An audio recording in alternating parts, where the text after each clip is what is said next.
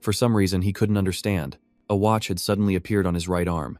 Its timer counting down relentlessly. Contran had no idea what would happen when the numbers finally hit 0. A normal person might have shared this bizarre occurrence with family, but that wasn't an option for Contran. His mother had already divorced his father, who was lost to a life of drinking and gambling. Before the timer on his arm reached 0, the first thing Contran did was race his bike over to the Long Nang neighborhood. Looking up, he saw the familiar, brightly lit room filled with noise, and he knew his father was with his gambling buddies again.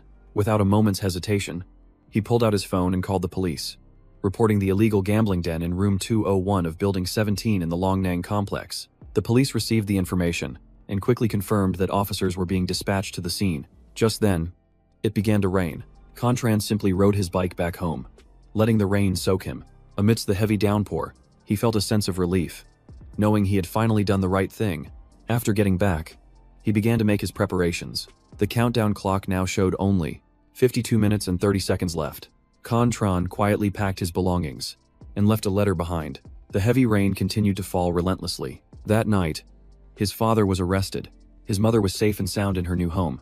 As for him, he silently tightened his grip on the dagger in his hand. He sat waiting for the darkness to take him, without putting up a fight. Finally, the countdown timer hit 0, and then, something unimaginable happened.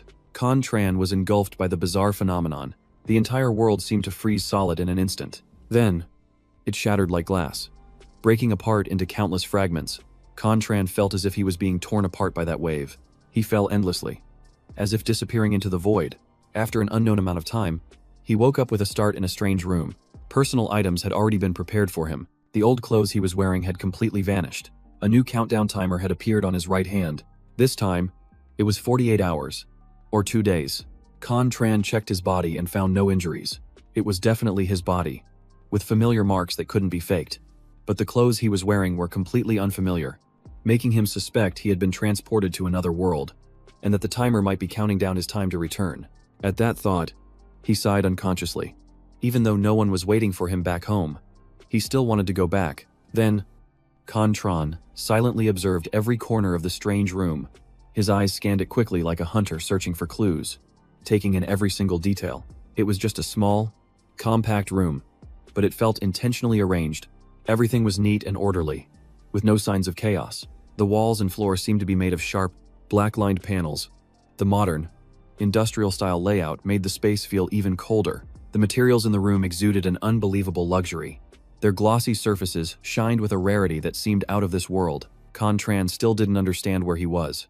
He tilted his head slightly, trying to piece together the origin of this place from his memories. He wondered why this place was built with such extravagant materials. Perhaps this wasn't an ordinary prison, but a place hiding something else entirely. Suddenly, the hallway door creaked open. A mechanical sound echoed into the room like a cold summons, making his heart clench. The room door burst open, and a cold draft carrying the smell of machine oil flooded in. The sudden scene made everything in the room change in an instant. Immediately after, the public address system blared to life. A robotic voice repeated itself, its tone as cold and flat as a military announcement. The voice announced that it was breakfast time, the concise words echoing through the space, marking the moment the entire block had to assemble. The order required all prisoners to line up and move to the cafeteria. The authoritarian tone demanded obedience, leaving no room for resistance. Contran was stunned to find the numbers 010 and 101 printed on his clothes, realizing it was the prisoner ID assigned to him without a shred of mercy. As a first-time transmigrator, he was both stunned and bewildered to find he had become a prisoner in this strange new world. His mixed emotions swirling endlessly. The line between good luck and bad luck became blurry.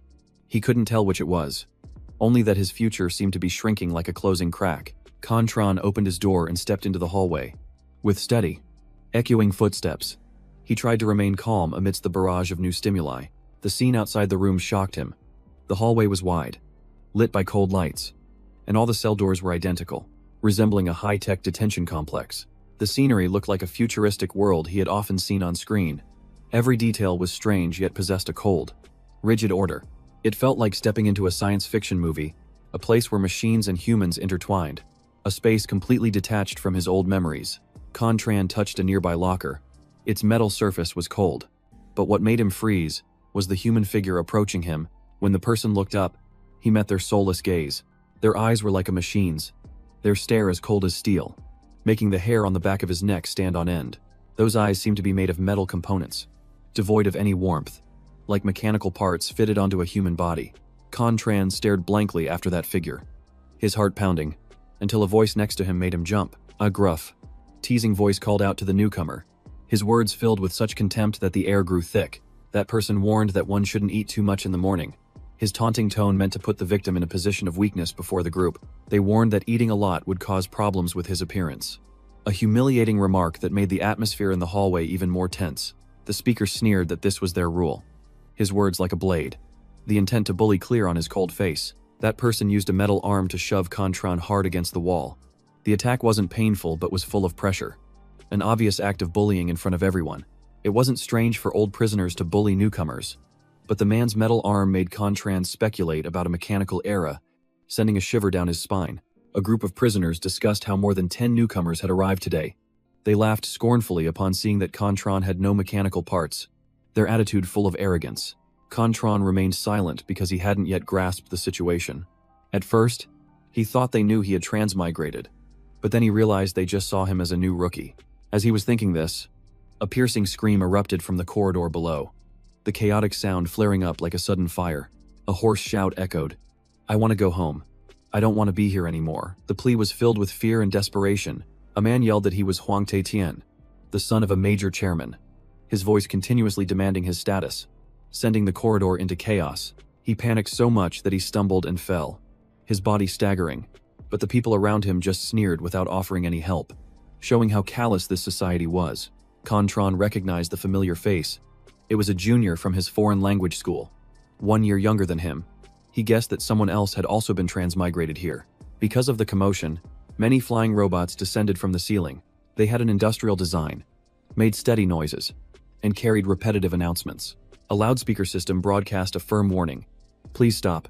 The repeated words echoed through the corridor, the tone as cold as a military command.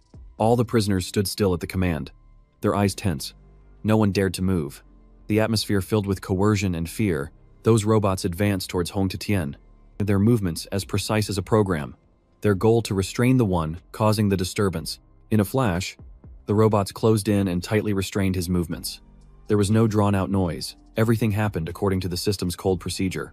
Contran stood still, watching the entire scene unfold without saying a word. In a strange place, meeting someone you know does make you feel a little more secure. But that sense of security depends on the specific circumstances, because not every countryman is trustworthy. Sometimes, they can even be a burden. The old prisoners began to mock Huang Taitian, calling him a fool and saying he got a 7-year sentence for tax evasion. He was acting tough last night, but now he was crying. Messing with the tax agency in this day and age is truly foolish. It would be strange to mess with them and not suffer the consequences. They burst out laughing and threw their arms around Contran's shoulders, their tone half joking and half threatening, asking if he was ready for what was coming. Contran didn't answer, but he knew what was coming next wouldn't be pleasant. Even though he was surrounded, his gaze remained fixed on the floor below. He continued to intently observe what was happening down below. The prisoners on the first floor had already started eating breakfast, but Contran quickly noticed a strange table that no one dared to approach. Everyone deliberately avoided that area, as if it posed some kind of threat. At that silent table, a middle-aged man sat in silent contemplation, staring at the chessboard in front of him. A white cat with turquoise eyes sat obediently beside him. 2 tall young men stood guard on either side of him like personal bodyguards. In the detention area, which was filled with a cacophony of noise, that corner table, however, was strangely silent. No one dared to go near him, as if his area was a strictly forbidden zone. It felt as if that spot was completely detached from the rest of the prison. At first, Contran thought he was a warden, but upon a closer look, he realized the man was also wearing a prison uniform with the number 0000. 001 printed on his chest. He was undoubtedly the most unique individual among all the prisoners here. Contran's gaze remained fixed on the man as he silently observed every single detail. Then, unexpectedly, the white-haired man standing next to him turned and flashed a sinister smile in Contran's direction. Just at that moment, the prison's loudspeaker blared again, urging them on. All the prisoners quickly lined up and began moving toward the dining area. Contran blended into the crowd heading down to the lower floor. As he walked, he took the opportunity to observe the overall layout of the detention facility. The building had 7 floors, 18 drones on the ceiling, 10 surveillance cameras, 3 armed robots, and a total of about 3,072 people, including himself. His extraordinary memory allowed Contran to gather all this data in a single glance. But a sudden scream shattered his concentration. He turned his head and saw a few of the older inmates bullying a younger guy, who looked like another newcomer who had just been brought in. He heard someone order them to drag the kid back to a cell, warning them not to cause a scene in the main square lest the robots intervene. To which the inmates replied mockingly. As he was watching the scene unfold, a man with blazing red eyes walking in front of him issued a warning. "Stop gawking. Your turn is coming up next." However, that blatant threat didn't make Contran flinch in the slightest. His nonchalant expression only seemed to infuriate the guy even more. But Contran paid him no mind, simply grabbing his meal and finding a quiet spot to sit. Although he pretended to be indifferent, Contran saw right through them. The eyes of those prisoners had already revealed their dark intentions. The looks they gave him couldn't hide the predatory ambition just waiting to burst out. Contran knew that if he didn't make the first move, he might end up flat on his back in the infirmary on his very first day. The very moment they started to make their move, he immediately bolted and ran away. Contran's agility was nothing to scoff at. He escaped the encirclement of his pursuers with little difficulty. Even the food tray in his hands remained steady, without a single drop spilling. Someone urged them on, telling them to grab him quickly, while the guards weren't paying attention. The gang started shouting to each other as they gave chase, but when they realized where Contran was running, the entire group froze in their tracks, none of them daring to take another step. Because his destination was the table belonging to the man with prisoner number 001, the gang gritted their teeth in frustration before sneering, thinking he was naive to believe he could escape by running to that man. And they couldn't wait to see his fate. Clutching his food tray, Contran dashed straight toward the forbidden table, a place that everyone avoided like the plague. But before he could even get close to the man, he was stopped by a white-haired young man beside him, whose voice was as cold as ice. "Newbie, I know what you're trying to do, but we're not interested in saving your skin."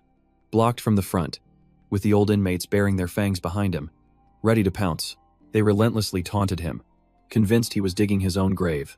But Contran remained strangely calm through it all. Taking a deep breath, he suddenly spoke up. "Front pawn advances 1. I can solve this endgame." He said this while looking directly at the chessboard in front of the man. The other prisoners were startled into silence, because they didn't even dare to look at the man, let alone speak to him. And yet, the man actually lifted his hand and began to move a piece. He made the exact move that Contran had just suggested. The old man then made another move and nodded in response. Elephant 5 retreats. Your move. The fact that he responded at all left everyone utterly astonished. But Contran knew he was on the right path. The game was in the Western Pass King's endgame. It looked balanced, but a single wrong move would lead to immediate collapse. Based on the chess books he had read, with the red pieces, simply maintaining the position would be enough to secure a draw. But in Contran's mind, defense was never an option. With a move of his second cannon, he continued his relentless attack. Advisor 6 advances 1.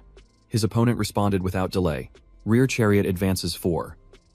Contran pressed his advantage. Elephant 1 retreats 9. They traded blows relentlessly, without a moment's rest. Every time the old man spoke, the crowd of prisoners would break out in a cold sweat, as if they were facing a demon. The tension in the air was so thick that no one dared to even breathe loudly. Finally, Contran made his decisive move. If the checkmate was successful, he would win instantly. A dramatic victory, decided in a single moment. The old man's face suddenly darkened, his complexion turning ashen gray. He lifted his head to look at Contran. His sharp eyes carefully observed every feature on the young man's face. So young, yet he made such a game-changing move without a hint of hesitation. Then, he chuckled softly and said with deep meaning, "It's rare to find someone who truly knows how to play these days. We'll continue tomorrow." Those words left the entire room stunned. No one thought the old man would concede, and they certainly couldn't believe Contran was such a skilled player. And they were even more shocked that he had scheduled another game for tomorrow. In this dangerous prison, that was as good as a promise of protection, especially in an age where people only knew simulated entertainment or artificial pleasures. The white-haired young man who had blocked his path earlier now returned to pat Contran on the shoulder, grinning. "Not bad. I'm Lam Tutu, and that big shot is Deep Fawn. See you tomorrow." Contran silently watched the three of them leave, but at that same moment, a camera from behind quietly locked onto his image. A feeling of being watched made Contran turn his head and glance back. In that instant, another prisoner suddenly grabbed his leg. His face was filthy, his hair was a mess, and his cheeks were stained with tears as he begged Contran for help, promising to obey him forever. But all he received in return was a gaze as cold as ice. Contran had no intention of interfering. Right after that, two of the old inmates rushed over, grabbed the young man by the head, and dragged him away. They dragged him back to continue the torture they had started earlier. Contran wasn't a heartless person, but in this situation, survival was his top priority. Of the 12 newcomers, 9 had already been dealt with by the old-timers, leaving only Contran and Huang Taitian from Earth, which proved that transmigration wasn't a common thing. Contran didn't know why he was imprisoned here, but strangely, he didn't feel any despair. In fact, he was excited. In his old world, he was just an outcast. His father was cold, his mother had a new family, and his relatives were indifferent. For the past 2 New Year's holidays, no one had even called his name. If it weren't for that countdown clock, he probably would have tried to get into a university far away, just to leave that house forever. But even then, Contran wasn't sure what that dream really meant to him. But here, everything was completely different.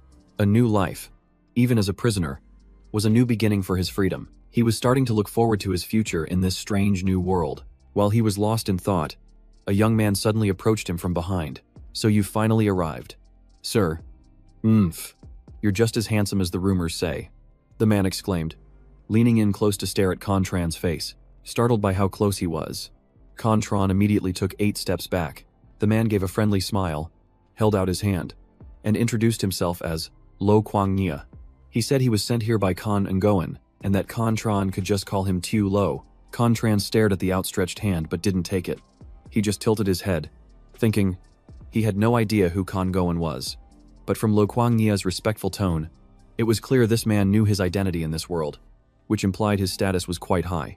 In the past hour, Lo Kuang-nia had glanced at him at least 21 times. That's just how many Contran had counted. The men with him all seemed to be his subordinates. If what the man said was true, then Contran being sent here wasn't a coincidence but part of a pre-existing plan. Although the logic seemed sound, it was all just speculation for now. Contran didn't want to carelessly reveal his secret, so he decided to keep his distance from Lo Kuang-nia for the time being. "I don't need your help right now. I can handle my own affairs," Contran said coldly, but his answer only made Lo Kuang-nia more flustered. No, that won't do. I have to serve you properly. Sir, everyone here is an inmate. You don't have to be so formal," Contran said, but Lo Kuang-nia only grew more insistent. "Please, sir, just give me an order. You can treat me like your dog. I'll even lick your boots if you ask." Contran side-eyed him. "And what if my feet stink? Then I'll lick them until the smell is gone." His answer made Contran want to collapse on the spot. He had no idea where this kind of twisted loyalty came from, but it was obvious this guy couldn't be trusted. Contran didn't want to say another word, but Lo Kuang-nia continued to ramble on. "This morning, I was wondering why you hadn't looked for me. Sir, I never imagined you'd use the cover of a new inmate to get close to Lai Thuk Dong. Such a brilliant move. Here in Lagos 18 prison, if we can get Lai Thuk Dong's support, our plan will be much easier to execute." Contran broke out in a cold sweat. Lai Thuk Dong must have been the man playing chess earlier. As for the plan Lo Kuang-nia was talking about, he had no idea. He was curious but didn't dare ask, fearing he would expose himself as a transmigrator. But we have to be careful around Lai Thuk Dong. Being near a man like him is like sleeping next to a tiger. One wrong move, and he'll bite back. Lo Kuang-nia continued to mutter, while Contran just felt exhausted. All he wanted was to keep his head down and survive. Finally, Lo Kuang-nia lowered his voice. "Mi apologies. Sir, I've spoken out of turn. Did you bring any instructions with you this time?" Contran was taken aback, his mind racing to find an answer that wouldn't arouse suspicion. After a few seconds, he blurted out, "Master Lad, the demon from the south has arrived." Hearing this, a series of question marks popped into Lo Kuang-nia's head. He was completely baffled.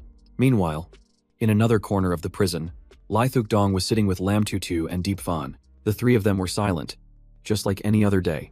After a moment, Lam Tutu spoke up to break the silence. "Boss, that kid didn't lift a finger to help the new inmates." Lai Thuk Dong glanced over, as if he had already expected it. When playing chess, his moves were decisive. He was willing to sacrifice pieces to find an opening, so he wouldn't be soft on others either. Lam Tu frowned. "Chess is one thing. I can sacrifice a piece." He then smirked and asked, "So boss, you still want to play tomorrow? Of course. I can't just play with you two forever." With that said, he turned to Deep Fan and changed the subject. "Oh, the Tran Corporation has captured Quach Ho Thien, and the investigation is already finished. He's about to be transferred to prison number 18. When that happens, you'll be the one to negotiate with him. Deep Fan stared at Quach Hothian's photo on the digital display. He nodded, confirming that he had dealt with him before. While he wasn't easy to get along with, they could still hold a conversation. Diep Fan had always been a cautious man. That's why Lai Thuk Dong felt comfortable entrusting him with the job. Next, he asked Lam Tu Tu about Hong Te Tien, the kid who was screaming in the cafeteria this morning. I've been observing him for a while, and something feels off. They were clearly discussing Huang Te Tien. On the surface, he looked like he was breaking down. But when he mentioned Lak Than and the Vin Loi Corporation, his tone sounded completely certain. Lam Tu Tu had already investigated. Outwardly, Hoang Te Tien was just a regular employee who had dropped out of school long ago. He was arrested for his involvement in trafficking counterfeit parts with the Black Tiger organization in Sector 18. He was also linked to robberies involving prosthetic parts. But there was insufficient evidence. He was ultimately imprisoned for tax evasion. His entire record was straightforward, except for the two names Lak Than and Vin Loi, which couldn't be traced. Besides Hong Te Tien, Lam Tu Tu also knew that Li Thuk Dong had his eye on Con Tran. Since their chess game had just ended, he hadn't had time to investigate the kid's background yet. Coincidentally, right at that moment, Con Tran happened to be walking past their area. He walked over to the bookshelf in the room. In the current era, the shelves weren't filled with paper books, but with tablets. Con Tran took one down. Seeing this, Lam Tu Tu approached him. New here, if you want to use a tablet, you have to register with your inmate number and then log in. The device will remember your reading habits, bookmarks, and even your preferred font size. The device also has an integrated AI. Just speak its name, and it will find whatever you're looking for. Seeing how helpful he was, Con Tran seized the chance to ask, "Is there any way to check the news in your dreams?" Lam Tu Tu replied, "Inmate accounts don't have internet access. Even I don't. Only the higher-ups have that privilege." Con Tran secretly glanced over at Lai Thuk Dong. There was no doubt that his status in this prison was above everyone else's. "Thanks," Con Tran said coolly to Lam Tu Tu. He then logged into his account on the tablet and chose a quiet corner to sit down. And Lam Tu Tu didn't bother saying anything more. But as he was walking past, he saw Con Tran reading. He immediately turned back, because Con Tran's scrolling speed was even faster than someone surfing the web at an internet cafe. After observing for a moment, Lam Tu Tu returned to Li Thuk Dong's side. He leaned in and reported quietly that Con Tran wasn't seriously reading at all. He was just swiping the screen randomly like he was pretending. It was as if he was looking for an excuse to sit near Lai Thuk Dong, like he was deliberately trying to find a way to make an impression. But Li Thuk Dong didn't seem to care at all. He simply said gently not to meddle in other people's business, and not to look down on a person's will to live. If it were you, you'd probably be even more anxious. You have to learn to see things from another person's perspective. 3 hours passed. Finally, Lai Thuk Dong's group stood up to leave. As they walked past, they could still see Con Tran furiously swiping the screen. Lai Thuk Dong had originally intended to keep walking, but seeing the boy's fingers scrolling non-stop, he paused and asked, "What did the third line from 3 pages ago say?" Unexpectedly, Con Tran immediately answered, "When order is chaotic, only chaos can maintain order." His hands still swiping and his eyes still reading as he spoke. Lam Tu Tu was stunned, because he had been so certain that Con Tran was just pretending.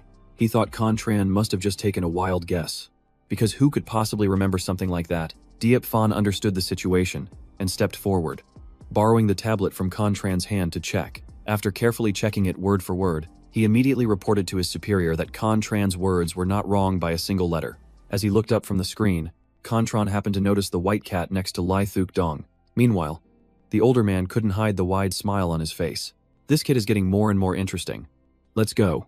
It's time to eat." The 3 of them left, but Lam Tu Tu kept looking back, as if he still couldn't believe that phenomenal memory. In reality, it was all intentionally arranged by Con Tran. Though risky, it was a necessary move, because in this steel cage where the strong prey on the weak, the only way to survive is to prove your worth to the one in charge. And it seems he had made Li Thuk Dong start to truly pay attention. During the meal that day, when Lai Thuk Dong was only halfway through his portion, Lam Tu Tu returned. He sat comfortably on the opposite chair with his legs crossed. His face clearly showed a smug expression. Seeing that demeanor, Lai Thuk Dong knew immediately that he had just gathered some interesting information. So interesting, that chess-playing kid's background is as clean as a blank slate, with nothing suspicious to be found. But that's precisely why I'm even more curious. Lam Tu Tu laughed loudly and began to recount enthusiastically. According to his file, Con Tran in this world is a high school student from City 18. His parents died in a traffic accident, leaving him a large inheritance. He has no criminal record and no relatives.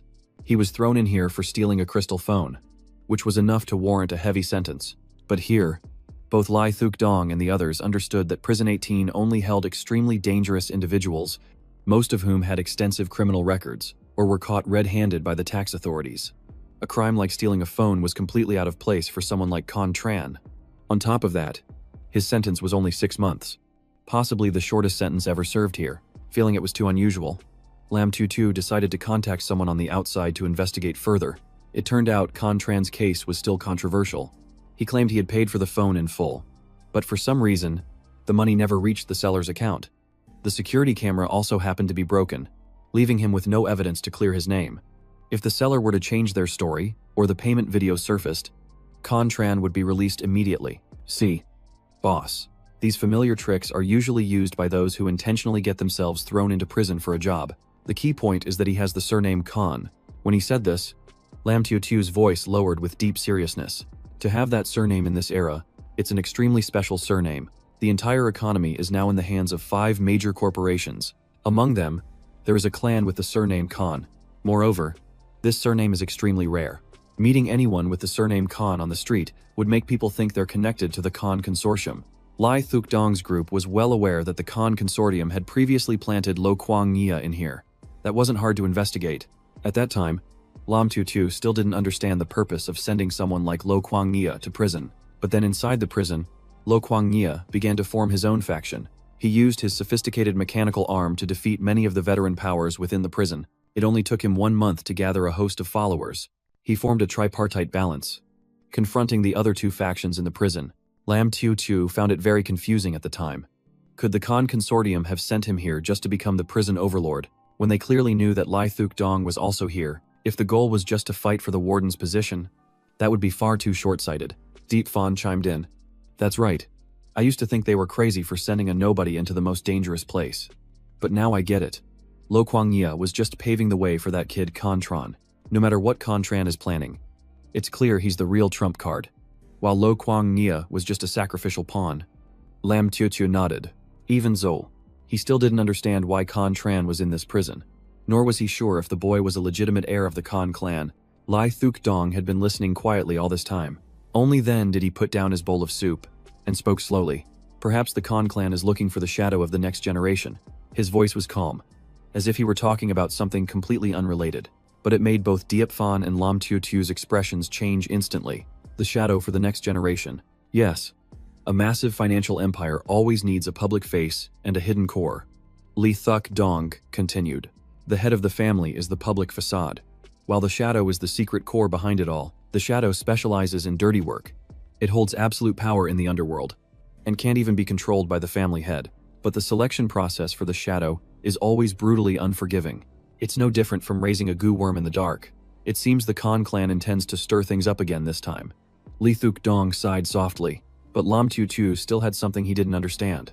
Boss, if Con Tran is really a candidate for that position, why wipe his record so clean that he looks completely unrelated to the Con clan? Unless Con Tran's world is hiding a much bigger secret. Hearing that, he reminds me of someone. This kid is making me more and more interested. Try to get close to him and see what his character is like. Are you interested in him? Boss, but he belongs to the Con clan. Lam Tutu frowned.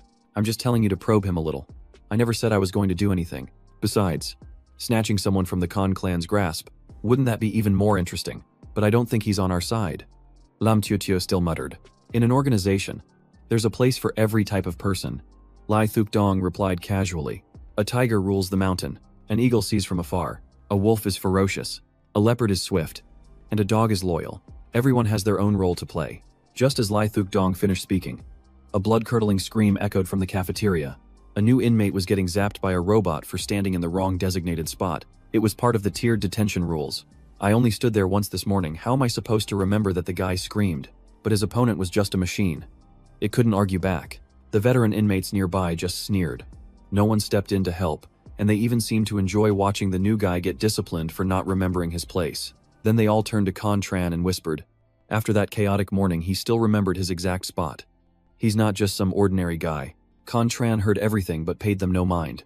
He just calmly waited in line. His eyes remained fixed on the line ahead, his mind completely untroubled. But just as he was about to get his food, Lam Tu Tu appeared out of nowhere. He clapped Contran on the shoulder and pulled him straight out of the line. From now on, you don't have to wait in line with the others. The boss's chess partner doesn't need to wait. The robot guards didn't even react to this blatant move. And while Contran appeared calm, he was inwardly stunned. To think their reputation was enough to bend the prison's rules. Lam Tu Tu pulled him straight to the front of the line. Then he tapped the guy at the very front on the shoulder. The guy spun around, his face contorted in a scowl, as if he was about to throw a punch. But as soon as he saw it was Lam Tu Tu, his expression changed instantly. He froze for a moment, then silently stepped back. That guy definitely wasn't the type to back down easily, and yet he still obediently gave up his spot. The inmates who tried to start trouble with Contran that morning could only stare, their jaws hanging wide open. Playing chess with Lai Thuk Dong was one thing, but now he was even eating at the same table as him. The boss's chosen chess partner naturally gets special treatment, Lam Tu Tu said. Then he told Contran to hurry up and eat. After all, the food here in prison number 18 is nothing to write home about anyway. Lai Thuk Dong, who was sitting across from them, remained silent the entire time. Seeing this, Contran simply lowered his head and finished his meal. At 8:40 in the evening, he returned to his cell and began to wash up, but his mind was still filled with unanswered questions. Lai Thuk Dong had only played a single game of chess with him that morning, yet now his treatment was completely different. What could possibly be the reason? It was just one chess game in the library, but being allowed to eat with him was an extraordinary privilege. Contran began to suspect that this was related to his identity in this world. However, he had absolutely no idea what that identity actually was. After taking a shower, Contran lay down on the bed to rest. The rhythmic sound of water dripping from the sink seemed to lull him to sleep. But it seemed his sleep wasn't deep, because Contran jolted awake in the middle of the night. He realized he was no longer in his cell, but in a strange place with a bizarre chill hanging in the air. The flickering firelight from the fireplace ahead cast a dim glow across the room. Books and torn clothes were scattered all over the floor. Everything was a complete mess. Shattered picture frames were strewn across the filthy floor. Nearby, a teddy bear had been stabbed through with a knife, staining the tiled floor red with blood. Just a quick glance was enough to give Contran goosebumps. On the wall, there were blotchy red words, as if written in blood. Doubt immediately surfaced in his mind. I was definitely in my prison cell, so where is this place? And what is this room? Is this a nightmare? Contran stood up and slowly observed every nook and cranny. Then suddenly, there was a knock on the door. Who is it? He called out tentatively. The person outside identified himself as a police officer. Badge number 27,149. You're the one who reported the incident, aren't you? Please open the door. Contran found the voice very familiar, but he couldn't for the life of him remember who it belonged to. This was highly unusual, because with his superhuman memory, he had never forgotten a voice before. Despite his hesitation, he finally decided to open the door. The person's face was obscured by the wide brim of his police cap. Although he couldn't see clearly, the man's features felt familiar. A flash of lightning outside illuminated the sky, casting a cold light into the room. The entire scene instantly became chillingly terrifying.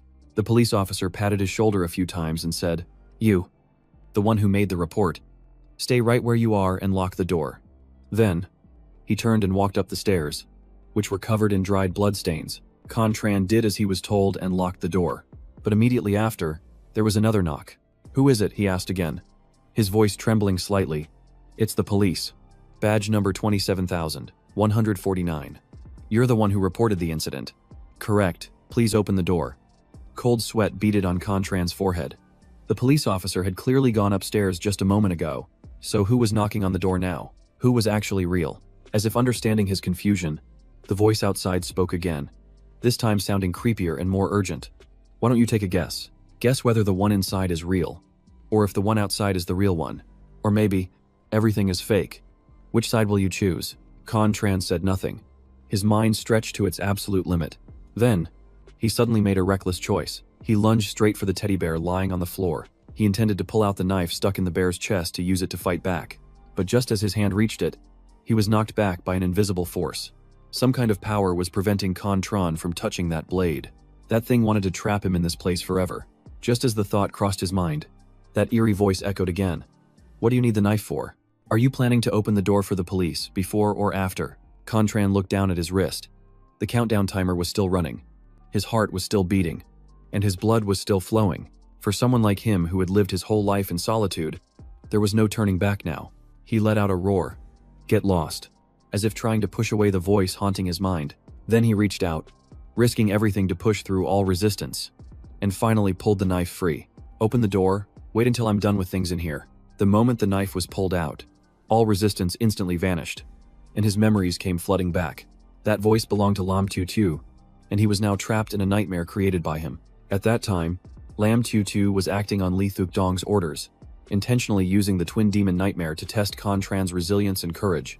But he never expected Contran to be so cold and rational. Not only was he unafraid, but he also acted decisively in a perilous situation, which made Lam Tutu unable to believe he was just a 17-year-old teenager. What confused him even more was that Contran managed to pull the knife from the bear, even though he himself had intervened to stop him.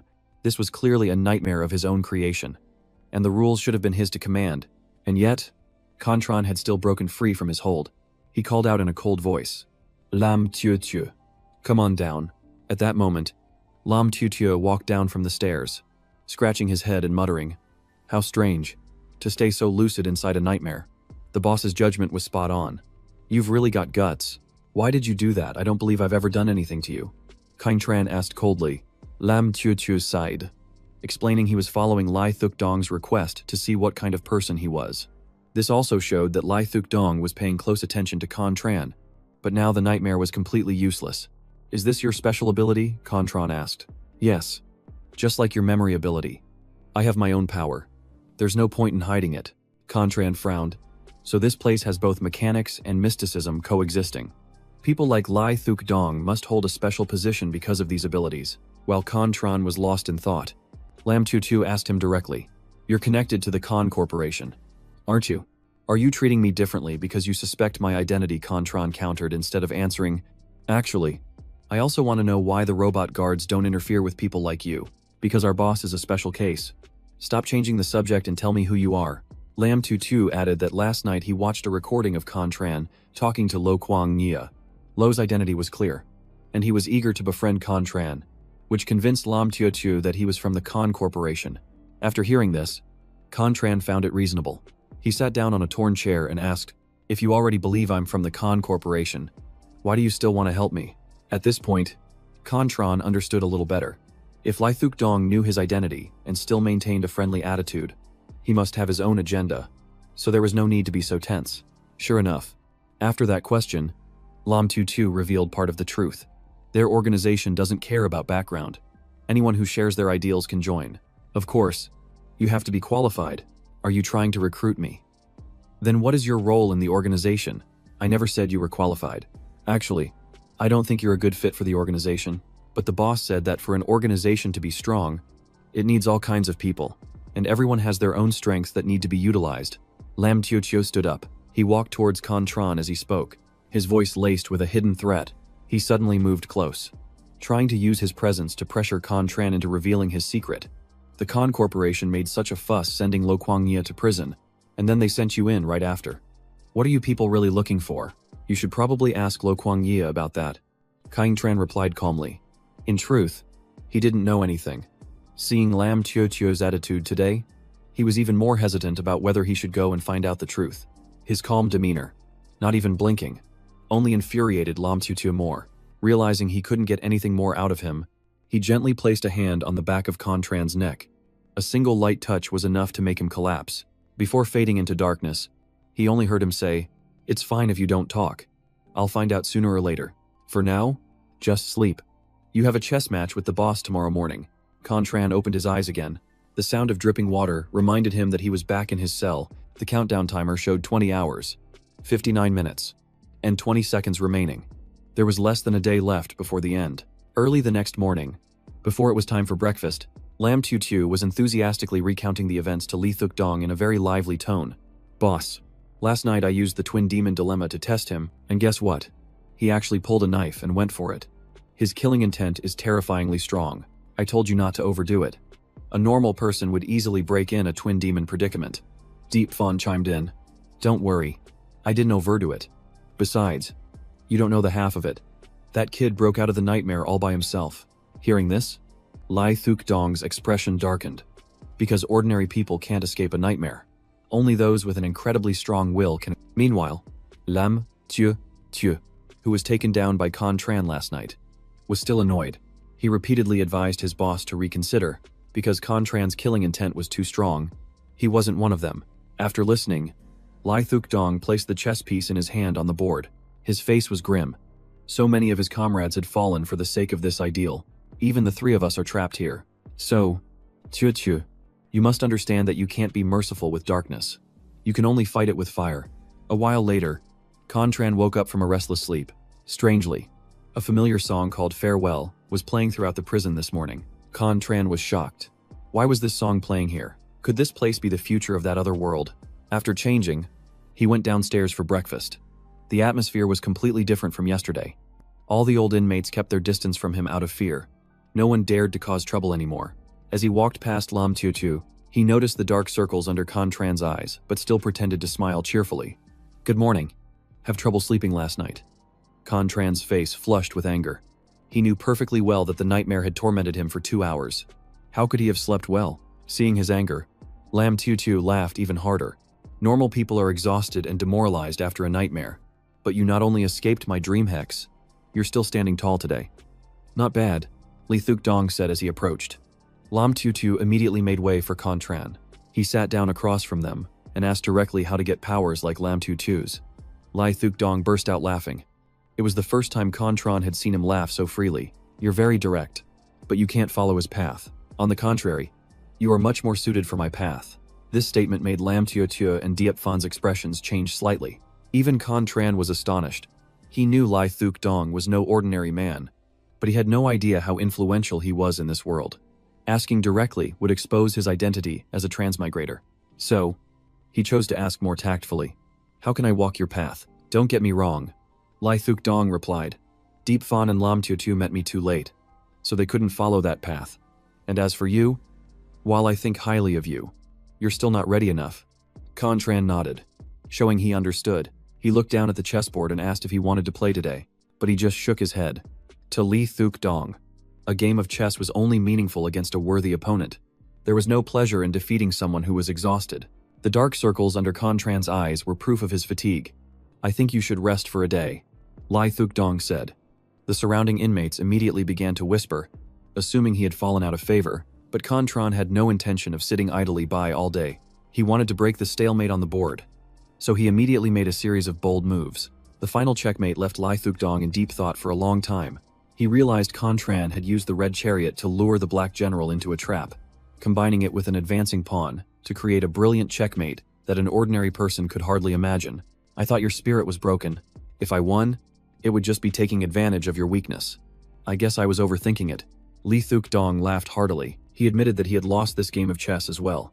The surrounding prisoners cheered, bursting into excited chatter once again. They had just witnessed Contran defeat Lai Thuk Dong for 2 days in a row. Lo Kuang Nia shouted with excitement. It doesn't matter what he won, just beating Lai Thuk Dong once is satisfying enough. From that moment on, he got the idea to learn Chinese chess. But his underlings just thought he was joking. Contran was about to leave, but he suddenly remembered something from the morning and stopped. "Can I ask you something? Consider it my prize for winning just now." "All right, go ahead. You were the one playing the flute earlier, weren't you?" Contran asked. This question made Diep Fan and Lam Tutu nearly fall over. They thought he was going to ask something profound, not just be curious about a piece of music. "Yes, that was me." "Why is this the first time you've heard it?" "It's a song composed by the founder of our organization. The lyrics were also written by him." Contran chuckled to himself. Guessing the organization's founder must be from Earth, he wasn't even ashamed to pass off someone else's song as his own.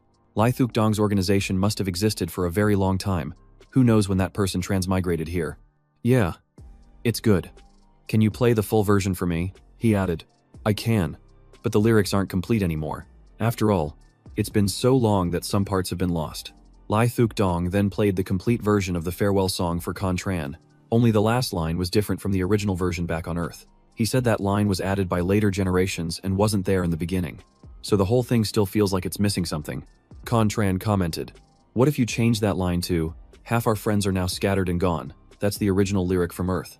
Contran said, as if the words just slipped out. Perhaps after so many years, that part of the song had been lost to time. But as soon as he heard it, Lai Thuk Dong's eyes lit up as if he'd just had an epiphany. He laughed. "Thank you, young man.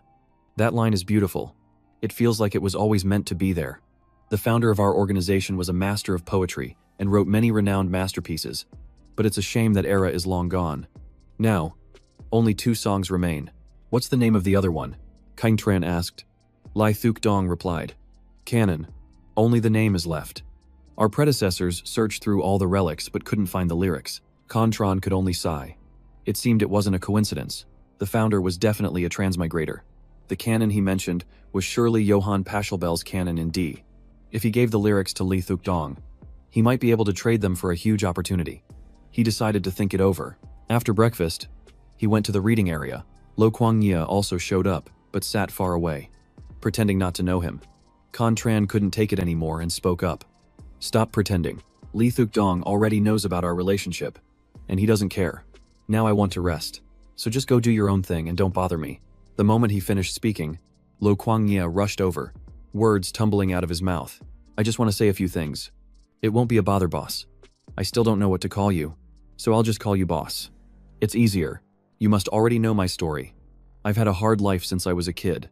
My father even sold my kidney for money and replaced it with mechanical parts.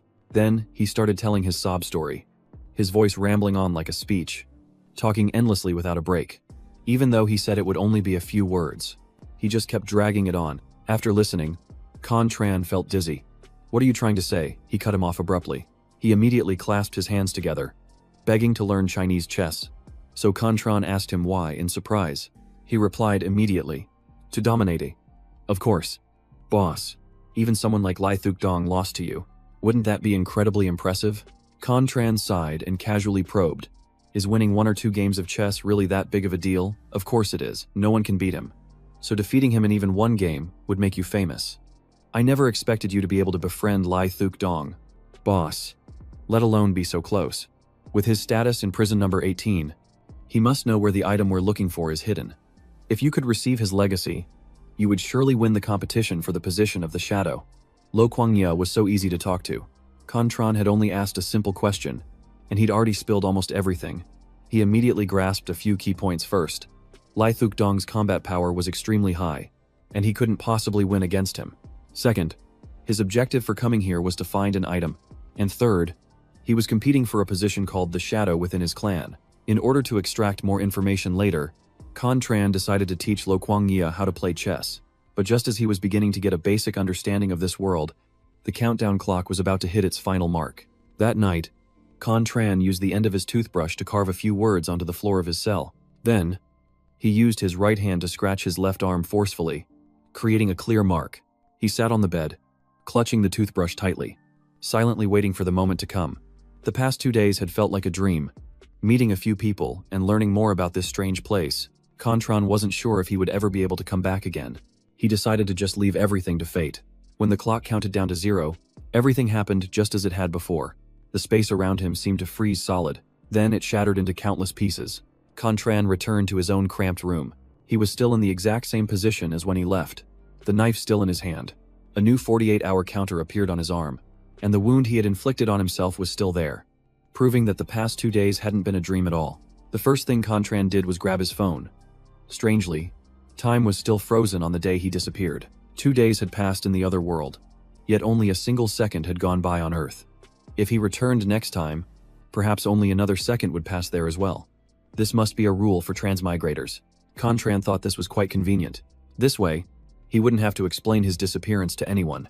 Just then, he received a call from the Wangcheng police station, informing him that his father had been arrested for organizing illegal gambling and requesting his presence. According to regulations, his father would be temporarily detained and fined, and as his guardian, Contran had to come and sign the papers.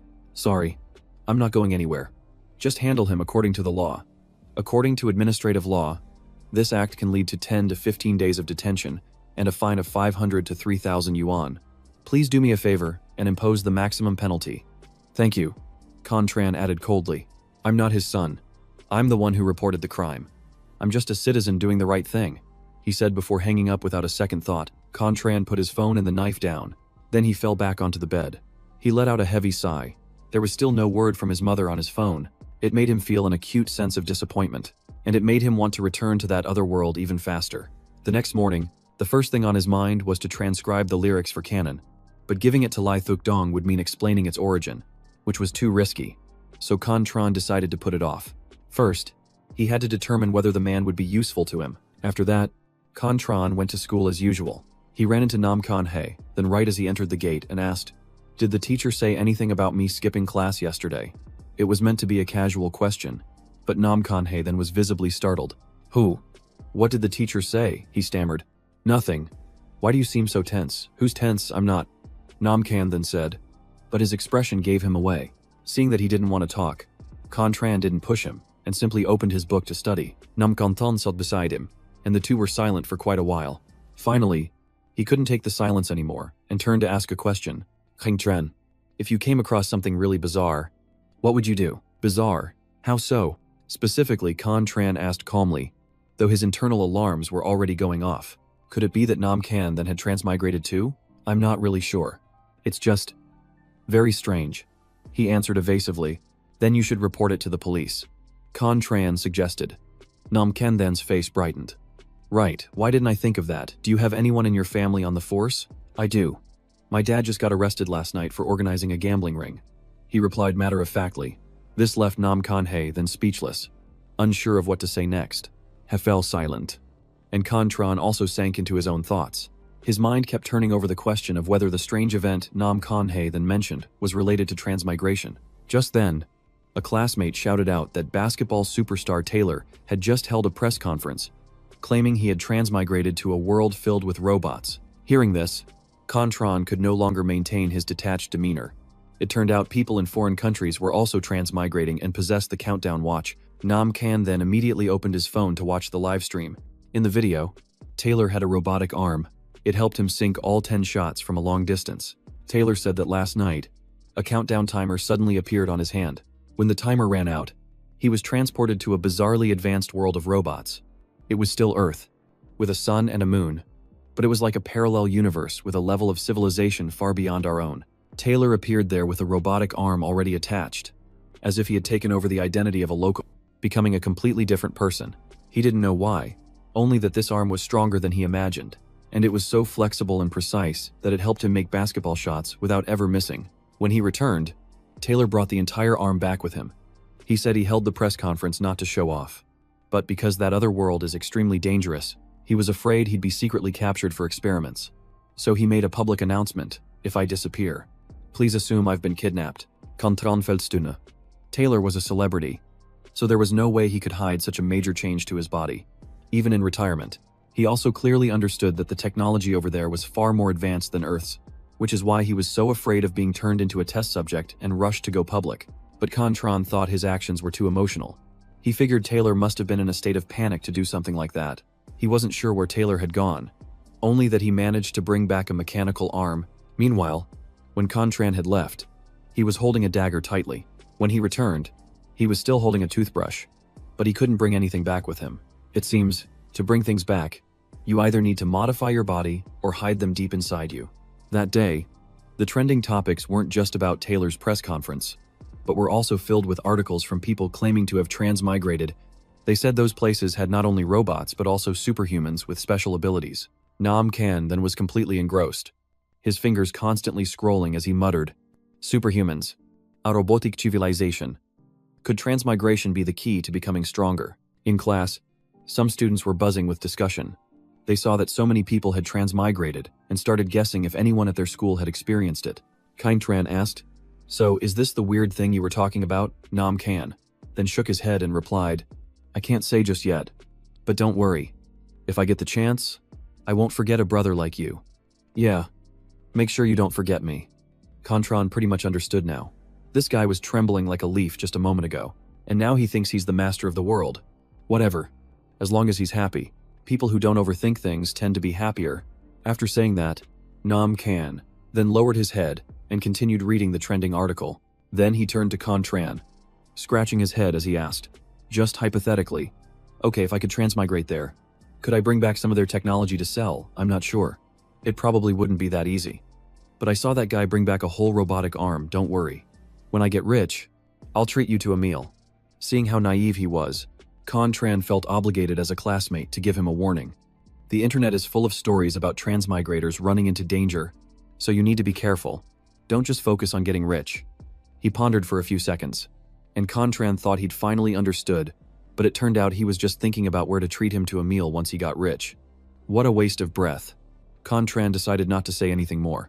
In the classroom, a few students were eagerly trying to figure out the rules of transmigration.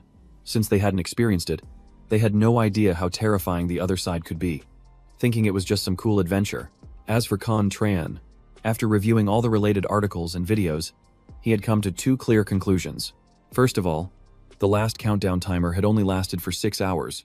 The time to return to Earth is 48 hours, which means the first group of transmigrators all had the same timeline. After that, some people who had never transmigrated before suddenly saw a countdown clock appear at 0 hour, and they became the second group of transmigrators. Additionally, all transmigrators are young, between the ages of 10 and 35. As soon as the news broke, the internet was flooded with people faking their transmigration experiences to get views. Nam Kan then had just scrolled through a few videos and already saw a chubby guy with a painfully fake mechanical arm. Contran guessed that Nam Kan then belonged to the second group, because if he were in the first, he wouldn't have been so panicked watching Taylor's press conference. So, the strange thing Nam Kan then mentioned must have been about the appearance of his countdown clock. After thinking it over, Contran came up with two theories. One is that the number of transmigrators changes with each wave, so if someone dies in the other world, a new person takes their place. The second theory is that the frequency of transmigration is increasing over time, and in the future, this number will only grow larger. I wish someone at our school had transmigrated too. That would be awesome. That way, we could ask them more about the other world. Nam Kan then sighed as he watched the video, which reminded Contran of Huang Tae-Tien, the son of the Ever-Prophet Group's chairman, a 10th grader at their school who had also transmigrated. With that thought, Contran immediately stood up to go find Huang Tae-Tien. In the hallway, students were buzzing with excitement, all talking about the same thing. He suddenly realized how unpredictable life was. Just a few days ago, he was just like them, just an ordinary student, dreaming of getting into a top university. But after the incident, his current path was completely different. Contran went to class 10 to 7 and asked a student if Huang Tae-Tien had come to school today. He used the excuse of returning something to make the question sound natural, but the other student shook his head, just as he had expected. After all, during his very first transmigration, Huang Tae-Tien had been beaten to a pulp. After a shock like that, his spirit might have been completely broken. Contran then asked for his home address, but the classmate only knew he lived in Central Garden, and didn't know the specifics. He thanked him and returned to his classroom. He couldn't focus at all during class that day, and neither could the other students. The math teacher, Dean Hai Long, could tell that his students were all thinking about something else. In the end, he had no choice but to end the class earlier than usual. As soon as they left the classroom, Nam Kan then shoved his phone in Contran's face, saying that Ha Tu Tu had just released a new strategy guide. Contran immediately asked, "Who is Ha Tu Tu?" Nam Kan then acted all high and mighty, explaining that Ha Tu Tu was a pro gamer. Just a few hours ago, he had posted a guide for a new game, and even though no one knew what it was, he was completely serious about it. Looking back now, that strategy guide seems to be related to the world of transmigration. Hearing this, Contran took the phone to have a look. The description clearly stated that because this game was special, it was impossible to record gameplay footage. Then, Ha Tu Tu referred to the real world as the outer world, and the game as the inner world. He said he was new to the inner world, so his information was limited. But Contran guessed he was definitely a transmigrator. That so-called walkthrough was just a metaphor for the robot world on the other side, but he still watched the entire thing seriously. In the video, Ha Tu Tu described 3 career paths. The first involved high-tech body modification, where you'd go to the armored hospital to buy components. But since he was broke, he hadn't tried it. The fastest way to make money over there was to sell your organs, but he strongly advised against it. The second path was to join the Taboo Arbiters Guild, where one could undergo genetic modification to become a new human. But the organization was incredibly secretive, and he still hadn't found any leads. The final path was to enter prison number 18, where Lee Thuk Dong supposedly held the key to the most powerful class. Contran was speechless. They had actually turned transmigration into some kind of virtual reality game. Even Lee Thuk Dong was being treated like an NPC. He wondered if people would actually follow that guide and show up at prison number 18 to find him. Still, the video confirmed for Contran that Lee Thuk Dong was famous in the other world. So much so that Ha Tu Tu had heard of him within 48 hours of arriving. But it was all useless. Modification costs a fortune. The Taboo Guild is a mystery, and prison number 18 is impossible to find. Namkan then lamented beside him. The whole transmigration affair kept the school in a state of chaos throughout the entire day. Then, in the afternoon, a piece of news appeared like a dark cloud, casting a shadow over everyone's excitement. A male student who had been confirmed as a transmigrator was murdered in his own home. The killer had even brazenly recorded the entire process of the attack. The video included a scene where he severed the victim's prosthetic legs. Immediately following the incident, those who had revealed their status as transmigrators were thrown into a state of panic, especially those who had returned with cybernetic bodies. Terrified they would be the next target. As soon as the media broke the story, a theory began to circulate that killing a transmigrator would grant the murderer their spot to travel to the other world. The news made everyone realize that transmigration wasn't a blessing, but a nightmare. And Namkan Than's expression grew increasingly grim. Contran spoke up to warn him. You see what's happening? Right. If you ever actually transmigrate, remember to keep your identity a secret. Don't just blurt it out to anyone. What was supposed to be a life-changing opportunity had instead turned into a deadly game of survival. Namkan then said gloomily, Why are we so poor? Because other people's dads work their butts off to make money, while your dad just pretends to work. Contran retorted with a sarcastic tone. So what about your dad? Namkan then immediately shot back. My dad gambles his life away. Contran replied nonchalantly, leaving Namkan then completely stunned. He even admitted that he was the one who had called the police on him. He had personally sent his own father to prison so that he could learn to reflect on his actions. Hearing this, Namkan then broke out in a cold sweat. Then he suddenly burst out laughing and said, Well, you might as well report my dad too. This time, it was Contran who was left speechless. Even though the teacher was giving a lecture, the two of them just sat there discussing their own affairs, without paying any attention to their books. Meanwhile, Contran's mind was reeling, tangled in a web of overlapping thoughts. His eyes were focused and intense, as if he were trying to connect too many pieces of information at once. Each yellow leaf drifting down from the sky seemed to hold some kind of silent message. Holding the leaf in his hand, Contran thought to himself, all the transmigrators whose identities have been exposed are concentrated in just over a dozen cities, which means, after thinking it through, he clenched his fist. It seemed as if those people were all being gathered in the same places. The moment the break bell rang, Contran bolted out of the classroom like the wind. It was 5:50 p.m. during the break, and Namkan then grumbled, skipping class again. Contran paid him no mind, his expression icy as he vaulted over the fence like an arrow. Once he got home, he immediately changed into a different set of clothes. As he walked, he stared intently at his phone screen, as if trying to catch every piece of information. On his GPS map, he saw an interesting location and wanted to check it out in person to see what had happened to Huang Titian after his return, and what he had experienced in that other world. Even though he didn't know the exact apartment, soon enough, he reached a nearby bridge, completely exhausted. Contran thought to himself, I won't be able to survive in that other world if I don't train. Even as his legs kept moving, his mind was racing with thoughts. Perhaps because his perspective had shifted, the way he perceived things was different now. Fragmented memories began to surface, slowly piecing themselves together inside Contran's head. The shackles of his family and his former life that had once bound him were slowly coming undone. The city was already enveloped in the thick darkness of night. Looking at the gate before him, Contran couldn't help but be impressed. This really was a high-end complex. You need a key card to get in and out, and he wondered if the apartment doors required one too. In a nearby apartment, a group of people was gathered for a noisy party. Contran unconsciously muttered, Home, death, machine. But just then, he witnessed Huang Titian being dragged away by two men. As he was pulled along, he kept rambling. Monster. Monster. Contran recognized him instantly. Although bewildered, he could only stand there and watch, not daring to make a move. But little did he know, a mysterious figure was watching him from inside a nearby car. The figure remained silent, not yet ready to make a move. Then, the group departed silently, without saying a word. Contran stood alone, his mind racing with anxiety. Who on earth were they? Why did they take Huang Titian? Could it be because he was a transmigrator? This was definitely not a coincidence. With nothing more to find, Contran had no choice but to quickly leave the scene. But after only a few steps, he felt a gaze as sharp as a knife fixed on him. Someone is following me. Recalling the earlier situation, Contran started to understand that he'd been followed since the moment he turned to leave. The guy had tailed him for 5 whole streets, clearly remaining vigilant the entire time. Despite this, Contran remained calm and kept walking as if nothing was wrong. While walking, he pretended to make a phone call, saying, Hello, I'm going to be a little late tonight. Just then, as if to confirm his suspicion, Contran stopped in his tracks right as the other person was walking past.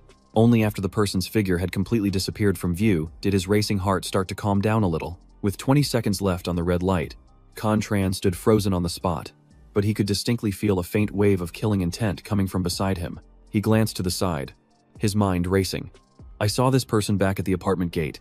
This is no coincidence. I'm definitely being tailed. There was nothing he could do but stare into the space before him, wondering what kind of organization this was. So well trained and capable of tracking transmigrators. As Contran slowly crossed the street, he thought to himself that he probably wasn't in the first batch, maybe the second or third. Otherwise, even if there was an information leak, their reaction couldn't have been this fast. They were clearly already prepared, but the other guy didn't leave his side, and the sound of street vendors drowned out his footsteps. He couldn't be careless. So with a click, he pretended to answer a call. Hey, Julie. Then, the walk signal finally turned green. Contran seized the opportunity to turn back. Right at that very moment, he decided to head back the way he came. Seeing this, the man spoke into his earpiece. The target isn't crossing the street. He's turned back. How much longer until you get here? Unfortunately, the person on the other end replied, Not yet. I need another 2 minutes to get into position. The guy froze, sensing that something was wrong. Scanning the darkness, he hissed, I've lost him.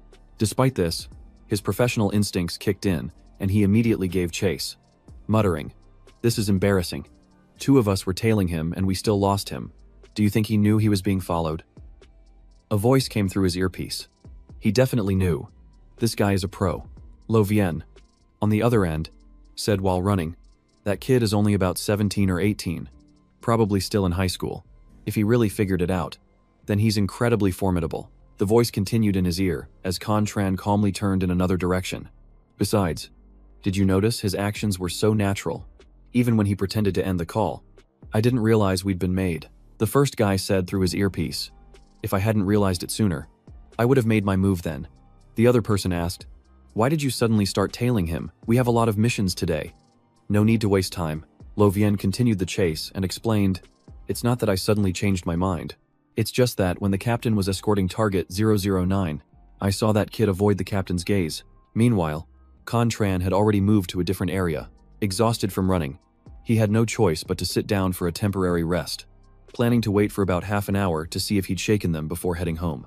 He took out his phone to check the situation, thinking to himself, The streamer is on their way. I wonder if they've been caught by some organization.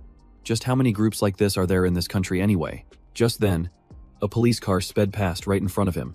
Across the street, Aman exclaimed, What's that? Did something happen? A woman sitting next to him quickly explained, The husband in that house often beats his wife. The last time he even put her in the hospital. He just won't change.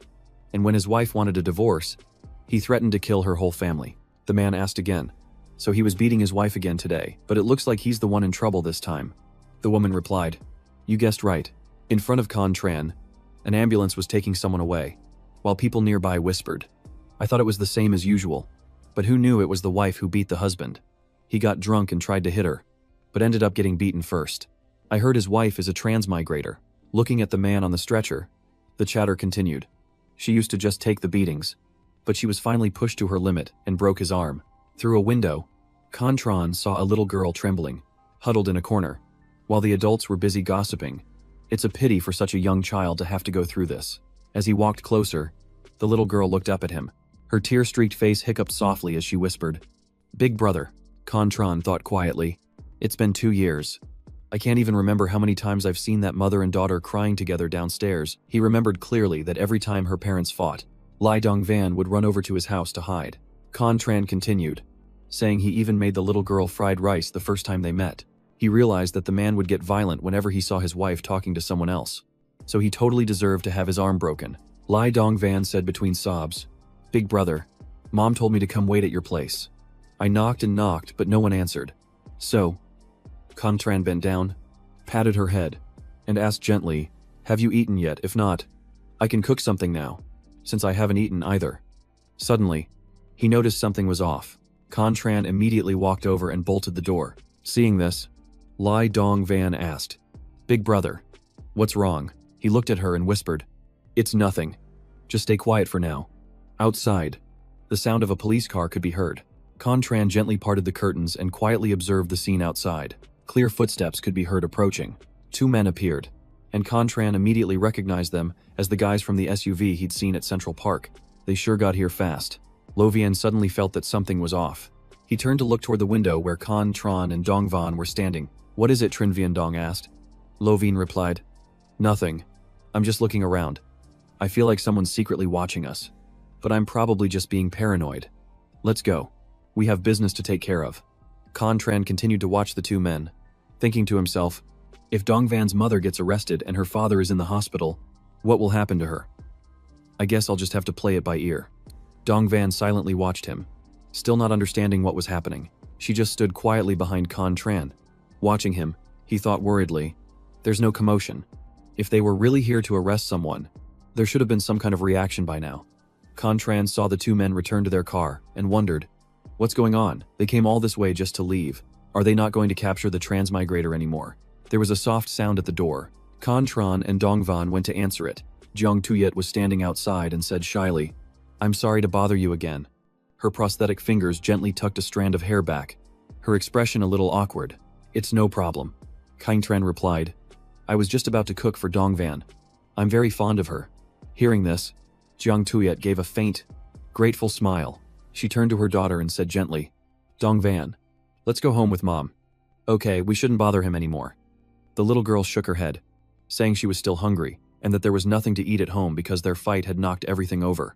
Seeing Jiang Tuyet's sad expression, Contran spoke up. "In that case, why don't you both eat with me? I haven't eaten yet." Jiang Tuyet was surprised by the invitation and felt a bit flustered. This young man had never taken the initiative to host anyone before. Contran added, "Actually, I also wanted to ask a few things about transmigration, which is why I invited you to stay. By the way, what should I call you?" Dongvan's mother smiled and introduced herself as Jiang Tuyet. Contran nodded and said, "Yes, I'd like to ask you a few things about the other world.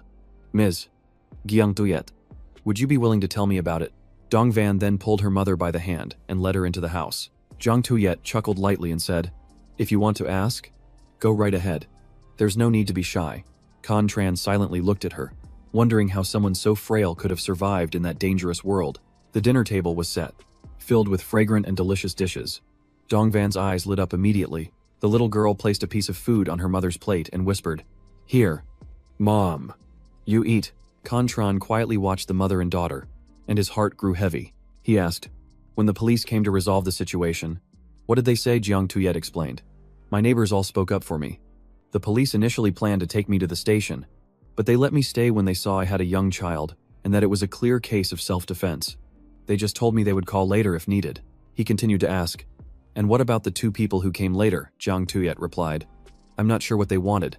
They just had me fill out a form, took a photo of my ID, and then left.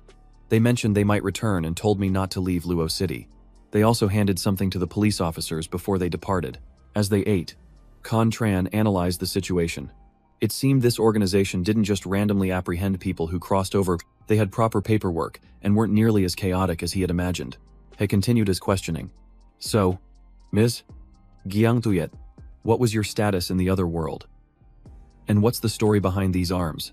Jiang Tuyet explained that she owned a mechanical repair shop on 18th Street, where she specialized in fitting people with armored prosthetic limbs. But when she first transmigrated, she was completely clueless. When customers came for an installation, she could only tell them she was out of stock. She added that she already had these cybernetic arms before she crossed over. Contran asked another question.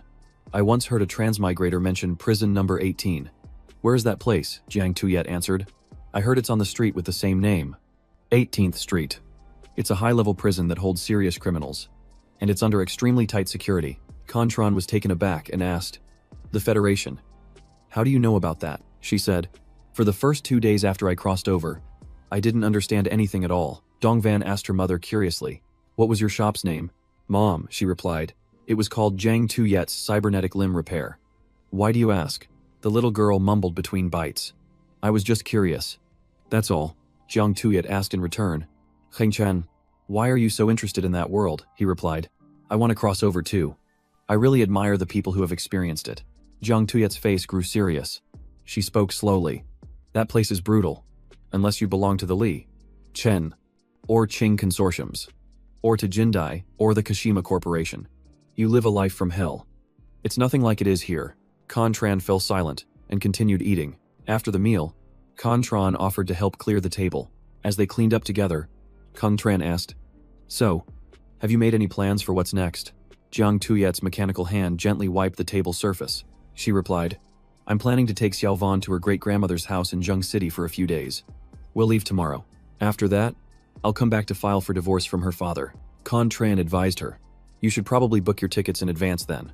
The route to Zheng City is always packed, so tickets aren't easy to come by." She nodded and said, "That's true."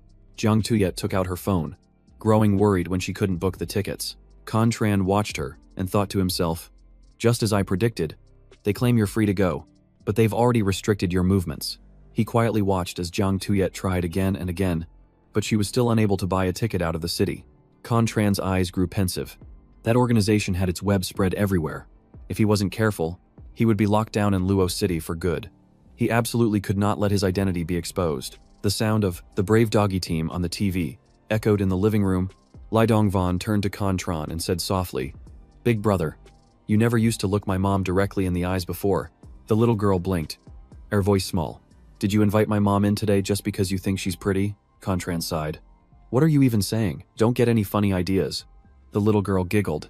"My mom really is beautiful, and she even teaches tech class at White Horse Elementary School." Jiang Tuyet walked out from inside with a gentle smile. "Hengjian, I noticed you still have some unwashed clothes.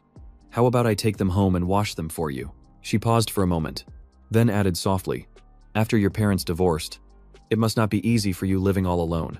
Just bring any dirty clothes over to my place, and I'll wash them for you." But he immediately shook his head. "I can take care of it myself." Despite his refusal, she just smiled and took Dongvan by the hand. "Let's go. Honey, we need to let your big brother Contran study." He just stood there, stunned, and at a loss for words. As night fell, the phone lay silently in his hand. Lying in bed, Contran's mind was racing. The entire class was still buzzing about the transmigrations. The news about the other Jiang Tuyet had spread all over Lakthan City tonight, and Hatutu still hadn't released any new information. Looking at his phone, he whispered, "Still no word from Mom." Suddenly, the screen lit up with an incoming call from his mom. Kang Tran sat up, his voice low. "Hello," the voice on the other end said. "Tran, I just sent the living expenses to your father." He replied softly, "Mom, I'm really busy with school this week." But his mother continued, "Hao has a fever, so I won't be able to visit. Remember to go to sleep early and don't overwork yourself studying." After a moment of silence, Contran just answered quietly, "Okay." He hung up, a flicker of sadness in his eyes. He thought to himself, "She finally called, but she didn't say a word about me skipping class." He tossed his phone onto the bed and flopped down. With his arm draped over his forehead, he stared blankly at the ceiling. It was nothing. The clock displayed 8:40 p.m., then switched to 7:20 a.m. The countdown had begun. While Contran was on his morning jog, he glanced up and suddenly noticed that all his dirty clothes had been washed clean. "Ms. Jiang Tuyet was so thoughtful." From her window, Jiang Tuyet leaned out and called, "Contran, I just made some porridge. Come on up and have some." He gently waved his hand to decline, feeling flustered inside. It had been a long time since anyone had been so gentle with him, and it was hard to get used to. Contran took a bite of a bun. His outfit now changed for school. The moment he set foot in the school, the students were already buzzing with excitement. His hand was suddenly grabbed and pulled back by someone, Nam Khan, then frowned at him and asked urgently, "What's up with you? Are you trying to compete for a nano slot with that bunch of scammers? Or are you trying to get sponsored by some rich tycoon? Haven't you seen the class announcement? A transmigrator showed up in the next class, and he's still in there right now." Contran was confused. "Wait, how do they even know he's a transmigrator? Nobody in that class was wearing armor yesterday." Kanthan's clear voice rang out. He admitted it himself. He spent all day yesterday trying to act cool, but couldn't take it anymore by night and just spilled the beans. Contran's brows furrowed as a sense of unease washed over him. What was happening? In a school of over 2,000 students, there were already 4 transmigrators. If this was real, how many more were there across the entire country? If even just a dozen cities had transmigrators, the total number wouldn't be small. A small map formed in his mind. If the pattern of transmigration became public, he feared people would swarm to these cities, with everyone claiming to be part of the 3rd, 4th, or 5th wave. While it hadn't gotten that bad yet, if a third wave truly did appear, all his speculations would become reality. As he walked down the hall, he could hear some girls whispering, "Blackthorn City and the others are going to be a complete mess." Duke Chu walked timidly behind the teacher, another male student beside him. Contran gently patted his friend on the shoulder, whispering some instructions. The person being led away by the teacher and administrator must be a transmigrator. "I'm too late. I better get to class." Sitting in class, he rested his chin on his hand, lost in thought. The people from the secret organization are coming soon. Tonight is the night of transmigration, and there can be no mistakes. They might already be monitoring Jiang Tuyet, and sooner or later they'll find the CCTV footage, even though there are few cameras where he lives. Nothing is ever certain. Contran closed his eyes, his mind made up. Tonight, aside from going to the bathroom, he would absolutely not leave his seat. Just then, someone shouted, "Hengchan, look at this." Can Than held up his phone and yelled. Tutu's new content just dropped. He reached for the phone. On the screen was a greeting. "Hello, I'm Tutu. Due to some special reasons, I wasn't able to update my new content yesterday." The screen changed, showing a golden chair. "Today, I'll be presenting new content in a documentary style about the Inner World game, covering the power struggle for the position of Shadow in the Khan Corporation." A skyscraper with a familiar logo appeared. The Khan Corporation is one of the 5 major conglomerates in that world, and the Shadows are the ones who hold power in its deepest echelons. Multiple hands reached for the logo, as if trying to seize it. It said this tradition has existed for thousands of years. In each era, a new shadow is chosen. Just like a play about a struggle for the throne, the corporation's logo is like the center of the world. Every time a new shadow is chosen, the entire inner world is thrown into chaos. 8 mysterious figures appeared through shards of glass. There are currently 8 candidates for the position of shadow, each possessing special abilities. Among them are Khan Hawaii, Hengvan, Khan Thi, and one completely mysterious person whose identity has yet to be discovered. He lowered his head, silently calculating every possibility. Perhaps this is why I was thrown into prison number 18. What documentary? This is nothing more than a blueprint for some protagonist's revenge story. The clock appeared again, counting down 6 hours, 19 minutes, and 29 seconds. Contran stood up and glanced at Kanthan. The tension was clearly visible on his classmate's face. He remained silent, his expression unreadable. If he also gets transmigrated to prison number 18, I'll have to risk exposing my identity to help him. Then, he slowly began to speak. "If you really do transmigrate tonight, you must be careful. You already know the inner world isn't safe." Kan then froze and stammered in reply. I'm not a transmigrator." Contran pushed the classroom door open and walked out. He glanced back and left one last sentence.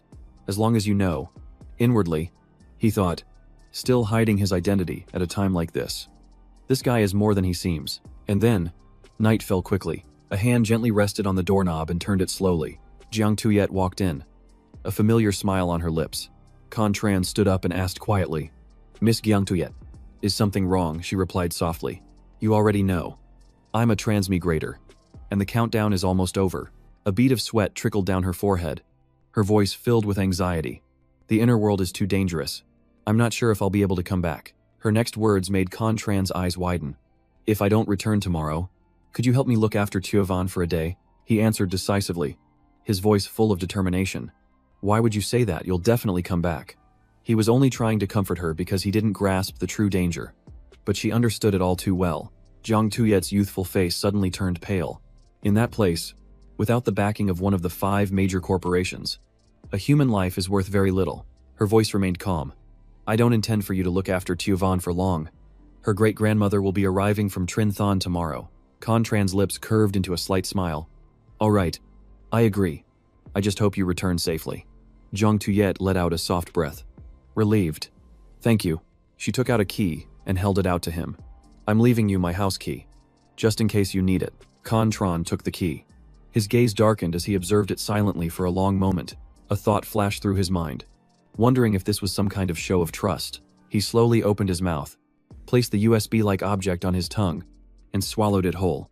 The countdown timer showed 9 minutes and 59 seconds remaining. As the clock ticked steadily, he pinched his arm to stay awake, lying perfectly still as he waited for the moment to come. In the end, Contran sat motionless on the bed, not uttering a single word. The space around him began to distort. Everything gradually warped into a blurry, encrypted space. Tears streamed down his face, but he struggled to remain calm until the very end. The light vanished, and the scene shifted to a pristine white pillow. Hangtran lay still, his hand on his forehead, silently gazing up at the ceiling. A faint smile touched his lips. Luckily, he had transmigrated to the right place. Otherwise, all his previous efforts would have been meaningless, and the bit of goodwill he'd earned from Lai Thuk Dong would have been wasted. He took a deep breath and slowly reevaluated everything. Regardless of who Lai Thuk Dong was, if what Tiu Tiu said about his power was true, then the man held a significant position. Plus, every transmigration returned him to the exact moment he had left. The image of Thuk Dong flashed in his mind. The canon he had practiced still had its effect. Many other transmigrators might be lost and confused, but he was different. He knew what he needed, and Thuk Dong was the key to this world. He looked at the damp USB in his hand, telling himself that as long as he had this item with him, he could break through that data wall. He stroked his chin as he examined a small cut on his skin. The wound was still there, proving that the body he transmigrated with was his actual body from the other world. The vast prison, filled with cold machinery, came into view. He silently committed every detail to memory. Studying the principles behind the transmigration mechanism, he walked up to the massive iron door, observing its every detail. Strangely, the noise inside this place felt more familiar than the silence of the outside world. The timer on Contran's wrist showed only 2 days remaining in this world. He wondered if that number would get longer or shorter in the future. The moment he stepped out the door, he ran into 2 inmates blocking his way. Thuk Dong also lifted his head slightly, clearly sensing the new arrival. Tiu Tiu raised a hand in greeting, the simple gesture exuding an extraordinary aura. Although he appeared calm, the nearby inmates still murmured in surprise. The moment Contran turned his head, the entire group went dead silent. He walked past, ignoring their whispers. A soft voice could be heard saying, "Hey." He just greeted us. He even smiled. Contran's brown eyes glanced downward as he recalled that a new group must have been transferred in the middle of the night. The crowd below was getting bigger, which made him thoughtful. The second group of transmigrators must be here already. I have to find a way to recognize them without revealing myself. Suddenly, his gaze locked onto someone. It was Lu Duke Chu from the next cell block. "I can't let him see me." A voice from the upper level rang out, startling Duke Chu. "Looks like we've got a new arrival. We should have a little fun with him later. Don't you think?" Kwang Nia let out a gleeful laugh, his voice drawling. "Welcome to prison number 18. As the scene entered Contran's view, he found that while he'd previously been annoyed by this Kwang Gia fellow, he now felt a strange sense of familiarity toward him. Fear flashed in Duke Chu's eyes. Prison number 18 made him tremble. He leaned in and asked quietly, "Excuse me, who is Lai Thuk Dong?" The other prisoner gritted his teeth. "Is this guy trying to pull some strings?" The man pointed into the distance. "Over there. The one in the lower tier." His golden eyes flashed, unable to hide his intentions. Tiu Tiu was right after all. Looking at the middle-aged man's stern demeanor, Duke Chu chuckled to himself. He really has the aura of an underground boss. Thuk Dong's group calmly continued to enjoy their moment of peace. Tiu Tu's mechanical tail lifted slightly, its gaze a mix of laziness and vigilance.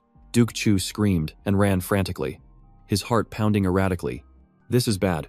I have to meet Li Thuk Dong right now." Suddenly, a hand reached out and grabbed him precisely by the collar. Tiu Tu looked down at him from a higher level, his voice tinged with curiosity. "How strange lately. A newcomer dares to seek out our boss." Duke Chu stammered as he looked at the prisoners behind him, his face pale. I'm just here to receive a quest. We're on the same side." His expression turned scornful. "I've never seen your kind in the organization. Who are you trying to fool with this double agent act?" Duke Chu grew more frantic. "I'm telling the truth, I came to receive the class change quest." He decisively slapped his hand away. "Get him out of here. What are you standing around for? Drag him out." The prisoners broke into a sweat and quickly replied, "Yes. We're going right now." Even as he was being dragged away, he collapsed to his knees, his voice choked with emotion. "Li Thuk Dong. I'm really here to receive the class change quest." Thuk Dong sat silently, his deep eyes saying nothing. That silence caused a stir among the prisoners, and everyone grew curious. Then, contemptuous laughter erupted. "What is this kid talking about? He must have panicked and gone crazy."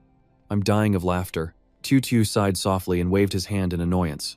"Just another fool." Duke Chu struggled in their grasp, thinking to himself, "What went wrong? I've transmigrated to prison number 18. The starting point of that selection process. According to Tiu Tu, there are 3 career paths and 2 subpaths. This was the only viable place. He reached out towards the receding figure, but doubt crept into his heart. Could it be that this isn't the real place for a class change? Did I misunderstand something? His painful cry made Qiu look back, his voice filled with boredom. Let him go, an angry prisoner shouted. Damn it. He dared to bite me. After him, catch him for me. Duke Chu clenched his fist and pounded hard on the iron door of area number 4. He banged on the door repeatedly, yelling, "Let me out, they're going to torture me, let me out." An icy chill ran down his spine. From the dark corner, a giant robot slithered out, its metallic sheen making him tremble uncontrollably. Its massive frame radiated a pressure so intense it was suffocating. The scream echoed throughout the prison. Heng Zhan, who was walking down the hall, couldn't help but mutter, "This guy's insane. He just got here and is already causing trouble." Completely clueless, Qiu sat down at the table and lowered his voice. "Boss, has anything strange been happening lately? The other day, a kid showed up, talking all about Luo City and claiming to be the heir of some conglomerate. Now there's this guy, asking for a quest right after arriving. What a farce." Thuk Dong closed his eyes slightly, his voice calm. "Yes, things are indeed unusual." The cat on the table opened its wide, jade-like eyes, its gaze chillingly cold. Qiu scratched his head and looked away, wondering, "Hey, where did that Contran guy go? Just yesterday I saw him eating happily, and now he's completely vanished." Kuang Ye's crew on the other side burst out laughing. Haha, what an idiot. It was hilarious watching the scene as he was dragged away by the guards. As Contran passed by, he quietly instructed, "After you're done eating, have your men secure the newcomers and find out who they are. Don't be too rough. Everyone's had it hard enough." The man nodded. Understood. Contran's brows furrowed slightly. He wondered if there were other transmigrators who hadn't revealed themselves yet. If so, they surely couldn't fake an identity in the outside world. Anyone who couldn't explain their background had to be a transmigrator. The prisoners next to Kuang Ye whispered, "Look, he's gone up to the 6th floor." He immediately ordered, "Stop staring. Let's go." A thought flashed through his mind. Nam Can, then definitely wasn't thrown in here. Contran slowly picked up his food tray. As Kuang Ye walked past, Contran whispered, "Just follow the plan." He gave a slight nod, thinking to himself that there probably wouldn't be any new transmigrators today.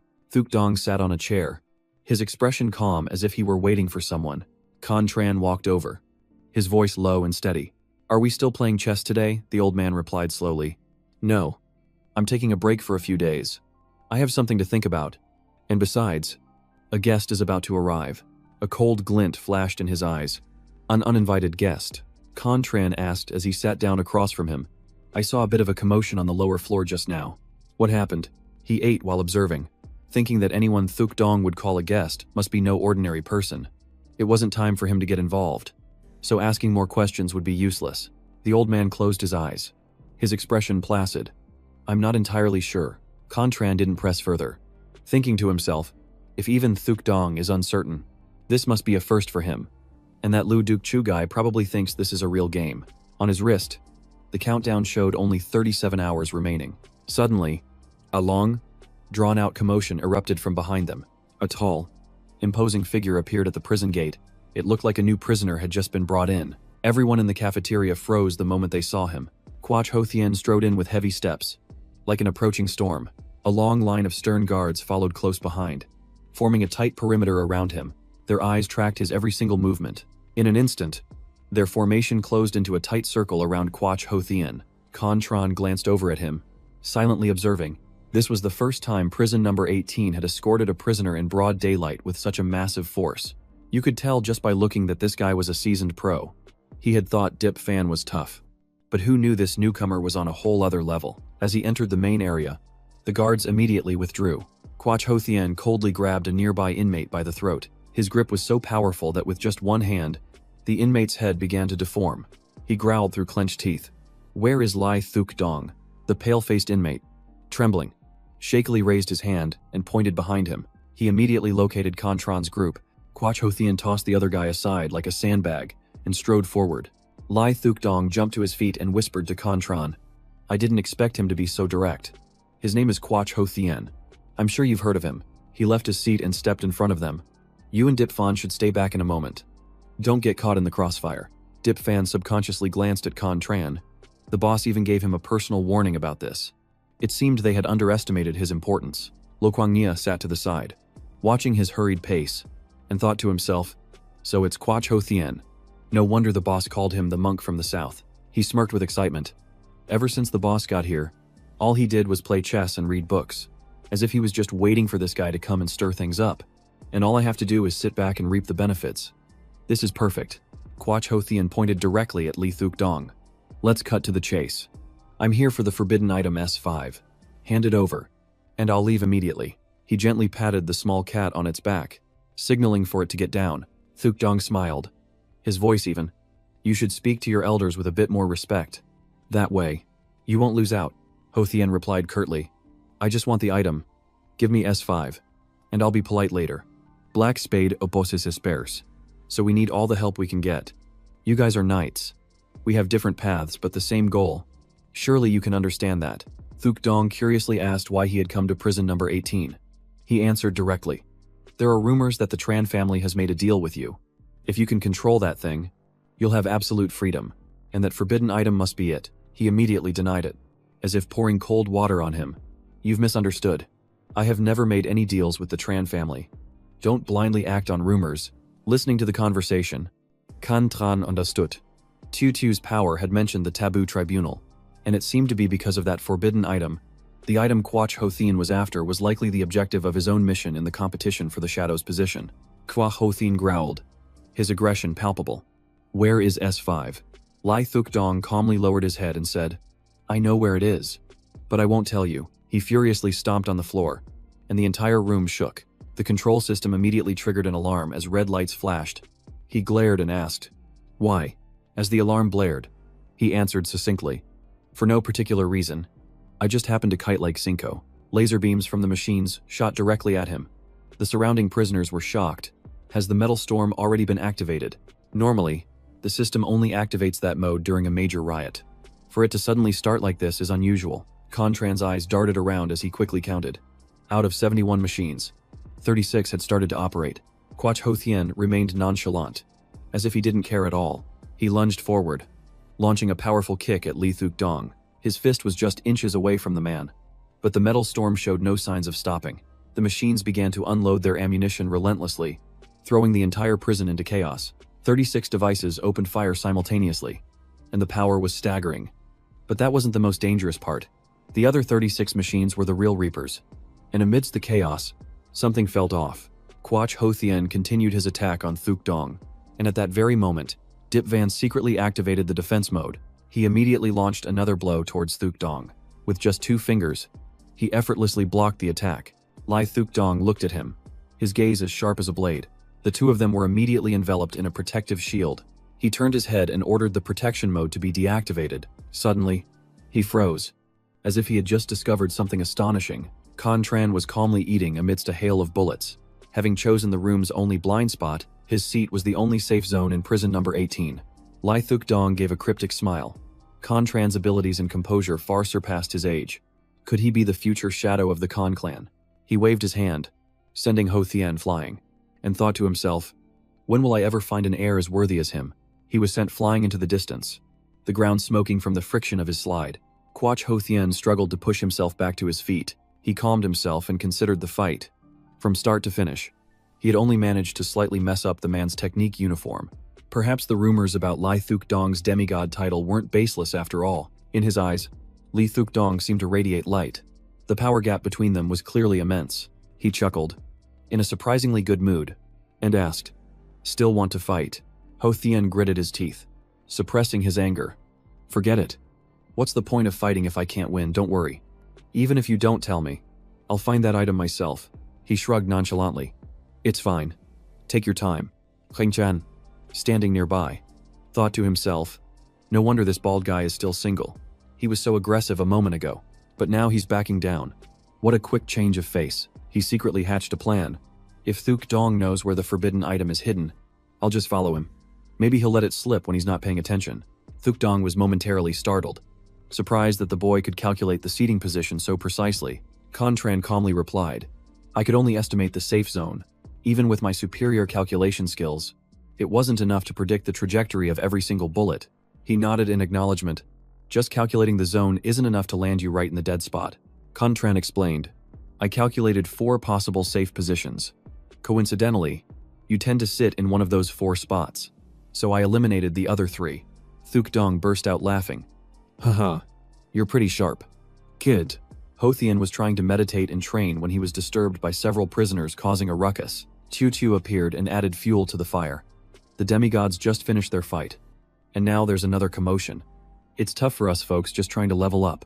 The ones who weren't fighting got caught in the crossfire, while the ones who started it are completely fine. It's always the small fry who gets swatted. He's got some real nerve. Daring to say that directly to Quach Ho Thien. They say you're a kind and helpful man on the outside. So what about all the people who have suffered because of you? Ho Thien replied in a cold tone. Are you talking about the injured and the prisoners in here? Everyone in this prison is guilty. There are no innocent men here. Tutu found this irritating to hear. He shot a sideways glance and said, Don't you dare label me as kind and generous. I'm not a monk. An excruciating pain racked his body. But Ho Thien did his best to suppress it, feeling as if his organs were being scorched from the inside. Having failed to achieve his goal, he quietly walked away. Contran recalled the protective shield from before. It was the very thing that had saved him from danger. Tutio glanced at Contran and whispered, Don't worry. No sound can escape this place. Thuk Dong had just received news. This morning, I saw Lo Kuangya interrogating the group of newcomers. That was on your orders. Wasn't it? Contran answered directly. That's right. He gave Contran a suspicious look and asked, Why did they need to be interrogated? He chose his words carefully to avoid causing trouble. Needing to invent a plausible reason for his recent actions, Thuk Dong smiled. I like how direct you are. But Lo Kuangya didn't mistreat them. Was that your instruction I remember on your first day? You didn't help anyone. Contran simply replied, I only do what is within my power. He understood perfectly that you can't help anyone if you can't even guarantee your own safety. This was a life principle Contran had learned from a difficult childhood. Light fell upon the chessboard, a metaphor for Contran's own fate. Something that had been bestowed upon him, not chosen by him. Suddenly, a noise from outside caught Tutu's attention. He was astonished to see Ho Thien propping his entire body up off the ground with just a few fingers. Tutio instantly realized what was going on. This guy was trying to inch closer to eavesdrop, but with a frame that huge, did he really think nobody would notice? His movements were painfully obvious. Ho Thien felt a cold stare lock onto him and knew he had been caught. The entire room was suddenly plunged into silence. Afraid of their conversation being overheard, Thuk Dong broke up the gathering. All right, that's enough. No more chess for today. I'm going to go read. The prisoners started complaining. Good grief. How long is this cleanup going to take? Give me a break. I'm still mopping here. One of the inmates taunted Ho Thien. You lost. So just sit down and shut up. We don't want any trouble with the Black Spades. We get that life is hard for you all out there. But don't start your nonsense in here. You really think I can't take you down? Ho Thien narrowed his eyes and retorted. Just you try and lay a hand on me. Tutu looked at his bald head and could only sigh to himself. Every prisoner's food tray came with an extra egg. Contran wasn't a picky eater and dug in heartily. Although the food was just ground meat, it tasted fresh, which was a huge improvement over the dry biscuits from the outside world. He suddenly realized something was off. Wait a minute. Contran paused his meal, a suspicion forming in his mind. Why were a quarter of the cameras aimed directly at him? Could it be because they noticed him finding a blind spot earlier? He couldn't help but wonder who was truly behind this prison. Just then, Tutu approached and said, The boss just told me to let you know that from now on, your meals will be made with real meat. You can have as much as you want. Contran furrowed his brow. Why? There was a hint of a smirk in Tutio's voice. You'll find out soon enough. I just suspect it's not for a good reason. After he finished eating, Contran headed to the bathroom to get some water. He washed his face, feeling completely exhausted. Contran quickly lay down on the bed. Familiar with the feeling, he gently closed his eyes, wanting to rest deeply. Then he slowly opened his eyes again. A man appeared in front of him. The blinding desert sun made Contran squint. The scorching heat drenched him in sweat. Contran quickly pulled out a water bottle and took a drink. A gaunt prisoner approached, his voice hoarse. Heng-chan, just give me a sip. We'll die without water. Go on. Name your price. Contran froze when he recognized the familiar voice. Faced with his collapsing companion, what would he do now? Joking in this situation annoyed him. I'd let the person next to you die of thirst first, and then let him name a price to save you. Tutio raised his hands in surrender. Are you even human anymore? It turned out Contran had a clear reason. I know this is your dream illusion, so I'll show no mercy. Tutio wasn't surprised. That's right. Since you're still lucid in the dream, You can probably resist the dream illusion summons. Contran stated firmly. I can. Tutu looked confused. If you can resist the dream illusion, why did you even enter it? You could have avoided it by just staying awake for 5 minutes. Contran came in here because he was worried about you. I thought you had something to tell me.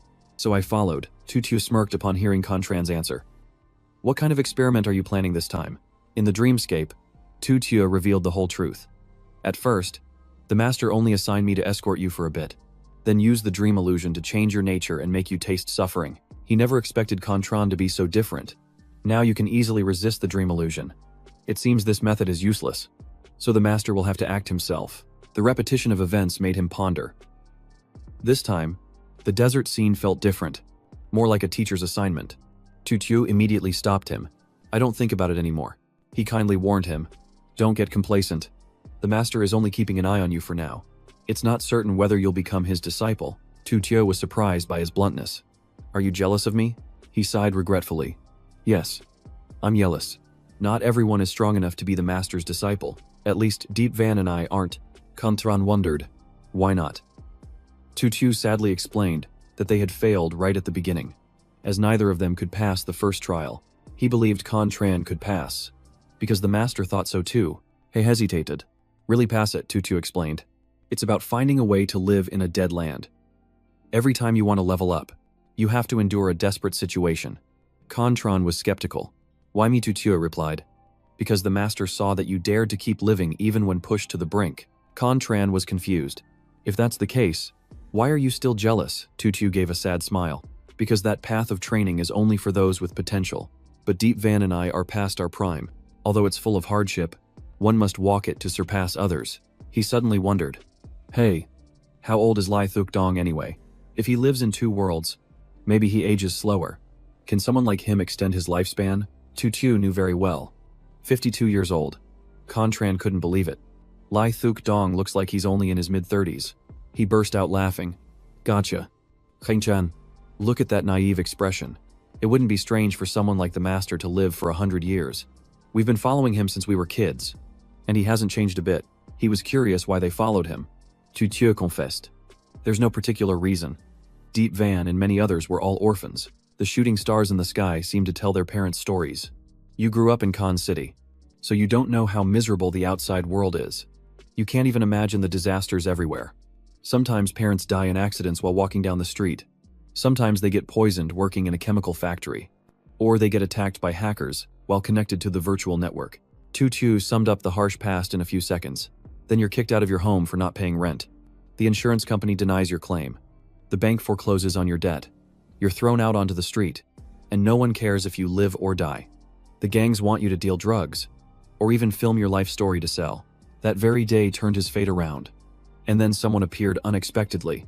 Thuk Dong was like a savior sent from heaven, saying, "Follow me, and I'll give you a new life." Tutu chose to trust him. It didn't matter who he was. If he beckoned, he would follow. Contran couldn't help but think of himself. Compared to them, his own suffering was nothing. He wondered why Thuk Dong took them in, and Tutu simply said it was because they were useful, and he couldn't do what he needed to do alone. Contran still wasn't completely convinced. To this day, I still don't know what the Knights organization or the Black Blade wants. What does the Black Blade want to control? The 5 great corporations or something else? His suspicions grew after meeting Tutu. Lai Thuk Dong clearly had a purpose for adopting Lam Tutu and Diep Fan, but the two of them knew nothing. Tieu whispered. Forget it. Get some rest. Even after escaping the dreamscape, Contran tossed and turned. I've seen Thuk Dong's secret basement. Can the cannon score in my hand be traded for a chance to open the gate to the other world? I'm not sure if this is enough, and I don't know its origin. I guess I'll just have to wait. A loud banging came from the door. Let me out. The timer appearing on his hand sent Taetian into a panic. Is anyone there? Let me out. Why am I locked in here? He screamed until his throat was hoarse. Let me out. Please. Taetian cried and screamed, comparing himself to others. Everyone else was like a fish in water. One with a body of steel, another part of a syndicate, only he seemed like a useless extra. In another 24 hours, he'd be back in the real world. What would he tell his friends? That he successfully class changed? Or that he got thrown in jail? He hugged a pillow, curled up in regret. I knew I shouldn't have bragged. The transmigration system updated. Time remaining 16 hours. 20 minutes. And 0 seconds. Thuk Dong continued to make his move. He observed carefully. Ever since Contran learned to hold back, there's been less crying in this prison. But have you noticed? The other powers in here are starting to get annoyed with Lo Kuang-Nia. Contran understood the subtle implication. I know. Those 3 syndicates usually welcome the newcomers as a form of entertainment. Now that Lo Kuang-Nia has taken over, they're bound to hate him. But I trust he can handle it. Thuk Dong glanced at the other prisoners. Have you ever thought that those you help might not be grateful? For example, you see a beggar on the street and toss him some change. It means nothing to them, but it makes you feel better about yourself. He couldn't deny that he had saved Hu Tu when he was in a desperate situation. Ho Thien suddenly pushed his chair back. His action immediately caught Contran's attention. He thought to himself, can't win a fight. So now he wants to join the group. Ho Thien used to enjoy special privileges, but now he's making demands. I'm a well-known figure in the Black Blade. You all get to eat your fill while I starve. Is this how you treat your guests? Tu Tio shot back without any respect. Are you one of us? If not, go fight the boss again. If you win, then we can talk about food. Fearing another loss, he quickly changed the subject. Don't just fight all the time. It's exhausting. I get that the 3 of you are eating, but why does that chess-playing kid get a share too? Isn't he just an ordinary person? Ho Thien suddenly stuck his chopsticks into the piece of meat in Contran's rice bowl. He leaned close to Contran's ear and whispered, Hey kid, go get another portion. This one is mine now. Contran just glanced at him and coldly turned away. Not even bothering to reply, he remained silent, waiting to see how things would unfold. Wanting to test how he himself would handle the situation, the shameless Ho Thien brazenly shouted, See. He gave it up himself. He quickly gathered all the meat and stuffed it into his mouth. Well then, I won't be polite. The red sauce from the meat dripped down, drop by drop. Contran recalled his previous analysis. But that wasn't right. What he was looking for, wasn't it? He tried to piece together the images flashing through his mind. The flashes of memory began to converge on a single point. Contran immediately summoned someone. Lo Kuang-Nia. In less than a moment, Lo Kuang-Nia appeared. I'm here. Boss. What is it? He had identified the problem. I'm going to give you 8 names. Bring them here. The entire room suddenly fell into a frozen silence.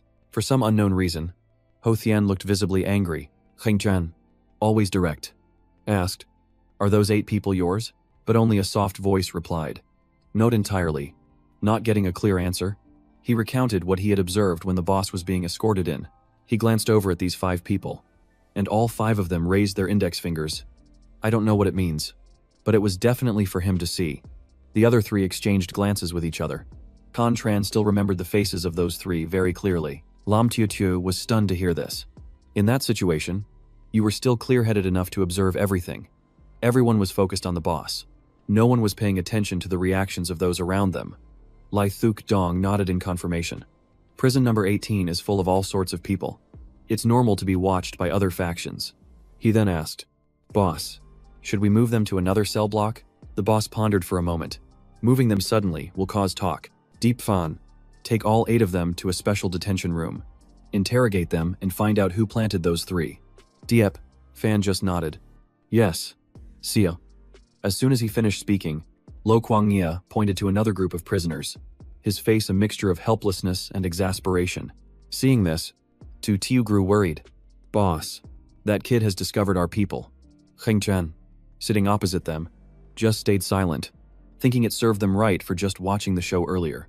But Thuk Dong didn't care, turning to say, Although you're not a superhuman, your memory and analytical skills are hard to match, even for a superhuman. Ho Thien, who was sitting nearby, gaped in surprise. So he's not one of the knights. But he still asked, Then what should I call you? He replied coolly, Kheng Chen. Hearing this, Ho Thien was stunned again. A Khan. Since when did the knights associate with those plutocrats from the Khan consortium? Thuk Dong said calmly. Just because his surname is Khan, does that mean he has to be from the Khan consortium? There's a famous person with the surname Khan who lives in the wilderness. You know. After hearing this, he turned to look at Contran with a scrutinizing gaze, but with his usual cunning, Ho Thien changed the subject, still handing the meal portion to him. Brother Contran, what do you think of the underworld organization? Contran's face darkened. They're nothing special. Outwardly, he said that, but inwardly he thought, if he's here for the forbidden technique, I don't need to hold back. That sentence made him freeze like a statue. Above, the rhythmic turning of a camera silently watched.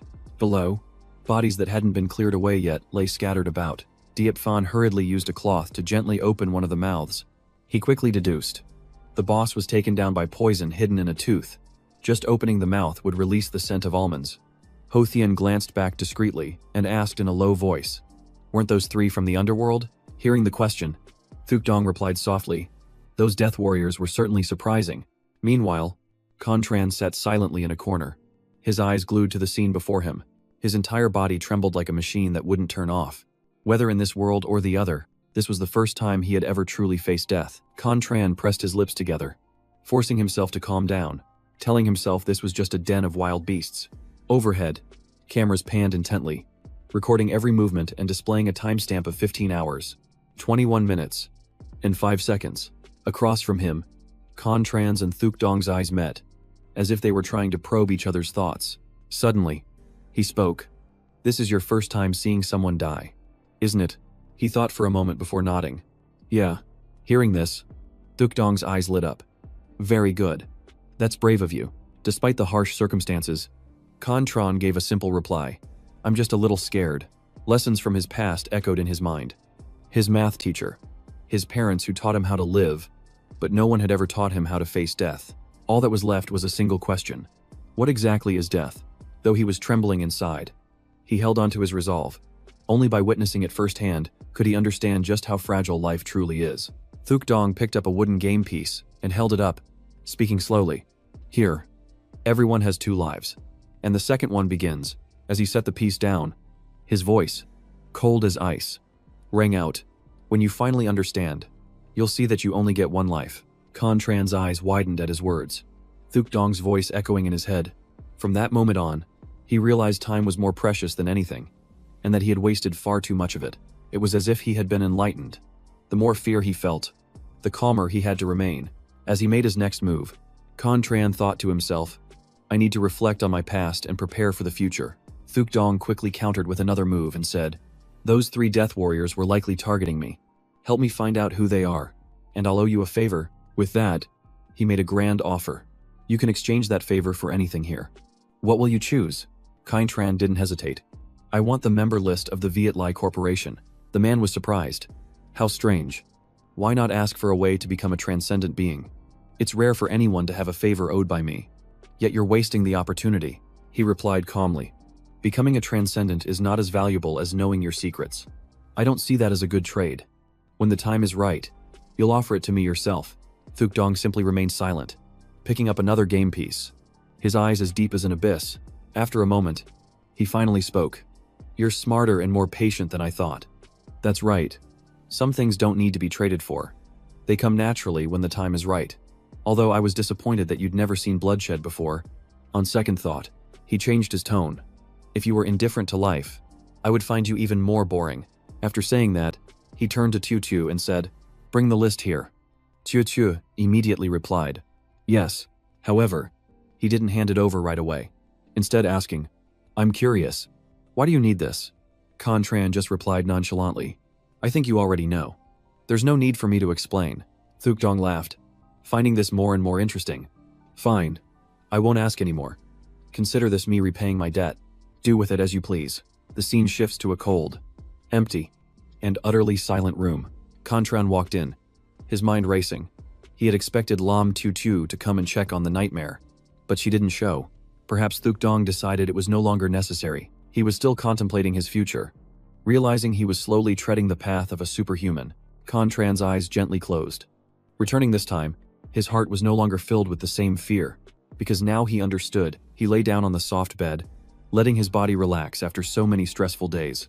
As his mind began to drift, he thought to himself that he finally, truly understood the meaning of death. The next morning, the sound of chirping birds echoed from outside the window. Contran lifted his hand to look, and the words 40 hours, 20 minutes, and 27 seconds were clearly visible on his wrist. He stared at it intently, thinking to himself how strangely quiet every transmigration was, never waking anyone. He put on his jacket and prepared to leave. After 2 intense days, returning to the real world felt like a weight had been lifted, yet his heart was already eagerly anticipating the next journey. His hand rested on the doorknob, his gaze lost in the distance, because that other world still held countless opportunities waiting for him. Just then, familiar figures appeared before Contran's eyes. He turned slightly to greet her. "Good morning, Miss Gyang Tuyet. How was your trip this time? I'm taking Tuvan to school now. But remember to come home after class tonight. I bought some fish and ribs for a celebratory dinner." He was momentarily stunned. Celebrate what? But she simply replied, "You'll find out tonight." No matter how many times he asked, her only answer was, "You'll understand when the time comes." Her words occupied his thoughts all the way to school. Just as he reached the school gate, Contran froze. A message on his phone made his heart sink. It was only a few words, but they felt like a death sentence. "There's a rumor that if you kill a transmigrator, they can never go back." Images of bodies scattered everywhere suddenly flooded his mind. The reality was far more brutal than any description could capture. And yet, the schoolyard remained peaceful, with no one aware of anything. The moment he sat down, he was surrounded by his friends. "Hey, is Lu Duke Chu from the next class back already? I thought he'd be as traumatized as Hong Tae Tien and drop out. But he looks totally fine." Contran glanced over, his eyes cold. Not only was the guy bragging about being a transmigrator, but he was also claiming he'd been to prison 18 and had even met Lai Thuk Dong. Everyone else was buzzing with admiration, but Contran could only let out a silent sigh. As a crowd began to gather around him, Contran chose to walk away. In this kind of situation, openly revealing that you're a transmigrator is just plain stupid, especially when you're name-dropping someone that powerful. As he walked, he couldn't help but think that the mysterious organization was probably about to make its move. Just then, he spotted a familiar figure from behind. Contran quickly ran over. "Num Kan Thun." He leaned in closer and asked quietly, "Kan Thun, what happened to you? Did someone beat you up?" The other boy just replied flatly, "It's nothing. I just lost some sleep." But inside, his mind was in turmoil. He no longer had his steel-like body or his special powers, so how could he not be a wreck? Soon after, they walked into the classroom together. A few female students ran past them, laughing and chatting. "Hey, did you hear Lu Duke Chu is back from his transmigration? Let's go check him out." After they passed, Kang Tran asked, "Were you tortured while you were in the other world?" Kan then flinched. "Transmigration? What are you talking about?" The two of them looked at each other in silence. But Contran was certain in his heart that Than had transmigrated before. He just couldn't imagine what terrible things the boy must have gone through. After a moment, Contran softly asked what he was doing over there, a question that made Than's face turn pale. "I didn't transmigrate, whoever says I did. I'll fight them." Contran could only nod. "All right," he thought to himself. "I give up. I can't ask anymore." Without knowing the time or his identity, he couldn't help at all. While the two were taking their seats, the girls outside the door were still chattering excitedly. "Is it true? Did he say he's met Lai Thuk Dong before? So lucky." Meanwhile, Kan then sat in a corner, his hands trembling. After a while, he spoke up. "Didn't I tell you there's a group of transmigrators?" "Yes, you did." His words made Contran smile faintly. He really couldn't hide it. Kang Than, having found someone to confide in, started talking non-stop. "I told you someone was selling socks in the other world." "Right," Kang Tran replied. "Yes." It continued. "It's fake. Don't ask me how I know. You're not a transmigrator anyway, so you can't bring socks back." Then he added, "Let me tell you. Someone said you can connect with a sugar mama over there." Contran still just nodded. "Yes." Only then did Kan then let out a sigh of relief. "This part is actually true." He panicked and whispered, "I just heard people say it. I'm not a transmigrator." Contran was tired of it and just nodded perfunctorily. "Yeah, I get it." But in his head, he thought, maybe he got scammed by a sugar mama that time. Outside, the group of girls was still pushing. "Don't shove, let me hear too." Suddenly, Kang Tran asked, "Did she give you a lot of money?" The question almost made Kan then fall out of his chair. "I told you, I didn't transmigrate." While the class was still buzzing, the school's announcement speaker suddenly came on. Everyone immediately fell silent. Looking up towards the sound, the crowd saw a group of people approaching and whispered, "Who are they?" Even the director of the Department of Education came out to greet them. "It looks like they're heading to the classroom next door." Kang Chen, sitting in the classroom, just muttered softly, "They're here." He didn't take his eyes off the window, where the group of men in black had just entered. Their appearance caused a stir throughout the school. Their aura was completely different from ordinary people. The group walked straight in, every step exuding power. Contran clearly remembered the first time he met them. He could still feel the heavy pressure. Just as he predicted, Lu Dukchu was then taken away. The fact that the director personally showed up proved that this organization had backing from someone in the government. They remained calm under hundreds of gazes. which reassured Contran somewhat, but life doesn't go according to plan. The surprising thing was that Luo Dukchu came back, saying he was only taken to the office. The men in black asked him to leave his information and forbade him from leaving Luo City.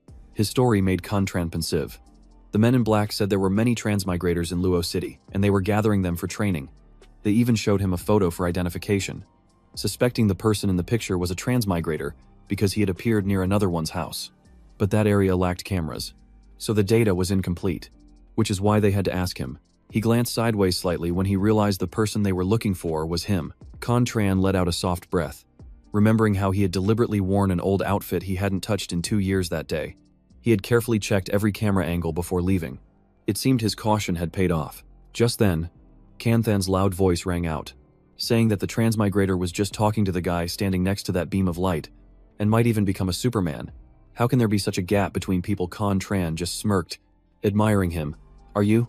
Wiping away his tears, he asked. You're really not jealous, I once said. I'd treat you to a meal when I got rich, but now I can't even get there. Contran just replied softly. Then just focus on your studies. Plenty of normal people live just fine. Not everyone needs to be a transmigrator. After hearing that, Can then just fell silent, not saying anything more. Amomolete. He spoke up. Easier said than done. We haven't even paid for our textbooks yet. I have to wait another 2 days. What about you? Contran replied. My mom got mad at my dad and went back to her parents' house. It's just my dad at home. Didn't he give it to you? What did he say? Can then replied with a dejected look. He told me to return the books. He sighed, never imagining that 2 transmigrators would be struggling over textbook money. At this point, Contran had no choice but to think of a way to make money. He looked at the empty courtyard in front of him and thought to himself, those old geezers are smarter now. No one is willing to play chess with me anymore. I guess I'll have to find a way to make money in that other world. As he thought this, a glint appeared in his eyes. How could he enter a mountain of gold and return empty-handed? Contran walked through a food court filled with the calls of vendors. Roasted sweet potatoes. Eggs on sale. But he paid them no mind. It seems he started skipping class lately. A feeling of emptiness washed over him as he remembered his childhood. His dad used to take him into town for a bowl of noodles that cost 1.5 yuan. Back then, his father hadn't gotten into gambling. His parents were still happy, and even his maternal grandparents still liked his dad. Contran stood before the old noodle shop. A bowl of noodles that once cost 1.5 yuan now cost 15. Nothing could ever go back to the way it was. Finally, he turned around and headed toward the school gate. Contran shot a quick glance toward the corner of the wall, where a group of thugs was gathered. A voice pulled him back to the present. Brother, the little girl ran up and whispered, Come home. Mom's done cooking. He patted her head and said, If I have class tonight, you two can go ahead and eat without me. But Dong Van knew perfectly well that her brother wasn't going to night classes anymore. With that, she took his hand and pulled him toward home. He saw a freshly painted room before him, with a neatly set dining table and all the old furniture replaced by new pieces. Giang Tuyet, who was cooking in the kitchen, heard them and called out, Oh, Heng Tran, you're back. Have a seat. The soup is almost ready. He didn't reply, his eyes fixed on the dinner table. It looked delicious. Compared to the bland food in prison number 18, this was a real meal. Heng Tran asked, Miss Giang Tuyet, did something good happen today? Just as she brought out the pot of soup, she smiled and said, Remember how I told you I opened a machine repair shop in the inner world? As she set the table, Jiang Tuyet explained, That shop used to worry me a lot, because I'd lose my memories every time I transmigrated. All my customers were rough types, and District 18 is incredibly dangerous at night. Nobody dares to be on the streets after 8 o'clock. Even so, I guess it was a blessing in disguise. She continued. This time, people from the Lee Consortium came to my little shop and said they wanted to invest. Thanks to them, my shop is much safer. In the inner world, a consortium is like a god. Anyone they invest in gets their protection. They even replaced my sign with one bearing the Lee Consortium logo. And now, no one dares to bother me. Hearing this, Contran was lost in thought. The Lee Consortium. He seemed to have realized something, but on the surface, he just smiled and said, That's definitely worth celebrating. Jiang Tuyet beamed. This time, I won't have to ask for your help anymore. And Dong Van's grandparents won't have to leave their hometown either. Now I can finally repay you. Didn't you always admire transmigrators? If you ever find yourself in City 18, just come find me. I can protect you. He fell silent, thinking to himself that he was already in City 18, but the events there were far beyond her ability to help. The conflict between the Khan Consortium and the Knights was not something an ordinary person could handle. Contran changed the subject. "Oh, Miss Gyang Tuyet, did those people from Aodong come looking for you?" she replied. "They didn't. I was the one who went to find them. I wanted to ask for their help," she explained. "I contacted them right after I left Dongvan with you, but they said their organization was too new and didn't have enough power in the inner world to be of any help." After they finished eating, Jiang Tuyet went to the kitchen to wash the dishes. Contran sat down next to Dongvan and asked, "You're a transmigrator too, aren't you?" Dongvan froze, her hand stopping midair. "What are you talking about?" He looked her straight in the eye and said bluntly, "Last time, you were trying to get the name of your mother's shop. Now the Li Consortium is suddenly investing in it and protecting her. I could keep this to myself. Or I could tell your mother everything." The girl panicked, trying to stop him. "Don't tell my mom." Under Contran's sharp gaze, she lowered her head. He had guessed correctly. Just yesterday, he had traded for a background check. He had gotten a list of the Li Consortium's members from Li Thuk Dong, and just as he suspected, the name Li Dongvan was on it. Contran frowned. "Why didn't you tell your mother?" Dongvan looked down.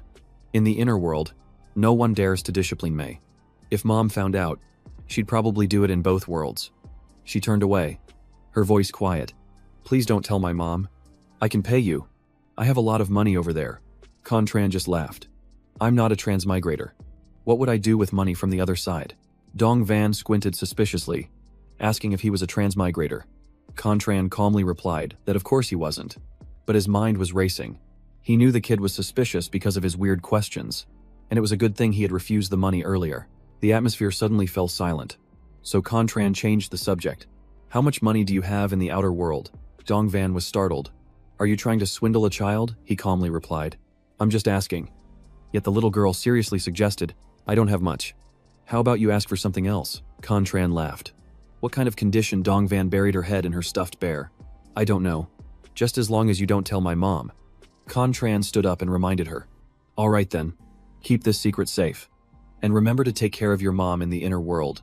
I hear it's very chaotic over there." Dongvan smiled brightly and nodded. "Okay.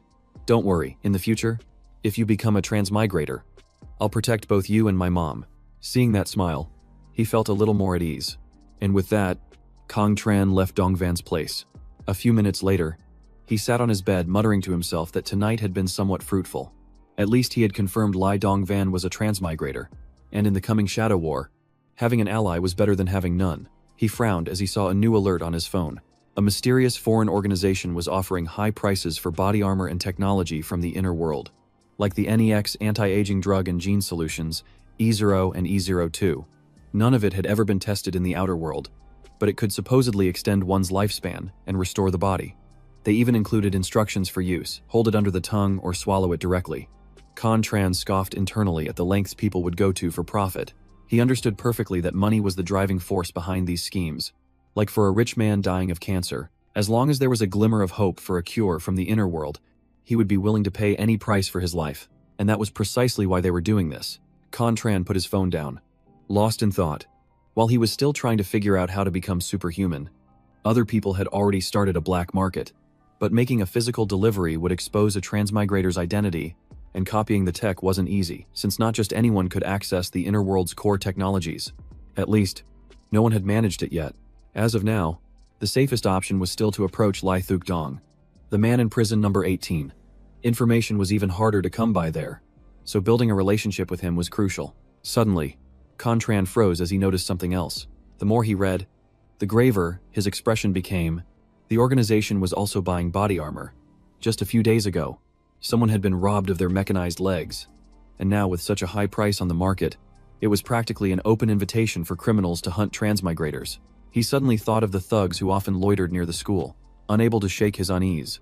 He pulled back the curtain to look toward their usual spot, but they were gone, with no trace of them anywhere. A bad premonition prompted Contran to immediately call the police. "Hello, I'm in Building 12, Sector 4, on Trial Road.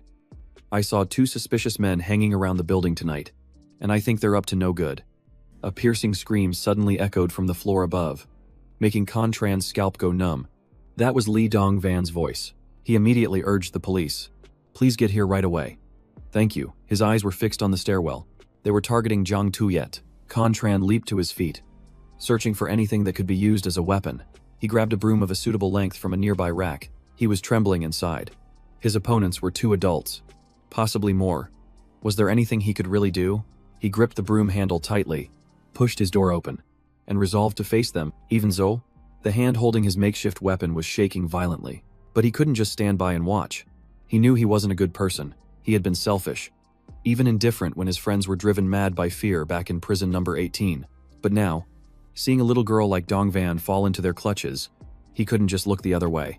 He charged out without hesitation, swinging the club to attack. The stranger's body collapsed onto the stairs. Jiang Tuyet stood trembling in the doorway, her entire body frozen stiff.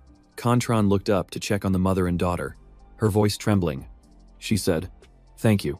From across the landing, Contran asked, "Was there only one of them?" As Jiang Tuyet came down, she replied, "There was another one. But he ran away."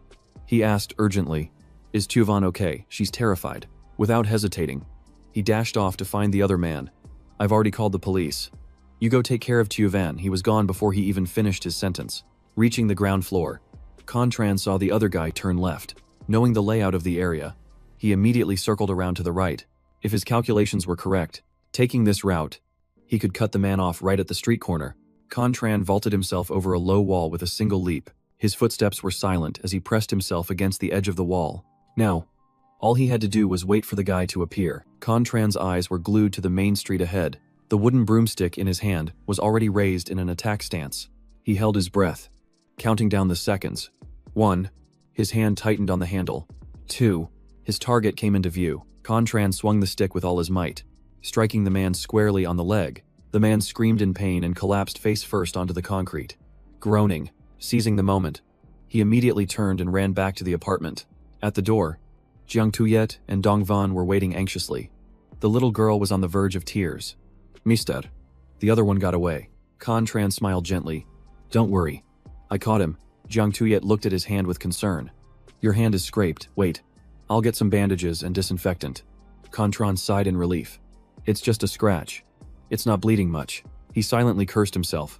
He was just an ordinary person. And aside from his sharp mind, his body was far too weak. He shook his head and declined. "It's all right. Ma'am, I have a first aid kit at my place. The police will be here soon, so I should get going." He forced a smile. "Please remember, I didn't do anything." Jiang Tuyet didn't fully understand, but she nodded respectfully. "Okay." Contran turned and went back to his room. "It seems I need to accelerate my training in the inner world." The next morning, just as the sun began to rise, a loud voice called out from the yard. "Hengchan." Dongvan ran over, crying, "Please help my mom."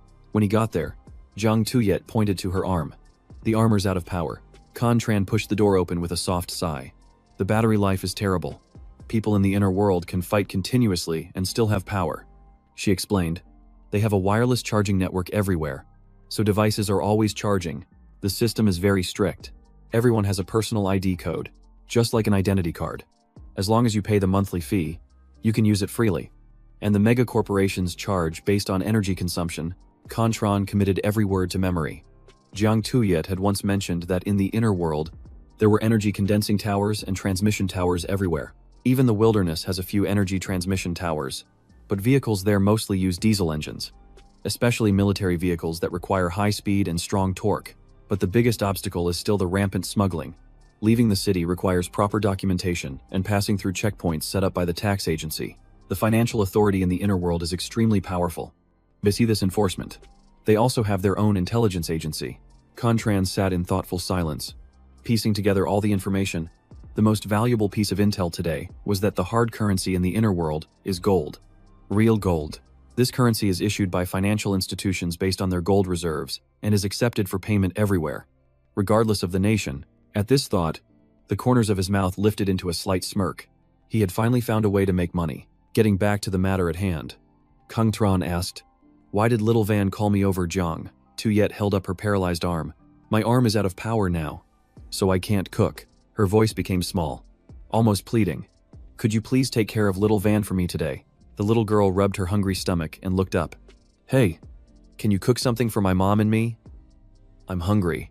Contran chuckled lightly. "Is that all? That's simple." Suddenly, there was a knock on the door, and a man's voice called out, "Hello, is anyone home?" Contran looked out and saw a strange car parked right by the window. It was a special agent's car from that mysterious organization. He immediately put on an apron and walked into the kitchen. "Little Van, go get the door. I'll take care of dinner for you and your mom." The little girl chirped as she ran to the door. "Okay. Thank you." Outside the door, a few men were waiting. Lovien stepped forward, extending his hand to Jiang Tuyet. "Hello. I'm Lovien. We've met before. I work for Ms. Lan." As Contran opened the fridge to get some food, he heard every word clearly. Kunlun. Huh. So that's the name of their organization. Jiang Tuyet warmly welcomed the group of about 10 people. "Little Van, hurry and pour some water for our guests," Lovien asked as soon as he sat down. "How's your arm?" she replied softly. "The armored component is out of power." He nodded and told his assistant to take a note. Hearing just that one sentence, Contran understood immediately. They didn't know the armor had a power limit. This organization must be newly formed, just as Jiang Tuyet had said, and still inexperienced in their research of the inner world. Dong Van brought over 2 glasses of water and asked innocently, "Why are you gentlemen here?" Lovien got straight to the point. "We want to ask you about something." He brought up the incident with the 2 thugs from yesterday, mentioning that one of them had his leg broken by someone after he fled from here. The words "was attacked" made Contran's heart pound. "Do you know who did it?" Lovien smiled at Jiang Tuyet. "Don't worry. We're not here to press charges. We just want to verify some information." He and his colleagues sat across from her, while the person with him was constantly taking notes. The sound of the pen scratching rhythmically, Jiang Tuyet sighed softly. "I don't know who did it. It was probably just a good Samaritan helping out. But why are you investigating?" Even as she spoke, she was resolute in her heart. She would absolutely not let anyone touch Contran. He was only protecting her and her daughter. Seeing her anxiety, Lovien reassured her. "Please don't misunderstand. We're not a law enforcement agency, and we have no intention of arresting anyone." His bespectacled colleague added, "That's right. It's just that the victim described his attacker as extremely professional, with precise movements and perfect ambush timing, not like an ordinary person. We just want to confirm whether or not he's a transmigrator." Just then, Dongvan's eyes widened, and her clear, childlike voice rang out. "My mom and I were home all day. We didn't go out, so we don't know who did it." In the kitchen, Contran heard everything clearly, understanding that the little girl's words were all the more convincing. Because everyone believes that children don't know how to lie, he suddenly realized the similarity between himself and Dong Van. They both grew up amidst violence. Both had suffered trauma. And deep down, they both possessed a powerful dark side. Dong Van's eyes began to droop, her voice trembling. "Mister, that good person helped my mom and me. Why are you looking for them? Are you going to arrest them? Are you the bad guys?" Seeing the little girl's fear, Lovien quickly placed his hands on the table and offered a gentle smile. "No, you've misunderstood." He spoke slowly. "We don't have any ill intentions. The Kunlun organization was just recently established, and we're looking for talented, like-minded individuals." He turned to Jiang Tuyet, his voice lowering. "Actually, there are many other organizations in the inner world, and several powerful corporations already know about the outer world. According to our statistics, 21 transmigrators have already died under mysterious circumstances, and more than 10 others have been captured. You should be careful not to be discovered." Jiang Tuyet listened in silence. While Dong Van could only look up at her mother, her eyes filled with confusion. Lovien extended his hand for emphasis. "This is top secret information, but it should be enough for you to understand. If your identity is exposed, the consequences will be extremely dangerous." Jiang Tuyet frowned slightly, thinking to herself, so this is how terrifying it is to be exposed in the inner world. Suddenly, his assistant handed him a phone. Reporting, "Tutu has appeared again." Lovien frowned slightly. Dong Van asked curiously, "Mister, who is Tutu? I've heard he knows a lot." Lovien replied while looking at his phone, "You know him too. We're also looking for him. He's an expert at hiding. His tracks are completely erased, leaving nothing behind." He stopped mid-sentence and stood up with his colleague, smiling lightly. "We've said enough. We'll be on our way now." Jiang Tuyet replied, "Okay. No need to see us out." He waved his hand. "It's fine." Just as he was leaving, Lovien's eyes suddenly stopped on something. Looking at the pair of black sneakers placed by the door, he asked, "Whose shoes are these?" Jiang Tuyet and Dong Van answered in unison, "My husband's. My dad's." Lovien gave a faint smile. "Mi apologies," then gently closed the door and left. When their car was out of sight, the mother and daughter simultaneously flopped onto the sofa, letting out a sigh of relief as if they had just been brought back to life. Contran walked out. "I'm sorry. I've made you two worry again." Dongvan gave a thumbs up, indicating that everything was fine. Jiang Tuyet said softly, "No, it's we who have been troubling you." She looked at the potatoes he had neatly peeled by the sink and smiled. "Are we out of food in the fridge? Then go buy some more ribs. You and little Van need to eat more meat. Let me give you the money." A little while later, Contran went to the door, ready to leave. He bent down to change his shoes. After leaving the apartment building, he looked around but didn't see any suspicious cars. But not far away, Contran's face was reflected in the mirror of Lo Vien's car. The whole group was still watching his every move. The car sat silently in its spot, while he acted casually, as if he didn't notice a thing. Lo Vien flicked his lighter and lit a cigarette. He took a long drag, white smoke curling into the air. "It's not him," his colleague asked. "We clearly knew someone was in the room. Why didn't we go in and check?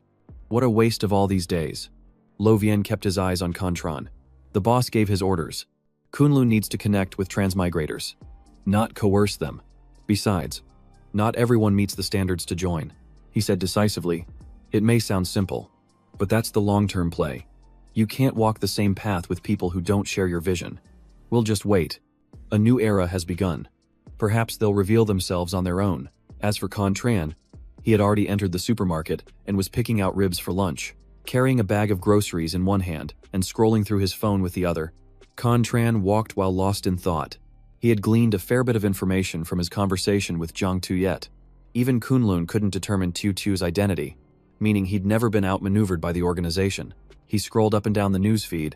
In this age of the all-encompassing internet, completely erasing one's tracks is incredibly difficult, unless you were like Tu, who possessed technology or abilities so far beyond the current era that it left the people of the outer world completely stumped. People called him a time traveler, because when he entered the inner world, time in the outer world seemed to stand still, and when he returned, the opposite was true, with time in the other world coming to a halt. Currently, all the time travelers were concentrated in 19 major cities, such as Wu City, Jing City, Nan City, Luo City, and a host of others. Outside of these hubs, there was practically no one. According to Tu's warning, anyone who wanted to become a time traveler should head to one of those 19 cities immediately, because the third wave of transmigration was set to occur tonight. The inner world was far too harsh. He believed that splitting into groups would increase their chances of survival. Finally, Tu gave a stern warning to never, under any circumstances, reveal their identities. Contran speculated that Tu must have known of someone whose cover was blown, leading to a tragic end, which would explain his insistence. Pausing at the butcher's counter, he pointed to the cut of meat he wanted, his mind still racing. Not every time traveler was sharp. Though, take that guy, Luduk Chu from prison number 18. For example, he broke after just a little bit of questioning. The butcher sliced the meat, bagged it, and handed it to him. He never would have guessed that Tu viewed the inner world as some kind of game, but he was undeniably the strongest time traveler, his influence so immense that it compelled the other transmigrators to gather in those 19 cities. But one thing still nagged at him. There were already a number of imposters using information about the inner world to run scams. Contran opened his phone to see a stream of messages from Namkan then.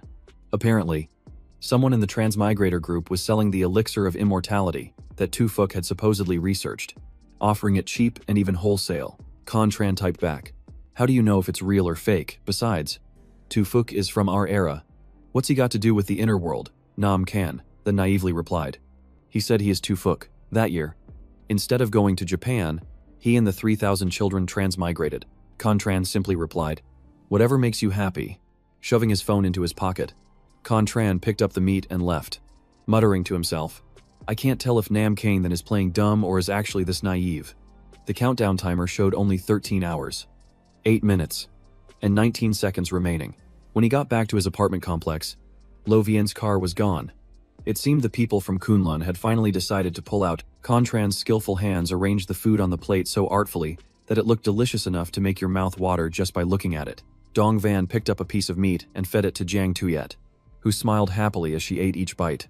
Watching the heartwarming scene, Contran thought to himself that as frail as Jiang Tuyet seemed, she could become strong for her daughter's sake. He was certain Li Dongvan would equip her mother with the best possible armor for the next transmigration.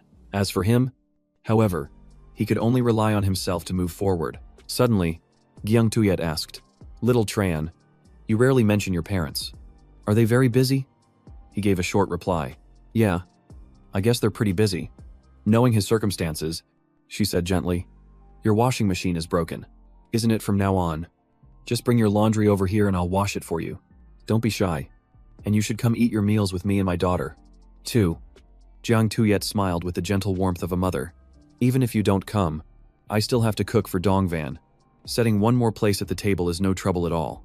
Contran lowered his head, his voice small and filled with emotion. Yes. Thank you. Auntie Jiang Tuyet. The hands of the clock pointed to 11:59 p.m., and the light of the full moon brightly illuminated Contran's entire room. He lay there quietly, resting, feeling that he was gradually getting used to this whole transmigration business. As he closed his eyes, the space around him began to fracture. If he had to choose a world to live in, he thought he might just choose the inner world. A strange sequence of numbers appeared 010101. A desperate scream echoed through the void. Is anyone there? Let me out. Contran lay perfectly still, with his hands behind his head, listening clearly to the shouts. Where is this? Why did you capture me? Do you have any idea who my father is? Hearing that, Contran let out a cold, sharp laugh. A smirk played on his lips as he whispered, A newbie. Huh, welcome to prison number 18. It was exactly 12 o'clock noon in the inner world. He sat up and began to consider his next move. His gaze fell upon his own arm. The numbers on his arm were constantly changing, this time counting down from 7 days. He frowned and thought, was there some kind of pattern here? He had to keep investigating the principles of this teleportation. Without hesitation, he calmly stepped outside. Everyone in the prison yard avoided his gaze. He looked over at Lo Kuang-Nia. The man smirked and gave him a signal. A commotion echoed from the distance, welcoming the newcomers. Contran thought to himself that Lo Kuang-Nia's actions would surely anger the other factions, and it might even lead to conflict. But he understood perfectly that Lo Kuang-Nia was here to pave the way for him. A pawn must be ready for sacrifice. Once you're on this path, there's no turning back. Victory means life. Defeat means death. And glory is always paid for in blood. Lai Thukdong had tacitly approved of this. As he was waiting to see what Contran's true objective was, Contran's eyes scanned the area. 7 new prisoners had been brought in today. 6 of them seemed to have been here before, so they complied obediently.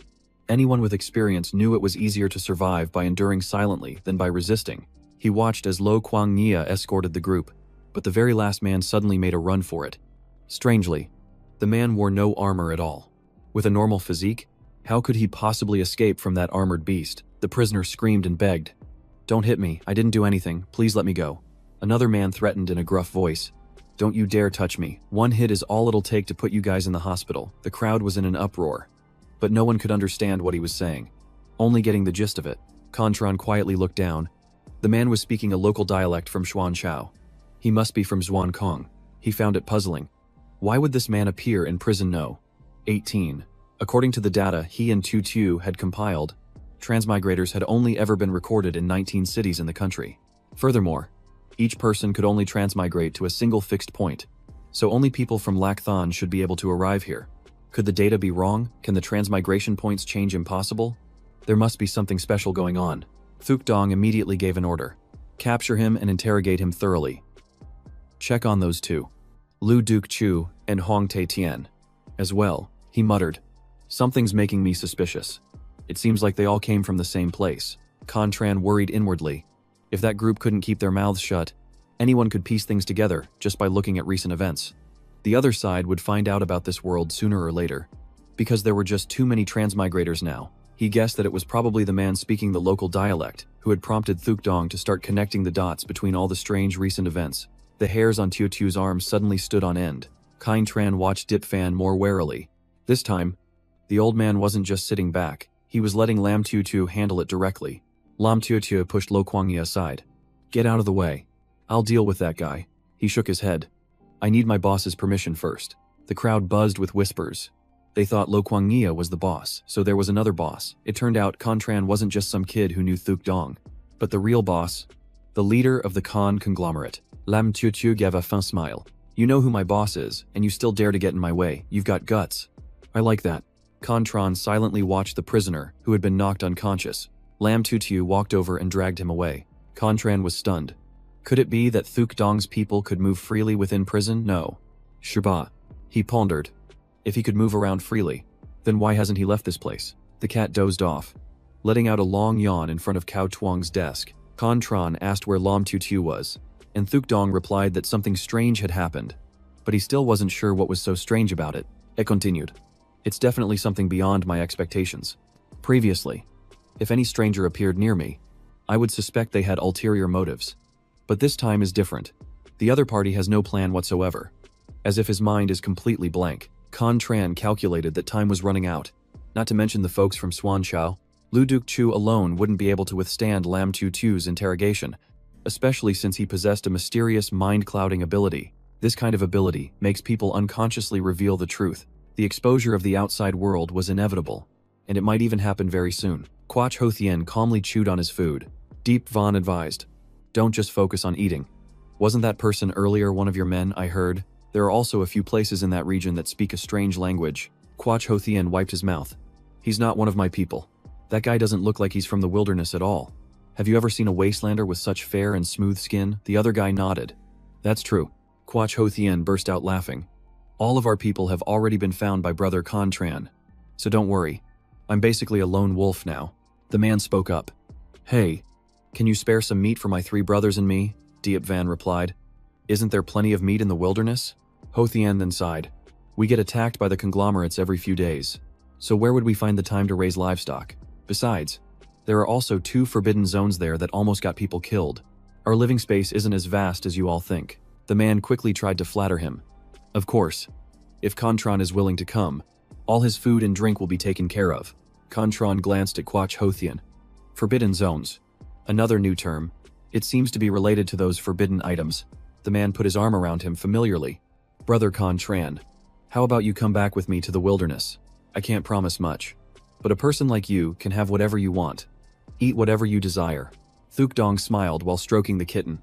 "You're that eager to pull him over to your side. Huh, can't you see? He belongs to the Khan clan. Is settling down as a shadow for the Khan clan any worse than your wilderness?" Quach Hothien retorted. "How can they be the same? It's not even certain he'll become a shadow. That selection process is fraught with danger. If he comes back with me to the wilderness, there's no need to risk his life." Thuk Dong sneered. "What does your wilderness have that's so special? You think you can lure him away?" Contran spoke up. "Those are all just empty promises he's making." He looked up at the clock. Lam Tutu should be back soon. Contran thought to himself, "This trial is probably the greatest life or death challenge of my life, and I don't have a single card in my hand to turn things around." He pondered, knowing full well what awaited him, but even if he wanted to, there was no escape. There was nowhere left for Contran to hide. The clock hands pointed to 3:30 p.m. In interrogation room A, the new prisoner was still unconscious. Lam Tutu say, "This kid, he's been muttering a whole stream of words from his dreams into reality for half an hour straight without repeating a single sentence." In interrogation room B, he was reviewing the results of the interrogation. Tutu gave a fun smile. The harvest this time was quite good. Lu Dukchu confessed that he was a high school student who transmigrated from a parallel world. He lived in Luo City, a place where many people are randomly transported, and no one knows where they'll end up until it happens. Tutu smirked, but there was one suspicious point. He said someone told him that as long as he found Thuk Dong in prison number 18, his career path would open up. We need to find out who spread that rumor. Lam Tutu recalled that the whole transmigration story sounded absurd, but Lu Dukchu's testimony had a clear logic that was worth considering. He suddenly slammed the table, startling Lu Dukchuavaka, and said he had one final question. He chuckled softly and asked, "Have you ever heard a song called Farewell?" At mealtime, everyone ate in silence. As he ate, Contran thought to himself that Lam Tutu was indeed intelligent, but he still wasn't perceptive enough. He mused that Lam Tutu had returned to the table without mentioning the interrogation results, which proved that the matter involved someone sitting right here. Contran deduced that he was definitely that person. He glanced at Thuk Dong, wondering how the man would react. Someone with his level of absolute control would never let things slip from his grasp, not even for past sentiments or affection. Thuk Dong put down his chopsticks. He said calmly, "Tutu, take Hak Dao's men outside." Lam Tutu replied, "Understood." He signaled to Quach Hothien, but the man just shook his head and said, "I'm not going anywhere." Suddenly, a sound made Quach Hothien turn around. He was caught in a surprise attack.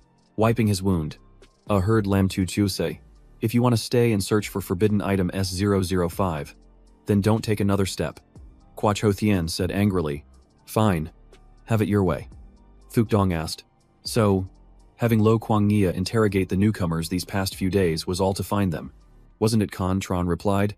Yes. He nodded slightly. You're calmer than I expected. That's rare for someone so young. Tron replied succinctly. It's not that I'm calm. It's just that worrying is pointless. Even though Tutu didn't say anything, I knew there was a big secret. And you always handle things without causing a stir.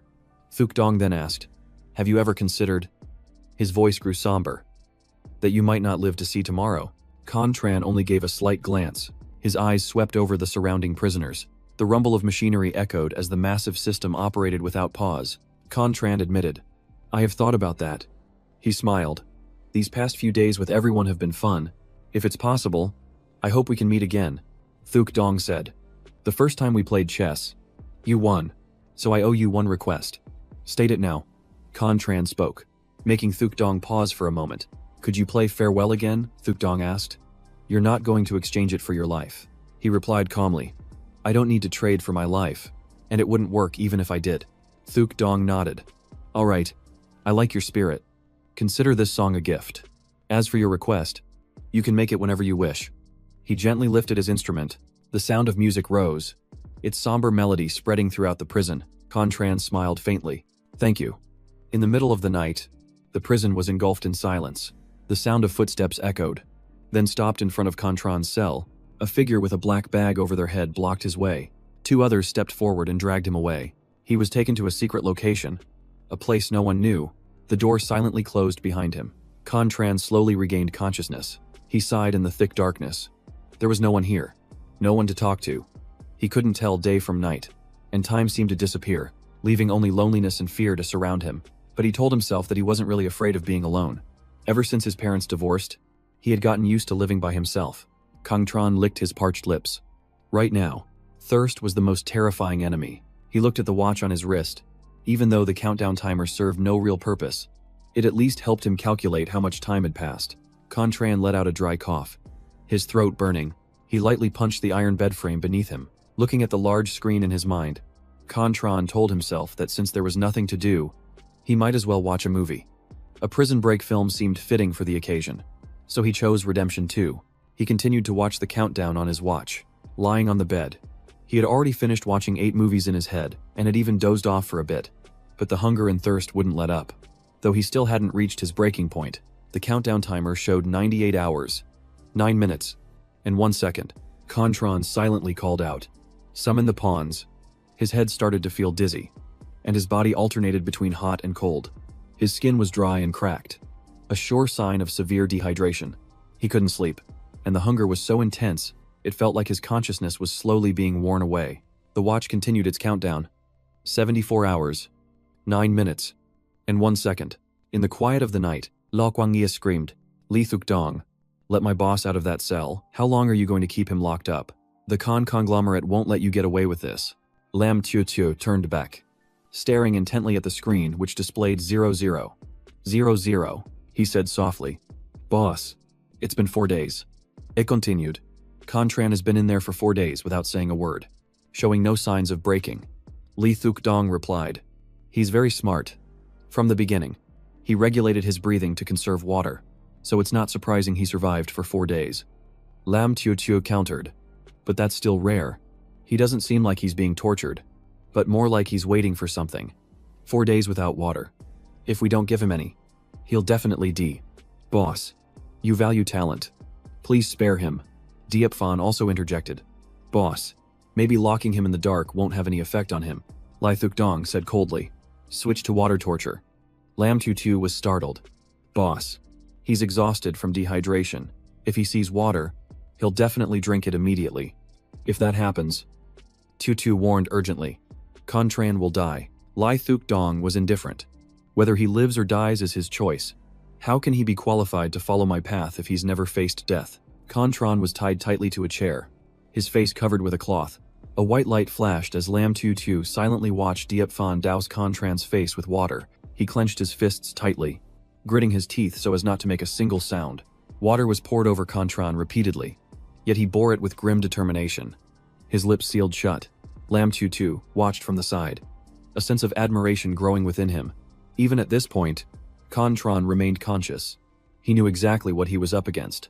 Using his last ounce of willpower to fight for a chance to live, another wave of water crashed down on him. As he felt his entire body being submerged, Contran suddenly heard a voice call out, "Little Tran." He snapped back to his senses as memories from long ago suddenly flooded his mind. He saw an image of his mother holding his hand, saying softly, "Little Tran, your father has changed. He doesn't want us anymore." At that moment, Contran spotted a cart selling candied fruit skewers by the road and shouted, "Mommy, I want a candied fruit skewer." Fuang gritted her teeth, trying to suppress her emotions. She looked at the little boy with red-rimmed eyes and said softly, "All right, Mommy will go buy you a candied fruit skewer." A young Contran took it gleefully, completely oblivious to the slight tremble in his mother's hands. Afterward, Fuang slipped into the bustling crowd, leaving him with a parting word. "Little Tran, you go ahead and eat. Mommy just needs to use the restroom for a moment." Contran stood there innocently, eating his candy while he waited for his mother to return. But time ticked by. The scorching midday sun gave way to the descending dusk, and his mother was still nowhere in sight.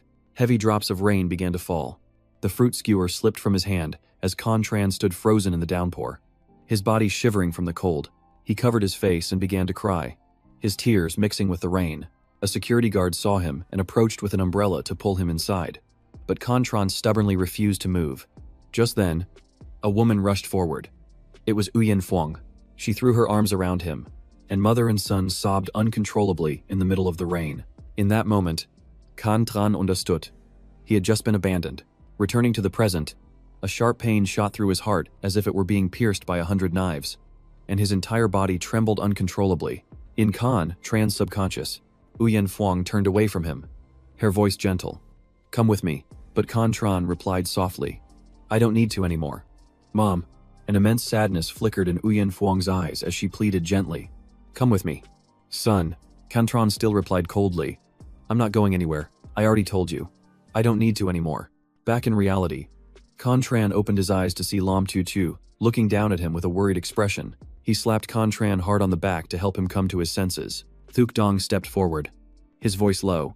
"Why didn't you beg? I still owe you a favor." Contran gasped, struggling to catch his breath, and replied, "Because you people have no need for a weakling." Thuk Dong watched him in silence, his expression unreadable. At that moment, Contran exuded the fierce aura of a newly awakened wolf. Lai Thuk Dong asked again, "Can you forget what I did to you?" Soaking wet, Contran answered, "I can't forget, but I won't hold a grudge."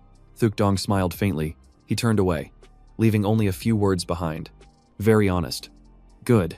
From now on, I will personally teach you and lead you down the furthest path, one that few dare to tread." With that, Lai Thuk Dong left. Tutua watched his retreating figure and thought to himself, the boss must be in a great mood. His knight finally has a successor, even though he's never said it out loud. So many chosen ones have failed. He must have grown weary.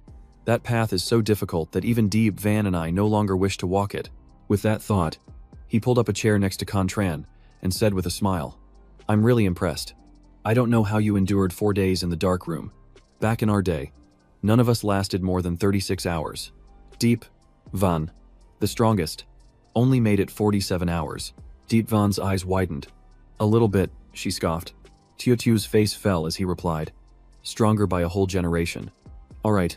Panting, Kung Tran asked, "You guys were locked up too?" Lam Tutu laughed. "To a normal person, it's torture. But for us, it's just a mandatory test. When the boss said to throw you into the darkness, I knew he had chosen you. It's just that if you couldn't make it through, he would have let you die. He's seen too much life and death, so his heart has grown cold. If you want to survive, you have to accept it. You can't blame him." Deep Van handed a towel to Contran, saying, "Wipe your face. Very few people can withstand the water trial like you did. Most can't handle it." After that, Lam Tutu and Deep Van started arguing about what I would eat tonight, which was a pleasant thing to hear. Contran passing the water trial not only satisfied Li Thuk Dong, but it also made the other two happy for him. Deep Van brought out a plate of meat and said with a smile, "Look at this. Someone who survived the darkness and the water trial at least deserves some ribs." No matter how harsh the world outside might be, compared to what he had just been through these past few days, everything else seemed insignificant, especially while others his age were still sitting in classrooms. They were falling in love and playing games, while he had embarked on a journey with an unknown destination. Even he himself couldn't guess where the path ahead would lead him.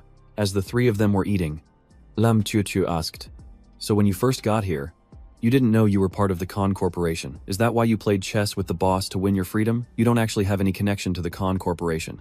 And it doesn't feel like coming home." "Right," Contran just gave a short reply. "Something like that." Lam Qiuqiu smiled. "Well, that's good too. The boss probably understood that, which is why he accepted you." Sitting beside them, Deep Van added, "Don't worry. The fact that you're an outsider is a secret only I, Qiuqiu, and the boss know.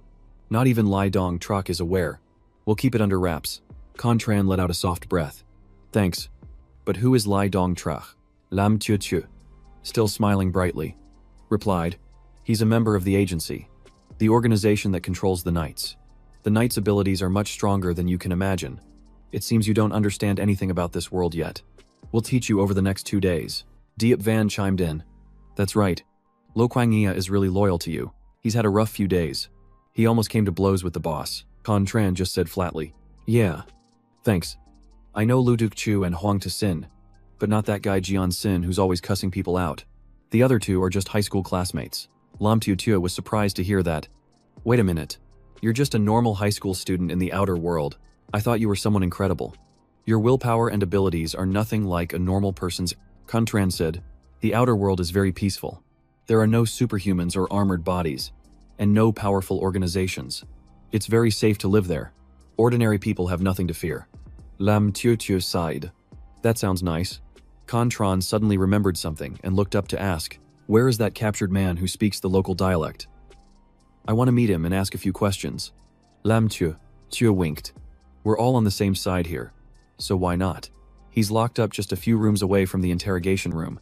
From now on, you can make yourself at home." In the interrogation room, the man detained by Deep Van was screaming non-stop. Heng Chan, with his face covered, held up a piece of paper with a few lines written on it. After reading it, the guy asked, "Are you from Earth, Khan?" Tron didn't answer and just continued writing. "I have a few questions. Are you from Swan Chow? How did you transmigrate here? Did you live in Lakthan?" The man snapped. "I used to do business in Lakthan. I have no idea how I got dragged into this miserable place." Tron wrote more. "What's your profession?" the man replied. "Bullfighting." Then he asked curiously, "Are you from Lakthan too?" Tran said nothing more, turned around, and left, ignoring the man's curses from inside the room. Seeing Tran come out, Lam Qiuqiu thought to himself, to have survived both the dark room and water torture, and still maintain such cautious habits, he's truly terrifying. After finishing their meal, the three of them walked outside together. As he walked, Tran thought, "Qiuqiu's, and my speculation was correct. Jian Sin appeared in Lakthan, which is why he was pulled here. A transmigrator's destination is linked to where they were before." Deep Van added, "Don't worry. Qiuqiu has already spread the rumor that you only received a light punishment because you were investigating the boss's S005. Tran nodded. "You guys are much more thorough in your planning than I am." Just as she finished speaking, a painful scream echoed out. Tran recognized the voice and frowned. "You've kept him locked up for 4 days. Tutu calmly replied. "Don't worry. Someone has been bringing him food and water regularly for the past 4 days." Tran asked again, "Have you finished the investigation?" Tutu replied, "We have. Before this, he worked as a janitor at a nursing home belonging to the Union Society." Tran was skeptical. A nursing home, working as a janitor there. According to Tutu, residents in the inner world rarely take care of the elderly. When they reach the age of 60, they are sent to an institution, and their children live off their parents' retirement pensions. And running errands at a nursing home actually means taking protection money, pretending to be a relative, so the elderly aren't bullied. Then why would the Khan clan send someone like that to help me? It's so strange. Tran asked, "Can I see him?" Tutu nodded. Of course. In the cell, Lo Kuangia was lying flat on the ground, gasping for breath, still muttering, "Lai Thuk Dong. Let my boss go." Just then, Tutu walked up and opened the door. Hearing the sound, Kuangia shot up and saw Tran step inside. His eyes welled up with tears. Then he ran around Tran, crying while checking if he was injured, looking like he was about to burst into a loud sob. This annoyed Tran. He said coldly, "I heard you dared to cause trouble with Lai Thuk Dong." Kuangia nodded. "I was just trying to investigate S005. Was it necessary to torture someone like that?" Tran sighed. "Let's not talk about it anymore. When you're on someone else's turf, you have to know when to bow your head. But Kwang Nia stubbornly shouted, "No, I'm going to risk it all against him tomorrow." Seeing him act like this, Contran smirked. "All right, stop pretending." Kwang Nia scratched his head awkwardly and asked, "Pretending what I'm not pretending?" Contran narrowed his eyes at him, his gaze seeming to see through everything. Seeing that look, Kwang Nia slumped to the ground and sighed. "My boss sees right through me. The truth is, we only know how to survive based on the instincts of the weak." Hearing this, Contran understood completely. Kwang Nia must have guessed he would be fine and deliberately put on a show of loyalty. With that thought, he said in a cold voice, "You don't need to cling to what you've done for me. I appreciate the sentiment. As long as you don't betray me, I won't abandon you. But if you're going to follow me, you need to learn some humility. No more showing off." Kwang Nia happily nodded upon hearing this. "Whatever you want me to change." "Boss, just say the word. I'll change it all." Contran ordered. "Take all the gold off your gauntlet. Keep things simple. I'll hold on to that for you. And remember, no more flaunting." Kwang Nia obediently removed the gold wire and handed it to Contran, who then left immediately. As he walked, Contran calculated, "This gold wire is pretty long. With gold's specific gravity of over 19, it must be about 30 grams. I wonder what the after-hours price of gold is on the world market." As soon as he reached the hallway, Tutio saw the look on Contran's face and asked, "Is there something else that needs to be handled?" Contran nodded slightly. "Yes. I have a plan to verify something." His countdown timer currently showed just over 40 hours remaining. From that day on, whenever Contran's name was mentioned, people would always whisper and gossip about him. Also starting that day, he no longer ate with Thuk Dong, sitting next to Kwang Nia instead. While he was eating, someone placed a food tray next to him and asked curiously, "What did you do to offend Li Thuk Dong to be treated like this?" It was Ho Thien. He quickly sat down beside him. Contran glanced over and asked, "Aren't you afraid of getting on Li Thuk Dong's bad side?" Ho Thien replied nonchalantly. "We Black Spades aren't afraid of him." After hearing this, Contran asked, "Then what do you want with me?" Ho Thien answered calmly, "I'm different from the others. I recognize your abilities, and I sincerely want to invite you to join the Black Spades." Contran simply gave a cold refusal, then stood up and walked away, but he had only taken a few steps. He sensed that something was wrong. Behind him, 2 prisoners were secretly following him. They tailed him closely for a long stretch, until, unexpectedly, Contran turned around. It startled them both, and a cold sweat broke out on their skin. The 2 looked at each other, as if they had just made a decision. Immediately, a dagger blade jutted out from their gauntlets. Without hesitation, they both rushed forward to attack Contran. He merely glanced over, his eyes strangely calm. As they closed in, he struck out effortlessly, and both of them tumbled to the ground. Watching from a distance, Tutio couldn't hold back a satisfied smile. At the same time, Kwang Nia suddenly rushed out and, without hesitation, tore out the attackers' throats. He even broke their teeth, saying as he did, "Boss, these guys are assassins." Contran wasn't surprised. These 2 were accomplices of Jian Xin and had infiltrated this place 5 days ago. Part of the same group as the 3 who were already killed, the plan has yielded results. Their target wasn't Thuk Dong. But you? It's finally clear.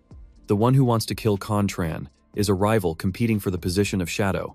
Clearly, the battle for this position is even more brutal than imagined. Within the Khan clan, those who bear the title of Shadow have never hesitated to use the most despicable methods. This game isn't about who is stronger, but about who is more ruthless and decisive.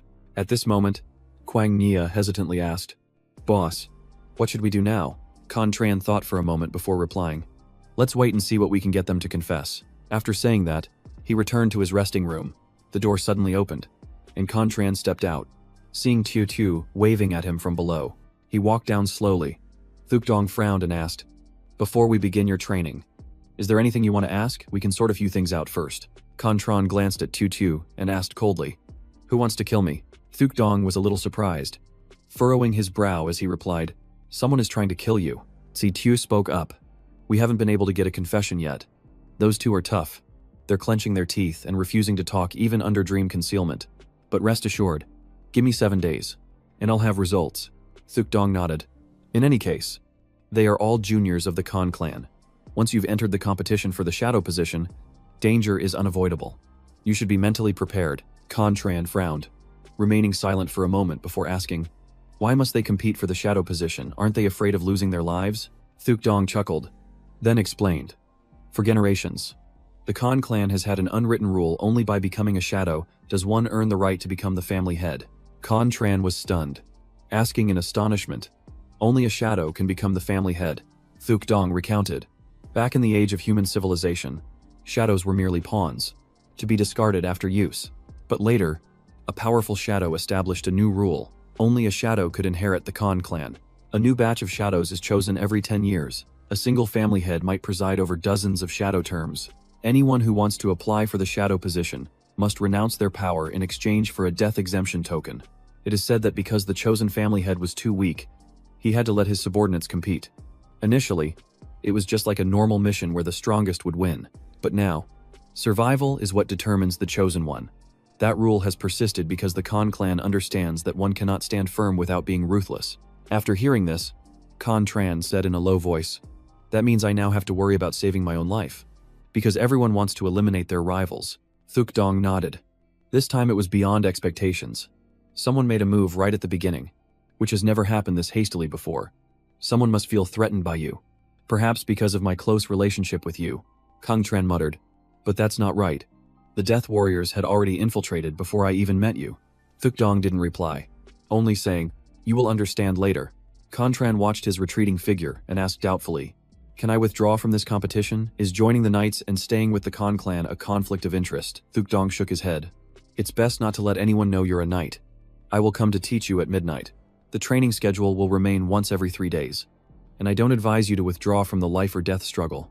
After that, the two of them entered the training ground, and Thuk Dong sat cross-legged on the floor. He asked in a low voice if there was anything else I wanted to ask. Khan Tran hesitated and then said, "I've seen guns in the inner world. Are there more powerful weapons?" Thuk Dong replied, "Yes, but not many. There are EMP grenades for breaking through armor, but the rest are mostly bronze guns." Khan Tran wondered why the weapons were so similar to the outer world. Thuk Dong replied coolly, "Because to kill someone, a single bullet is enough." At this point, his voice turned serious. "Enough about weapons. Let's get to the main topic." Khan Tran understood and asked softly, "It's the longest path, isn't it?" His face grew stern as he nodded and replied, "That's right. Give me your left hand." Khan Tran immediately extended his left hand as he was told. Thuk Dong hesitated for a moment, then grabbed his hand. In just an instant, a sharp pain shot through his body, and Khan Tran bit his lip. He felt a powerful will constricting his breathing, even controlling his blood vessels. It was unclear what method Thuk Dong was using to do this. He could only see an intense heat radiating from around the man's neck. Khan Tran gritted his teeth and endured, feeling as if his life force was being sealed away. At that moment, a surge of fiery power flooded into his body. It flowed from his throat down into his internal organs, the terrifying heat causing his face to turn deathly pale. Deep Van, who was watching from the side, saw this and shouted, "Hang in there." Tu also spoke up. "Remember, only those who have experienced pain can rise above others." By now, Khan Tran had bitten his lip open, and blood was streaming down. Tu shouted worriedly, "Stay conscious," he said. "All the pain you've ever forgotten will resurface. If you can't overcome it, no one can save you." Just as Tu said, Khan Tran's mind was now flooded with childhood memories, the feeling of abandonment still completely intact. He even vividly remembered the sensation of his fingertips being severed back then, when he endured the water torture.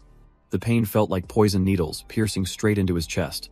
In the dark room, the parched feeling from dehydration was a stark contrast to the pain from the water torture. Then came the image of the sun on the day his mother left, her figure dragging a suitcase as she walked away. Those memories came flooding back like a torrent, drowning Khan Tran and pulling him back to the moment of the water torture. In his memory, he heard his mother's voice. She was smiling gently, saying, "Come with me." Khan Tran's eyes widened as he looked at Yanfuang. He stood still for a long time. Then he reached out, intending to take his mother's hand. But before he could touch her, an image of her happy family appeared in his mind. Khan Tran smirked faintly and let go. It wasn't surprising, as Thuk Dong had once said that anyone who couldn't pass this trial couldn't continue on the other path. He had already traveled such a long road, so he would surely walk the rest of it on his own. He no longer held any resentment and had no desire to turn back. The real journey lay ahead. He had experienced suffering, and only those who dared to face it could climb out of the abyss. Shake off the past, and move forward. Down below, see. It was probably because Khan Tran had a superhuman memory that he couldn't forget that past. A sharp memory was also a form of torment. After an unknown amount of time, Khan Tran let out a soft breath. Thukdong squinted at him and remarked, "You passed this trial even more easily than I thought." Contran looked at his hands and asked, "What's the purpose of the breathing technique?" Thukdong answered slowly, "It's just a supportive skill that uses breathing rhythm for regulation. You can't do it yet, but I'll teach you a few more times, and you'll remember." As he said this, he suddenly remembered that Contran possessed a superhuman memory. He only needed to see it once to remember the entire rhythm. "When I was learning, I had to watch more than 40 times. One wrong beat, and the whole thing was ruined. According to the records, the gene lock opens after passing 8 life and death gates. In the past, only those who completed all 8 gates could officially become a knight. But the number of knights gradually decreased over time because one of the trials had to be completed in the middle of the ocean, and the ocean has now become a forbidden zone. In the inner world, people are ranked from F to A. Passing 6 gates makes you a rank." Contran then asked, "So what rank am I?" Before he could answer, Diep Van interjected, "The boss is S rank," which surprised Contran. He wondered what was so special about the breathing technique that it could help unlock the gene lock. Thukdong explained, "It's like dopamine, which helps create a pleasant feeling after exercise. But there's something even stronger called endorphins. Dopamine brings pleasure, but it also creates addiction. What you need to understand is that it causes dependence, not true happiness." Contran asked again, "What about endorphins?" Thukdong replied, "That's something that's bitter before it's sweet. It combines with morphine to help reduce pain. But that's just the initial effect. A senior named Tan Sin once discovered that after overcoming a life and death trial, the body secretes a large amount of endorphins. He believed this was the key to unlocking the gene lock, which is why the knights added a new rule." At this point, Thukdong paused for a moment, and then he and Contran said in unison, "Only those who have experienced suffering can stand above others." Contran was puzzled. "So what does the breathing technique have to do with endorphins? Why not unlock the gene lock another way?"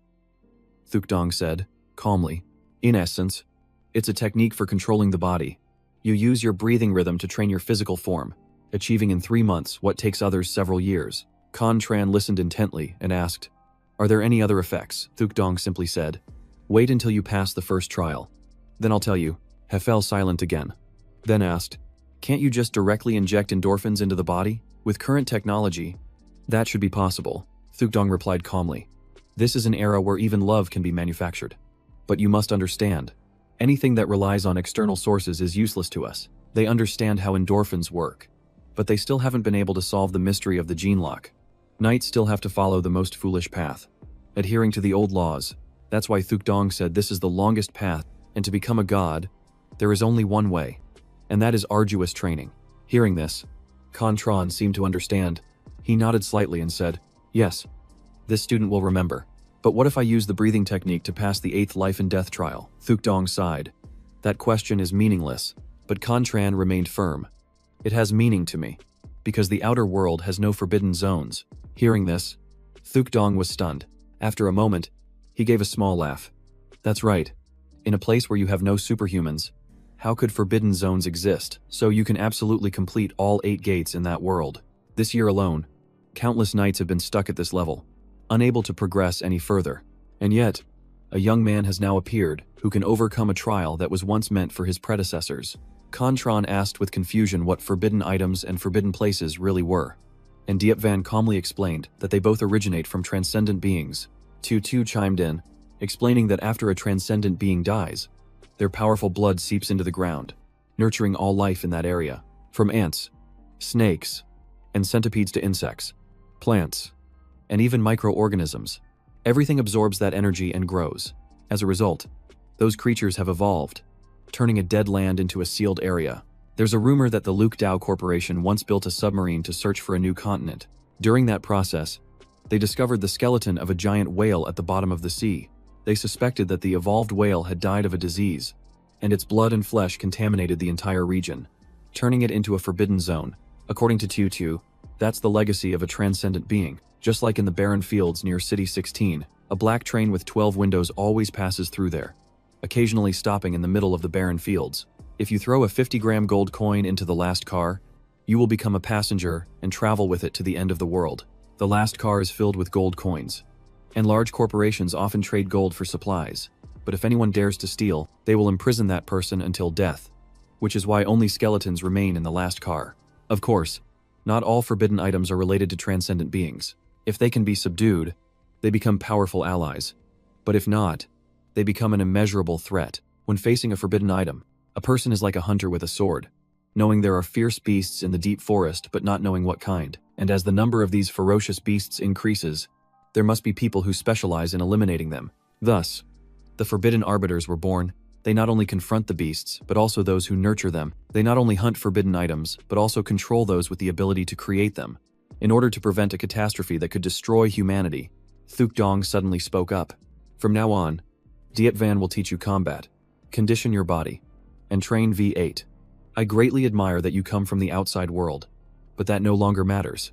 The important thing is that Contran might just be the one to change this era. With that said, Thuk Dong shot to his feet. He laughed heartily and said, "Let's begin. I've been waiting for this moment for a long time." Contran looked up at the ceiling, thinking quietly. Even though he was in a place of confinement, he could still feel a sense of freedom and hope compared to the bright world outside. He actually found this place more comfortable, and so the training began. During a break, Diep Van gave him a lunchbox full of meat, likely worried he would run out of energy and collapse. But what caught Contran's attention was a strange flow of energy he felt inside his body. It didn't have any obvious effects, but he could control it. And he knew he had to ask Thuk Dong about it, to understand. The next morning at breakfast, Tio Tio couldn't help but ask how late he lasted last night. Diep Van casually replied, "From 11 o'clock to 3 in the morning." Hearing that, Tio Tio exclaimed in shock, "Demon Deep, be careful you don't exhaust him." Diep Van just shrugged. "It's fine with the breathing technique. I know what I'm doing." Tio Tio huffed, unconvinced. Even with a breathing technique, it's still exhausting. Diep Van shook his head. "I've never seen anyone like him. If he were here, he would have already become a superhuman." After hearing this, Tutu frowned in thought and then nodded slightly. If he had awakened early, he wouldn't be an ordinary person anymore, and he couldn't have followed the boss's path. Just as he finished speaking, he saw Contran walk by with a food tray, his eyes completely alert. Tutu turned to Thuk Dong and asked, "Let me try the training tonight. I think I'm strong enough." But he refused. "You're too late. You're past the age." Thuk Dong replied coldly, "The longer you live, the more suffering you accumulate. After 20 years old, it's hard to overcome the mental barrier. I used to think my youth was hard, but now that I'm grown, I see the suffering of adulthood as a different matter entirely." He sighed again. "There's a reason I let you all be ostracized. Otherwise, no one would be able to break this stalemate for me." Just then, an announcement of a visitor rang out. Contran frowned as soon as he heard his code number called. He had been here for so long, and this was the first time anyone had come to see him. "Un moment là-dessus." He followed a guard to the designated room. It wasn't just him. Many other inmates were also allowed to meet with their relatives. Contran walked toward the room assigned to him. As the door opened, he stopped in his tracks, frowning in confusion. His visitor was a girl. She had a delicate face and large, round eyes, exuding the air of a noble lady.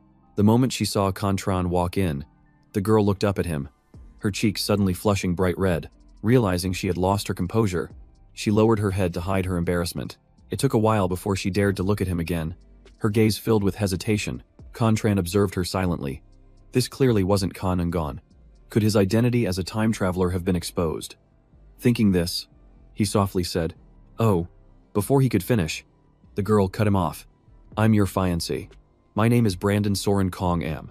After speaking, she looked straight at him, her eyes sparkling. Contran was stunned for a moment and didn't say another word. He didn't understand why Kong Am would appear here. This was clearly the first time they had ever met. Just then, an announcement from the prison rang out that visiting time was over. After introducing herself, Kong Am just looked at him silently, not saying anything else. Finally, she couldn't help but blurt out, "You look so handsome just sitting there like that. I can't take my eyes off the look on your face." Contran didn't hear clearly and asked, "What?" Kong Am quickly waved her hands. "It's nothing." Contran didn't ask again. He just silently stood up and left. On his way back, he still didn't understand what this engagement was all about, or if some other trouble was brewing. Behind him, Kong Am quietly watched his retreating figure, her eyes filled with unconcealed adoration. Contran silently returned to his prison cell. Seeing him, Kwang Nia rushed over and asked, "Boss, did Kan Non say anything?" He shook his head slightly, his voice firm. "The person who came wasn't Kan Non, so we'll stick to the plan." Hearing this, Kwang Nia leaned in close and whispered, "Did you really cut ties with Thuk Dong?" Contran nodded calmly. "That's right. We never planned on relying on outsiders for our actions anyway." Kwang Nia nodded in agreement. That's true. You still have me by your side. Boss, Contran only had a little over 5 hours left in this world. Meanwhile, outside the city, for some unknown reason, a brilliant burst of fireworks suddenly lit up the sky. The dazzling light enveloped the entire city skyline. It was accompanied by a mechanical voice from a communication device, promising a superior three-dimensional communication experience. On a main street, a girl carrying a large bag was wandering aimlessly. She walked as if she had no destination, just drifting through the crowd, but she was unaware that someone was secretly following her. The girl then turned into a small alley. Suddenly, 2 people blocked her path, and one spoke seriously. "Hello, Ms. Giang Tuyet." Jiang Tuyet was a bit startled. "Hello, can I help you?"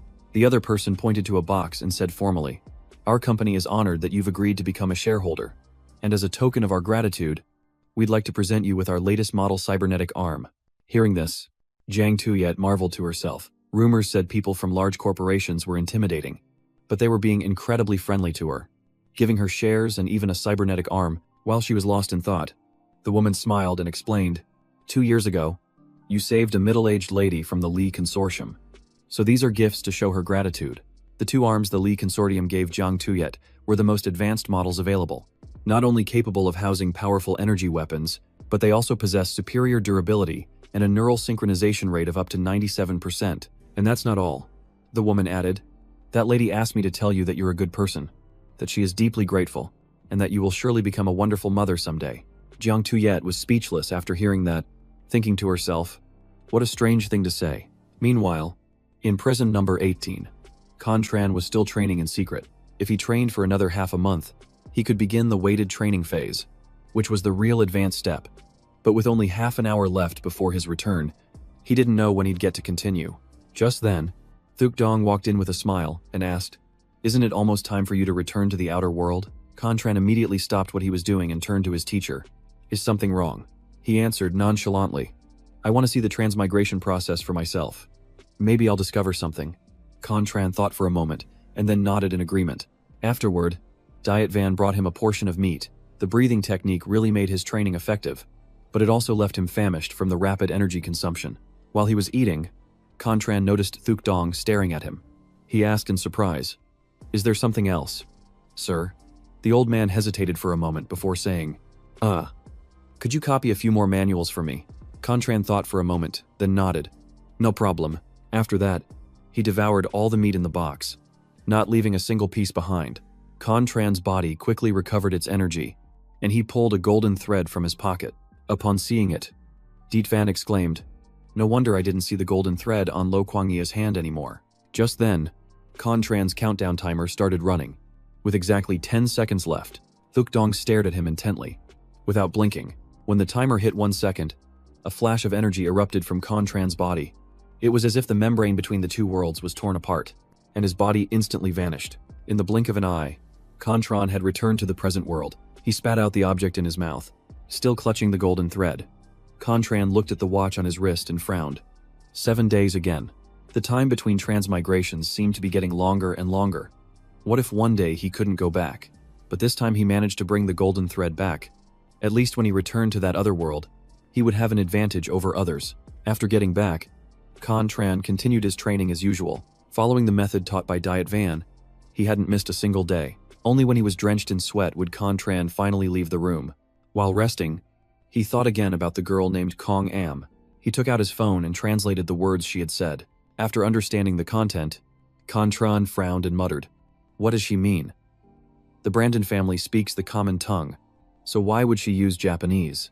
Is she a transmigrator from the outer world, or does the Brandon family have a tradition of speaking Japanese? But if that's the case, why is Kong Am so fluent in the common tongue? Not many Japanese people can speak it that fluently." While Contran was still pondering, his phone vibrated with a new message. It was from Kan then. The message basically asked if he knew how strong the uncle from the neighboring class was. Contran asked in surprise. "What?" Kanthan didn't explain. He just urged him to hurry to school. So Contran quickly put on his uniform and rushed straight to school. In the crowd, Kan then waved and called out, "Over here." Contran tilted his head and asked, "What's going on?" Kanthan excitedly held up his phone, showing him the hot search results. Glancing at the screen, Contran was speechless. Duke Chu and Jian Xin were really unlucky. Other people get reincarnated and have glorious lives. But these two guys get transmigrated and land straight in jail. They would have been better off not going at all. Last time, Duke Chu said he ended up in prison number 18 and even mentioned meeting Thuk Dong. Now that the news about Jian Sin is out, anyone who sees it immediately thinks of him. Duke Chu stood in front of the class, sweating buckets. His friends surrounded him, interrogating him with questions, and no one noticed the color draining from his face. In reality, there was another transmigrator in prison number 18 who was the real main character. Duke Chu was just a scapegoat. He just wanted to beg that person to spare him and Jian Sin, because the person Jian Sin was talking about wasn't him. But it was useless to say anything now. Everyone kept gossiping endlessly about the mysterious transmigrator, which was driving Duke Chu crazy. Con Tran watched the scene from a distance, letting out a weary sigh. Another school day passed. When classes ended, the school gate was packed, not just with parents but also with reporters. Just then, Con Tran pulled Con Than out of the hallway. Slipping away from the classroom, behind the school, a stranger suddenly climbed over the fence and jumped in. As soon as he landed, he yelled, "Who is Lu Batru?" Two female students nearby trembled in fear. Pointing towards a distant building, he rushed into the lecture hall area, shouting as he ran, "Where's Lu Batru?" A student heard him and asked, "Do you mean Lu Duk Chu?" He nodded in confirmation. "Yes, Lu Duk Chu." So someone showed him the way. It turned out to be Jian Sin. He grabbed Duke Chu by the shoulders, his voice pleading, "I know you were very powerful in prison number 18. Even my interrogator followed you, so your status must be pretty high." Duke Chu, startled, was pulled back and shook his head repeatedly. "It's not me. You've got the wrong person." But Jian Sin was immediately restrained by someone else. As he was dragged away, he still managed to shout, "Don't worry, I'm not going to do anything to you. I was even planning to give you money." Can then sighed regretfully. "If you hadn't pulled me away so early, we probably would have heard some important information." Hearing this, Con Tran just pouted, acting uninterested. Canthan glanced at him doubtfully. "Becoming a superhuman through transmigration is so cool. You and I could form the Sorrowful Sidekick Alliance." Just the name sounds awesome, but Contran didn't even bother to reply. Seeing this, Can then pulled out an IT book. Contran frowned. "Why are you suddenly studying this?" He changed the subject. "How about we try to befriend Lu Duke Chu?" Contran shrugged. "No need. I'm not a transmigrator." He clearly knows Duke Chu is an imposter. But outsiders don't. By now, there must be time travelers everywhere, and someone is bound to target his identity. Something so big happened today, yet no one from Koluan's organization has shown up. Even Thuk Dong's inheritance didn't stir them. Something is clearly wrong. Time passed quietly, and at 9:20 in the evening, Con Tran finished his class. He hurriedly pedaled his bike back home. Meanwhile, Duke Chu was also on his way home, but he quickly realized a car was following him. Inside were two suspicious-looking strangers. Duke Chu immediately pedaled harder, speeding up to escape, but they seemed to have anticipated it, giving him no chance to get away. Their car sped forward, ramming him and sending him sprawling onto the road. The two men quickly got out, intending to restrain him on the spot. One of them had a metal arm, marking them as time travelers. Seeing this, Duke Chu was so scared he nearly fainted, crying and screaming, "Help me." In this perilous moment, a bright light flared up in the alley. Another car appeared out of nowhere, speeding toward them like crazy. Without hesitation, that car slammed straight into the two men's vehicle. The two men immediately became alert, their eyes fixed on the strange car ahead. The car continued to accelerate, hurtling towards them. At the same time, a figure suddenly appeared on the overpass above. Before the two men could even react, they were taken down in the blink of an eye. They were thrown to the ground, with absolutely no chance to fight back. Duke Chu, terrified, cowered in a corner, his face pale. It only took the man a few seconds to swiftly deal with the two attackers. Then he turned, looked straight at the boy, and said seriously, "Hello, I'm Trin Vien Dong, the person in charge of Koluan's organization." Duke Chu still hadn't recovered from the shock, his eyes staring blankly ahead. Vien Dong said nothing more, silently opening a spatial gate. From within it, he drew a sharp sword. Without a moment's hesitation, Vien Dong swung the sword down. The car in front of them was instantly split in two. At that moment, someone stepped out of Vien Dong's car. It was Lo Vien. He slowly reported, "Boss, they really did appear exactly where you predicted." Vien Dong nodded slightly, having already guessed that Duke Chu was the target. But he was surprised at how bold these people were, daring to make a move this far inland. Vien Dong said in a low voice, influenced by the chaos of the inner world. "They've grown bold enough to act so recklessly. We must make them understand that the outer world won't be so easily disrupted. Lo Vian nodded lightly. There have been more and more people like that lately. Maybe we should increase the number of our time travelers.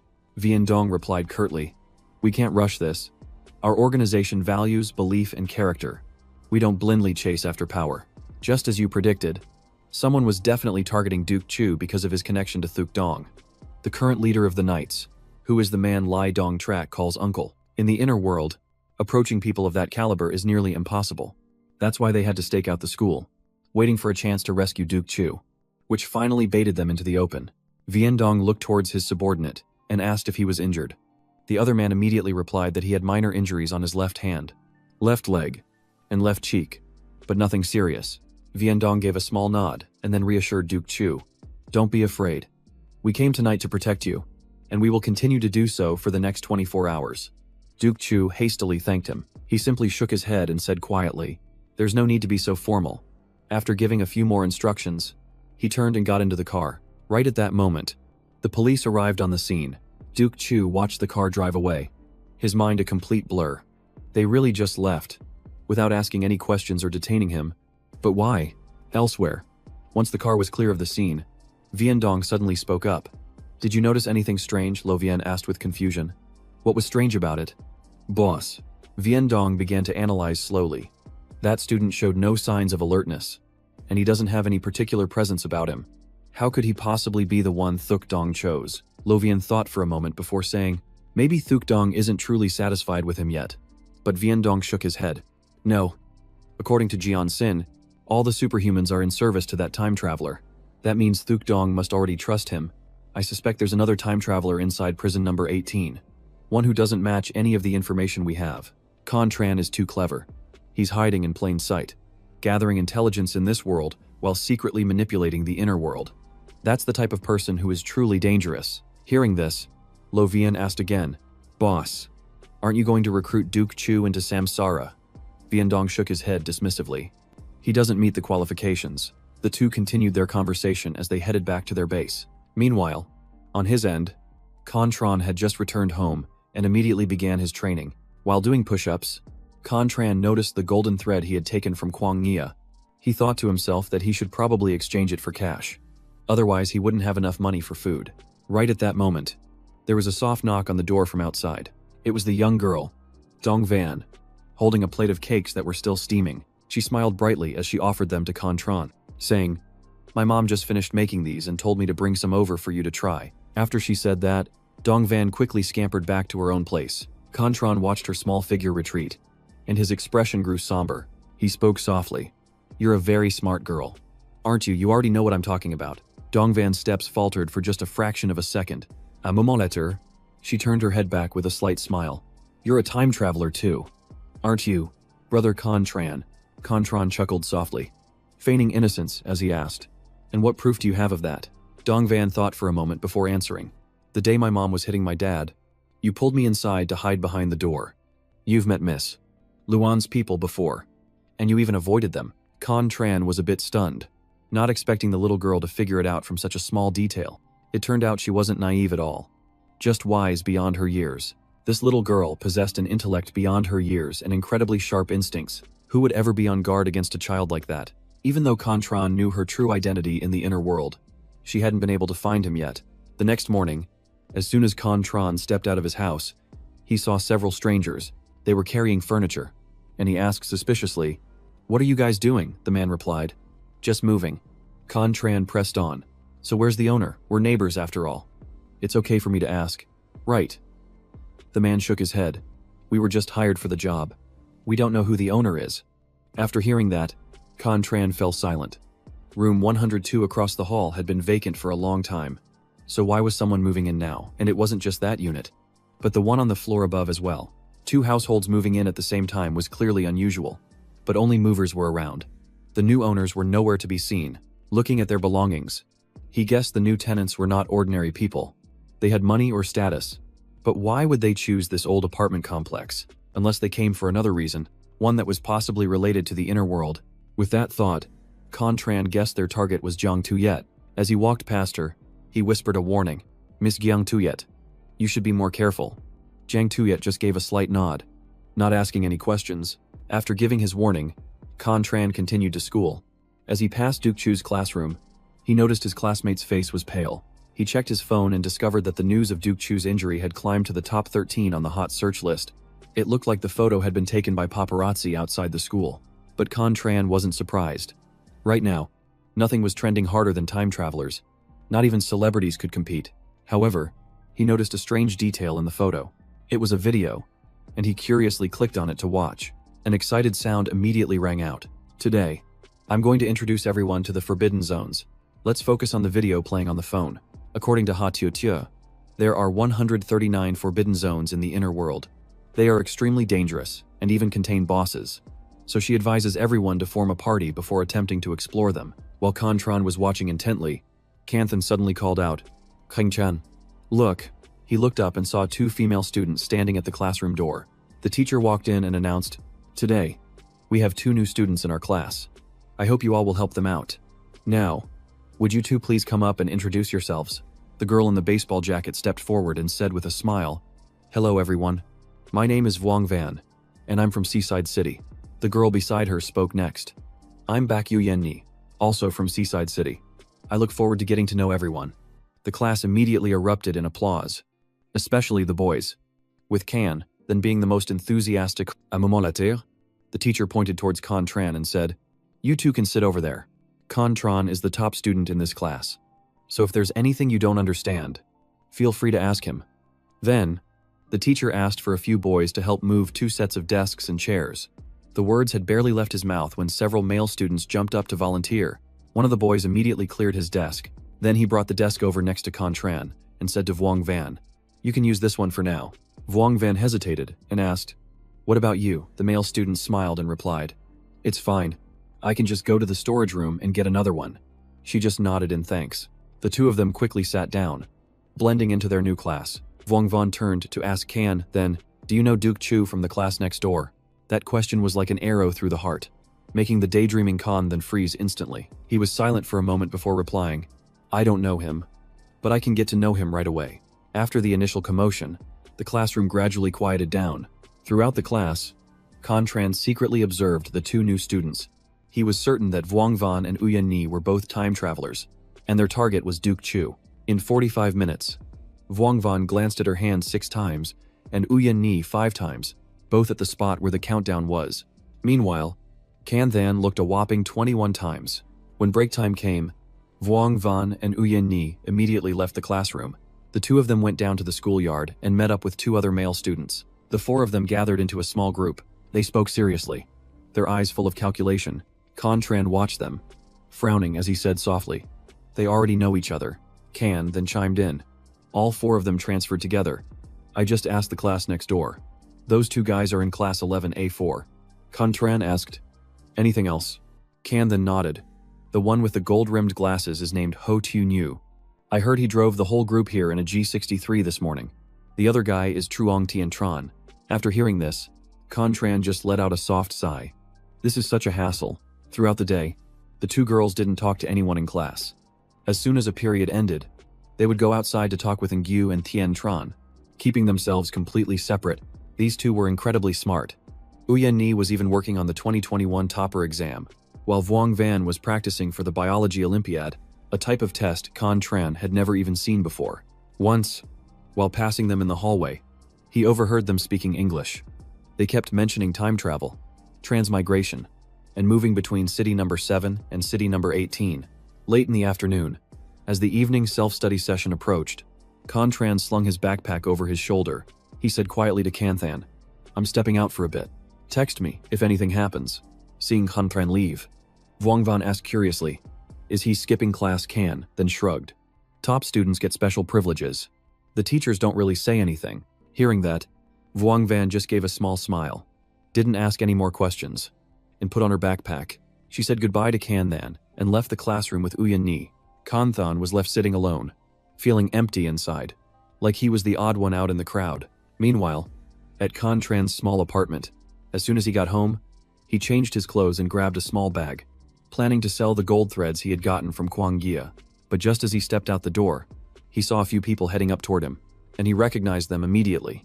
It was the 4 new students. Vuong Van was one of the 2 girls. and the two guys were Ingyu and Tran. He never expected them to be his new neighbors. Vuong Van, also surprised, said, "I can't believe you live here." Chungyu asked curiously, "Who's this guy?" Vuong Van replied, "A classmate. The teacher said he's the top student in our grade." Chungyu smiled and stepped forward to shake his hand. "I'm Ho Chungyu. I look forward to learning from you." Contran politely shook his hand and replied, "It's a pleasure to meet you." After that, no one said anything else, and he left to continue with his own business. At that moment, Chungyu stood on the floor above, watching him quietly and muttering to himself. Why does he seem so familiar? It wasn't because he'd met him before, but because of the way he kept his distance from everyone. After thinking for a moment, Trong Tiantran nodded. Right. It's the same feeling as when we reject someone polite on the surface, but full of arrogance on the inside. After saying that, he looked at the other three and asked with a slight smile, "Did you guys notice anything unusual?" A short while later, all four of them had gathered in the two girls' apartment. Uyanni spoke slowly. "Today I asked Konthan, who sits next to me. He said that guy is always in the top 3. He's a bit arrogant, but that's common for smart students." After hearing this, Vuong Fan snorted coldly. "A top student in a small city, that's nothing impressive. Let's just ignore him. It's just a coincidence that we're neighbors." She turned to Tiongyu and continued, "Actually, staying at a hotel would have been fine. We didn't need to be here. Our main target is Lu Duke Chu. Jiang Tuyet isn't important at all." Tiongyu immediately replied, "Don't be so short-sighted. Since we've already moved from City 7 to City 18, we should build connections here. Did you forget about Ha Tu? It's always better to have allies." Vuong Van slumped onto the table and said dejectedly, "I still think buying information with money is faster."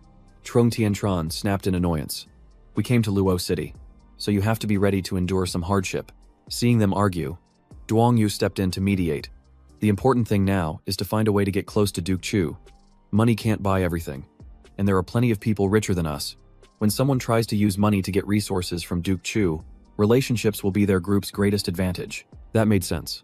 Vuong Van sat up straight and asked, "So how much progress have you two made?" Duong Yu replied, "Duke Chu is pretty easy to talk to, but he go quiet if you ask deeper questions."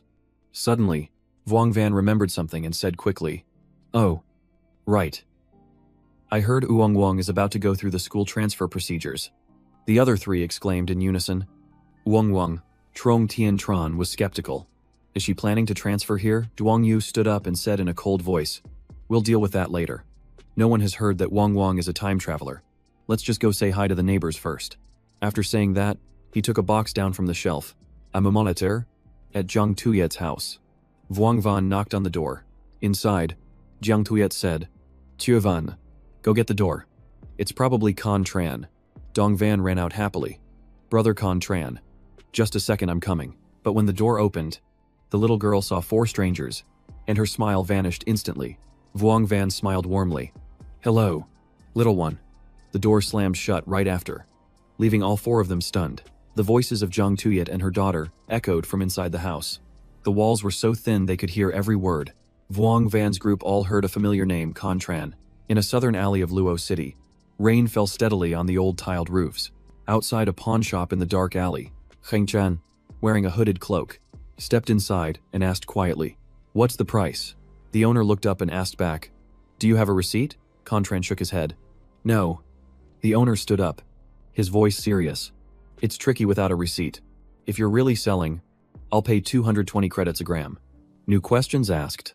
Contran quickly calculated that it would be 8,580, enough for his current expenses, and said, "Deal, for 39 grams. But I need cash." The old man nodded and counted the money, saying as he worked, "You're young but cautious. Even in my line of work, it's rare to meet someone like you."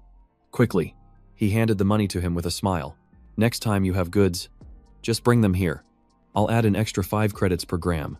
Contran carefully inspected each bill, checking the watermarks and printing, not missing a single detail. Then he handed a few bills back, saying, "Could you change these for 50s and 20s? The owner was a bit surprised. Opening a cabinet, he replied, "In this business, most people just take the money and leave. It's rare for someone to check it so carefully." Taking the new bills, Contran said softly, "Even if you're making a profit, you shouldn't use counterfeit money to make more." With that, he left the shop and walked quickly into the rain. He planned to walk around a few more times before heading back. When he returned, he was carrying a large bag of meat and some eggs, enough to last a few days. Just as he reached the front door, Dongvan peeked her head through the window. The little girl waved and called out to him softly. Contran smiled faintly, looking at the girl with a friendly expression. He thought for a moment, then gestured with his hand. If you need something, come down and we'll talk. As soon as he stepped inside, Dongvan immediately asked, Brother Contran, who are those new neighbors? Have you talked to them yet? While folding his clothes, Contran replied, They're from High City. I heard them speaking English. So they're probably from city number 7 of the inner world. Dongvan's eyes widened as she asked, You understand English? Contran said casually. A little. They're likely here because of your mother. Time travelers in city number 7 have nowhere to stay, so they come to city number 18 to look for opportunities. Dongvan asked curiously. City number 18 is managed by the Lee Corporation. So why would they want to come here? Contran calmly explained. They use English. If you listen closely, you'll know their purpose right away. The little girl looked up, surprised. They talked right in front of you. That's bold of them. Contran smiled and patted her head. They're not as smart as you are. After hearing that, Dongvan turned and ran off, still hugging Contran's pile of clothes. She said as she ran, My mom told me to take your clothes to wash. Don't be mad. Okay, I'm just doing what she said. Contran didn't stop her, just watched silently as she left. He turned back to look at the empty room. Then he stood quietly in the silent space. After a moment, he began to train, telling himself, I can't stop. I have to keep moving forward.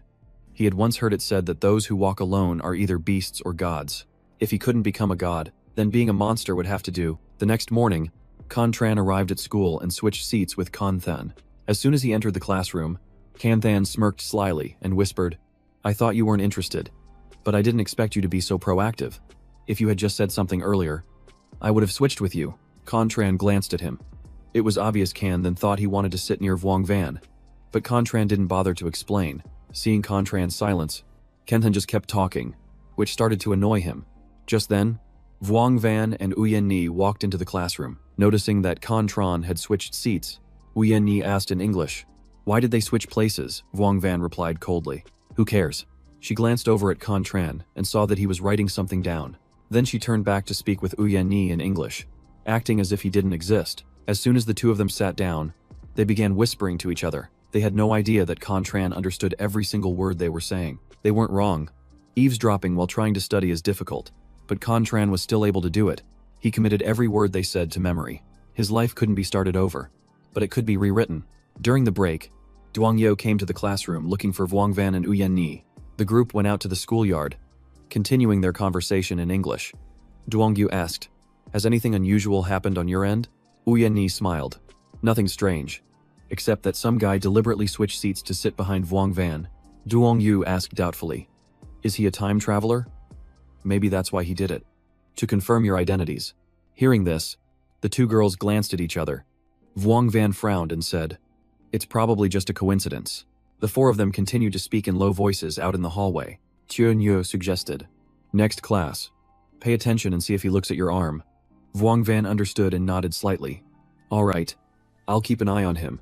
Not long after, the next class began. True to her word, Vuong Van secretly observed Contran throughout the entire class.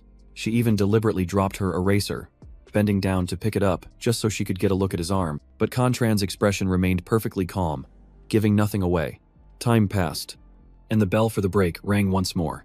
Vuong Van hurried over to the other three and said quickly, He never looked at my arm. Not even once.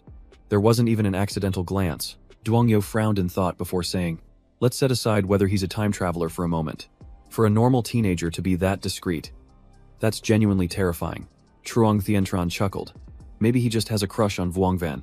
Vuong Van shot him a look and changed the subject. All right. What's the progress on your end? Ho Teung-yu answered calmly. Nothing yet. Lu Duke-chu is probably playing dumb. If we want to get information, we have to build his trust first. Truong Thientran suggested. How about we try approaching Jiang Tuyet? At least we can learn more about the situation in City 18. Duangyo nodded. That's the only way. But Jiang Tuyet isn't easy to get close to. Everyone agreed. Then Truong Thientran looked towards Contran and said slowly, Or maybe we could start with him. Vuong Van also nodded. Yes. Let's approach Contran and use him to get in touch with Jiang Tuyet. Meanwhile, Contran was sitting in class, his eyes glued to his phone. Suddenly, a female voice called out, "Hengchen, Geng Ten. We just got back from the cafeteria and bought some drinks for you guys." Contran looked up. Standing before him was Vuong Van, holding 2 bottles of water with a smile, as bright as sunshine. Con Van immediately took one and asked, "Is this for me?" Vuong Van smiled faintly. "Of course it is."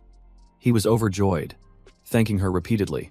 But Vuong Van paid him no mind, simply handing the other bottle to Con Tran. He took it and said simply, "Thanks. You don't have to do this next time." Vuong Van kept smiling. "We're neighbors. We should help each other out." Hearing this, Con Tran just remained silent, his expression slowly darkening. The whole class started to buzz, and all the boys turned to look at them, which made Con Tran feel uncomfortable. He secretly observed the 2 girls. Just a few hours ago they were aloof, but now their attitude had completely changed, becoming unusually attentive. It was clear they were hiding something. While he was lost in thought, Vuong Van moved closer and asked softly, "What are you looking at so intently? I called your name, but you didn't seem to hear me."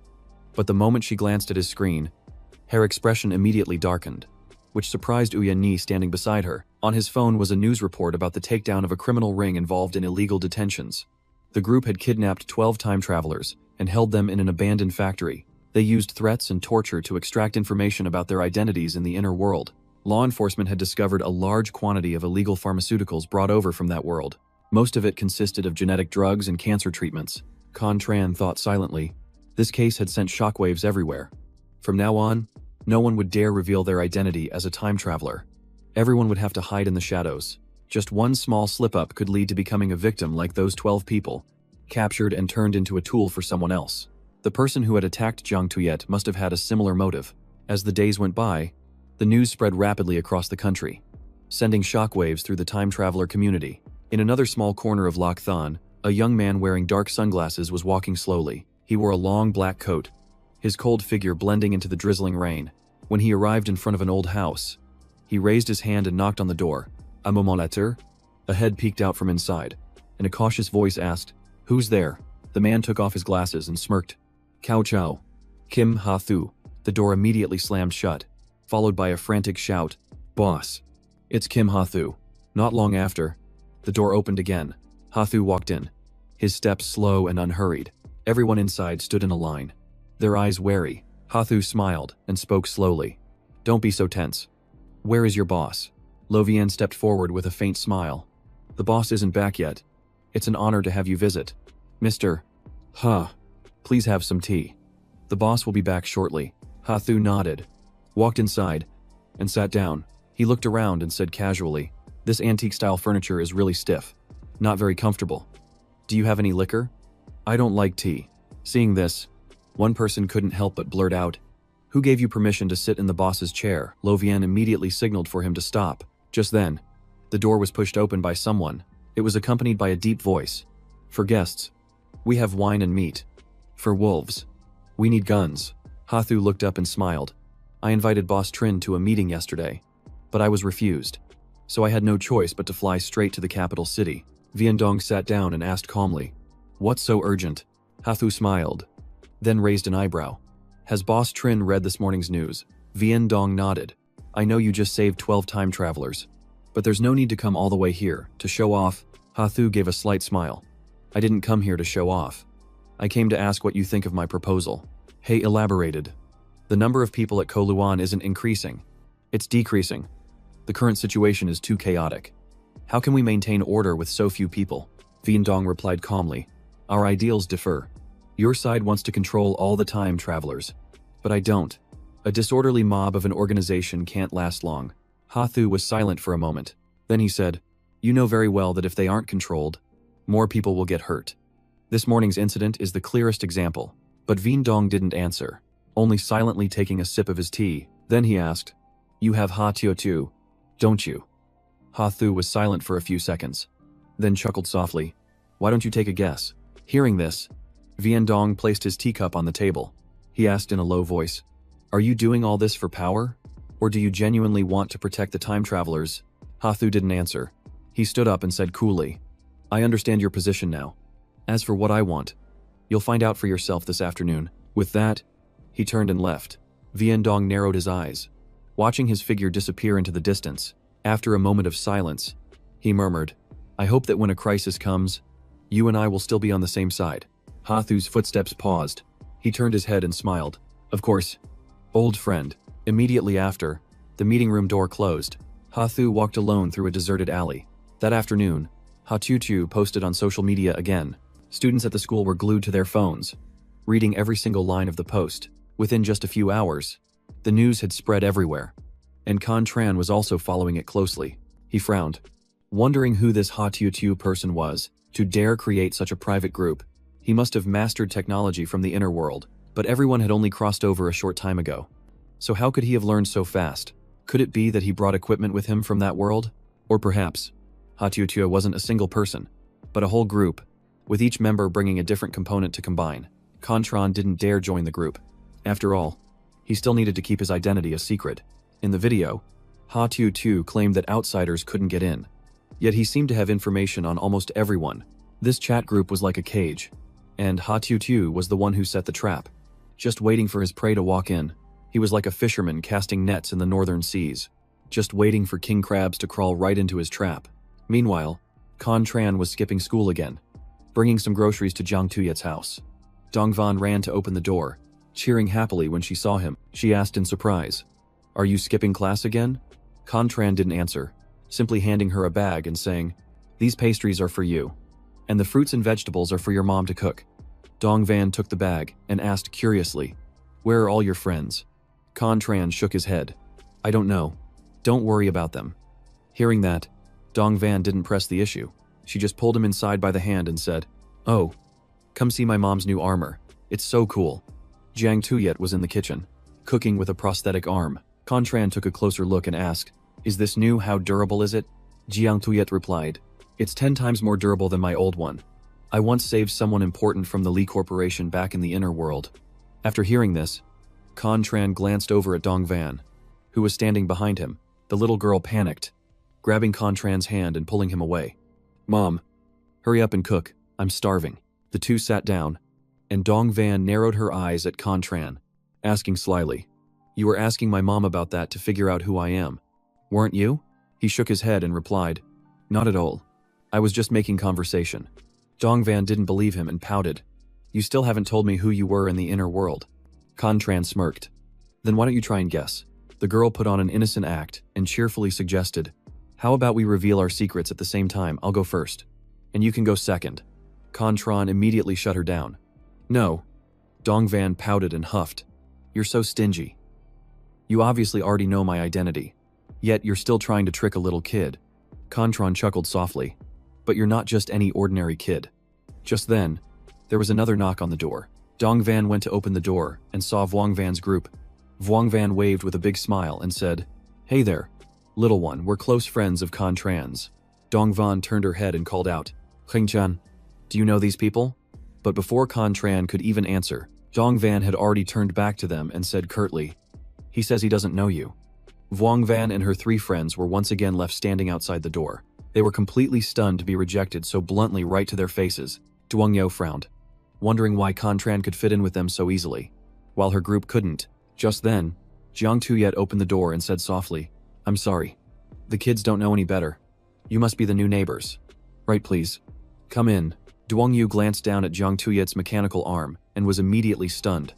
That thing looked incredibly high-tech. Jiang Tuyet paid it no mind and turned to say, "Tuovan, hurry and pour some tea for our guests." Outside, the sky had already grown dark. It wasn't until then that Vuongvan's group returned.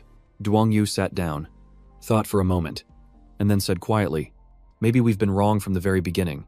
The whole group immediately turned to look at Tuongyu, who continued, "We came here from Haithan, and even had a leather sofa air-freighted over.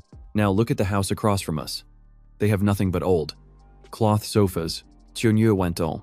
"Did anyone get a good look at Jiang Tuyet's mechanical arm? The details are incredibly intricate. They might not be rich in the outer world, but in the inner world, Jiang Tuyet is the real tycoon. It's our arrogance that's preventing us from getting close to Contran." Jiang Tuyet, Dongvan, or Duke Chu. But Uyen Ni was still unconvinced. "So what, we're still stronger than them?" That remark made Tunyu's face darken, forcing Uyen Ni to give an awkward laugh. "All right, fine. So what's the plan now?" Duongyu quickly decided. First thing tomorrow, we're going to get our uniforms. Don't forget, our goal in coming to Loc Thon is to find hope, not to show off. Vuong Van pouted and retorted. But the uniforms here are so ugly.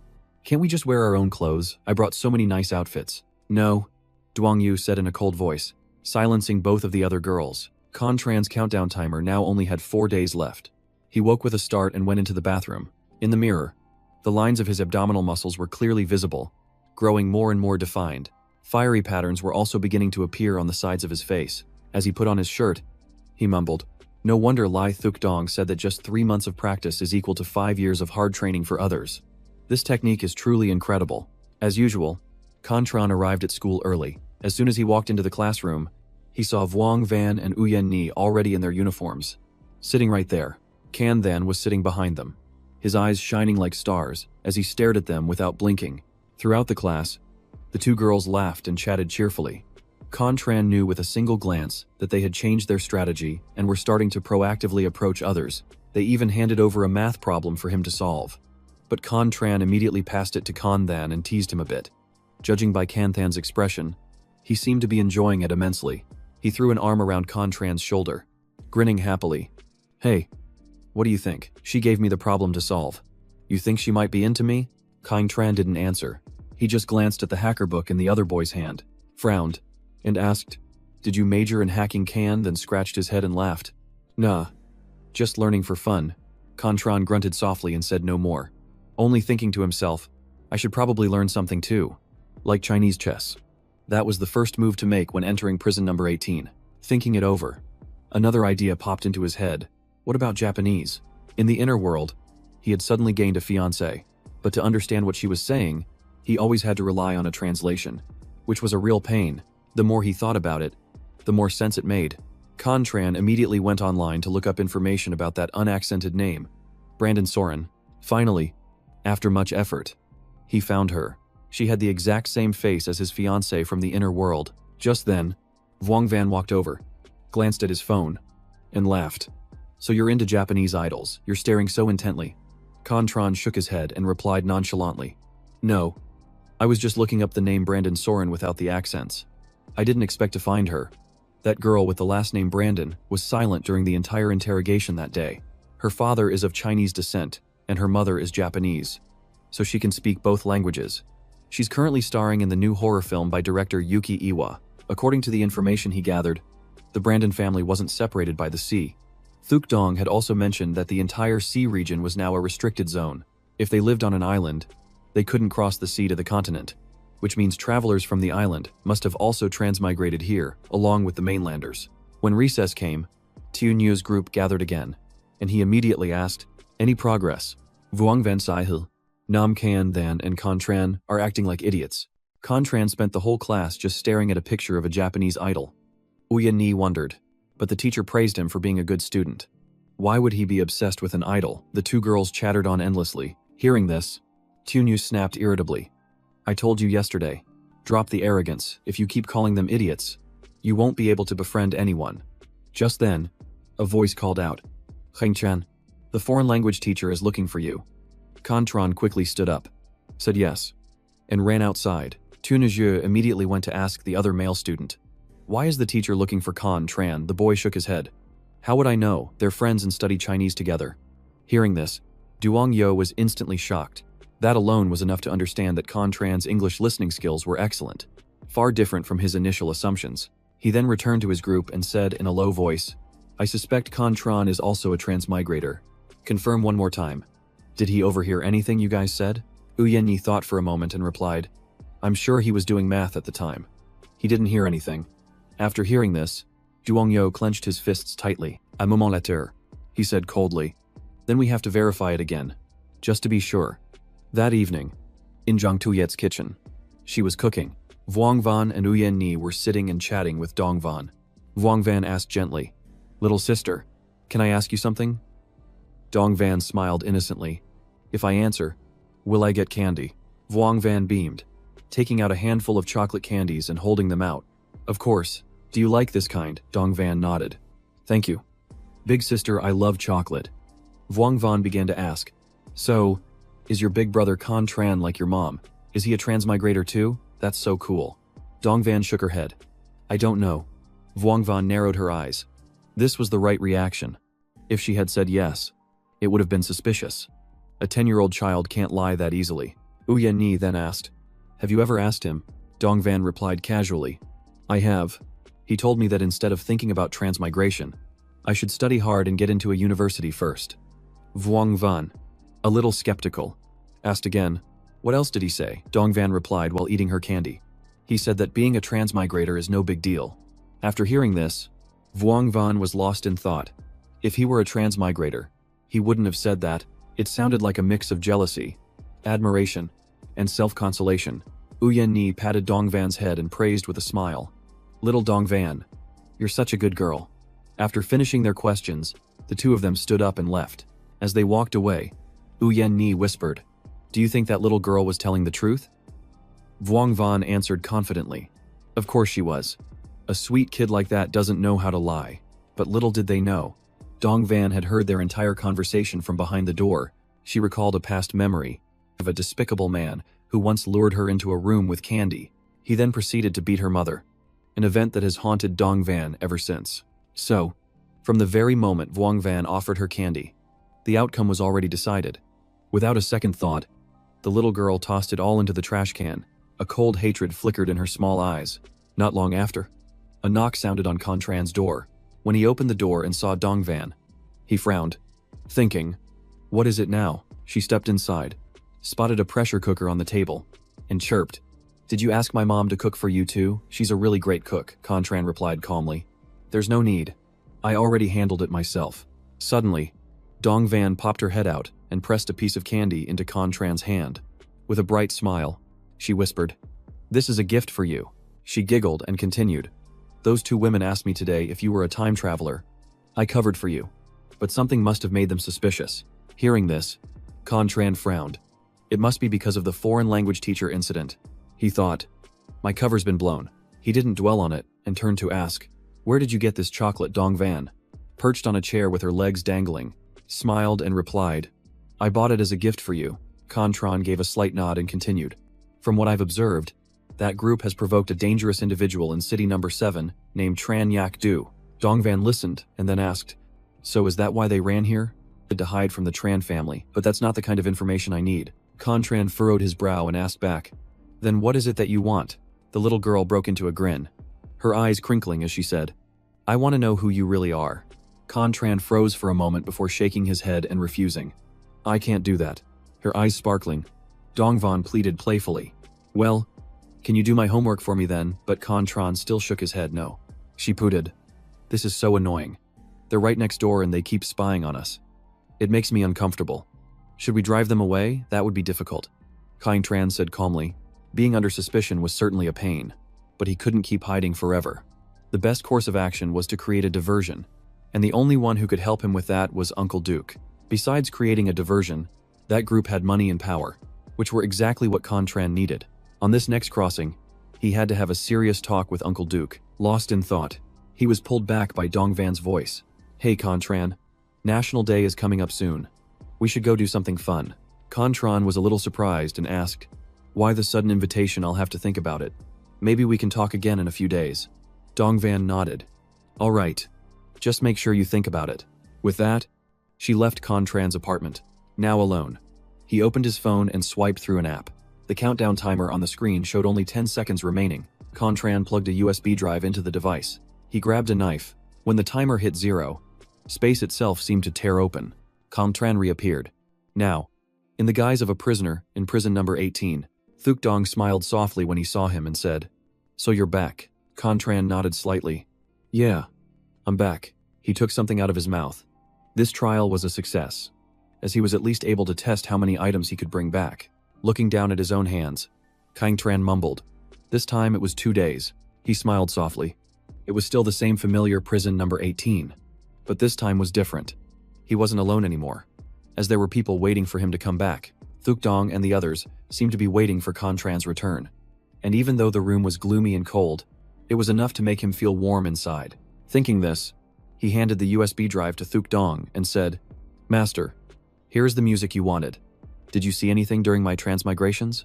In the past, he had to fumble through it all alone.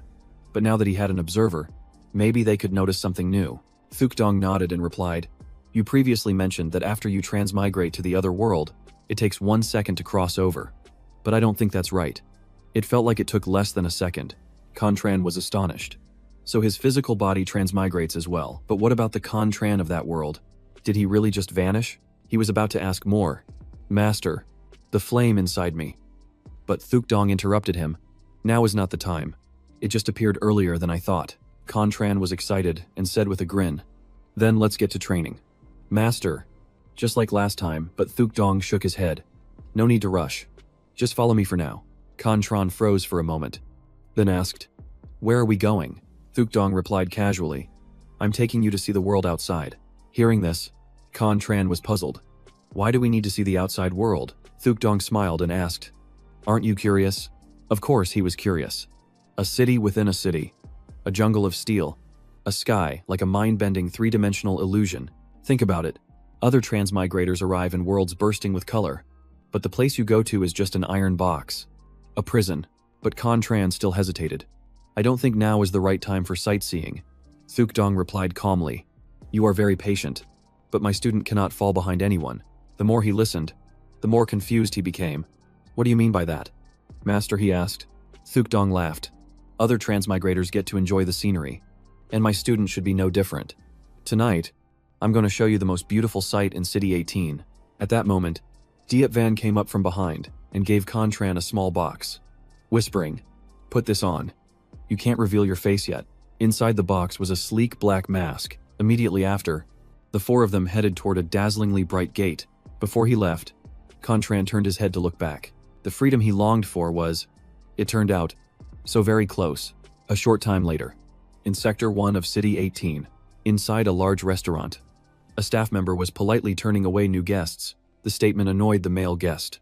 Who would dare to book this entire restaurant? Was it the Lai Consortium or the Khan Consortium that made the reservation? The staff presented a small sign, on which the name Hangza Lai Dong Trak was clearly written. Upon seeing that name, the man immediately pulled his mistress away. Once outside, the girl dared to ask why they were suddenly leaving. He gave a forced smile and said, "Be good.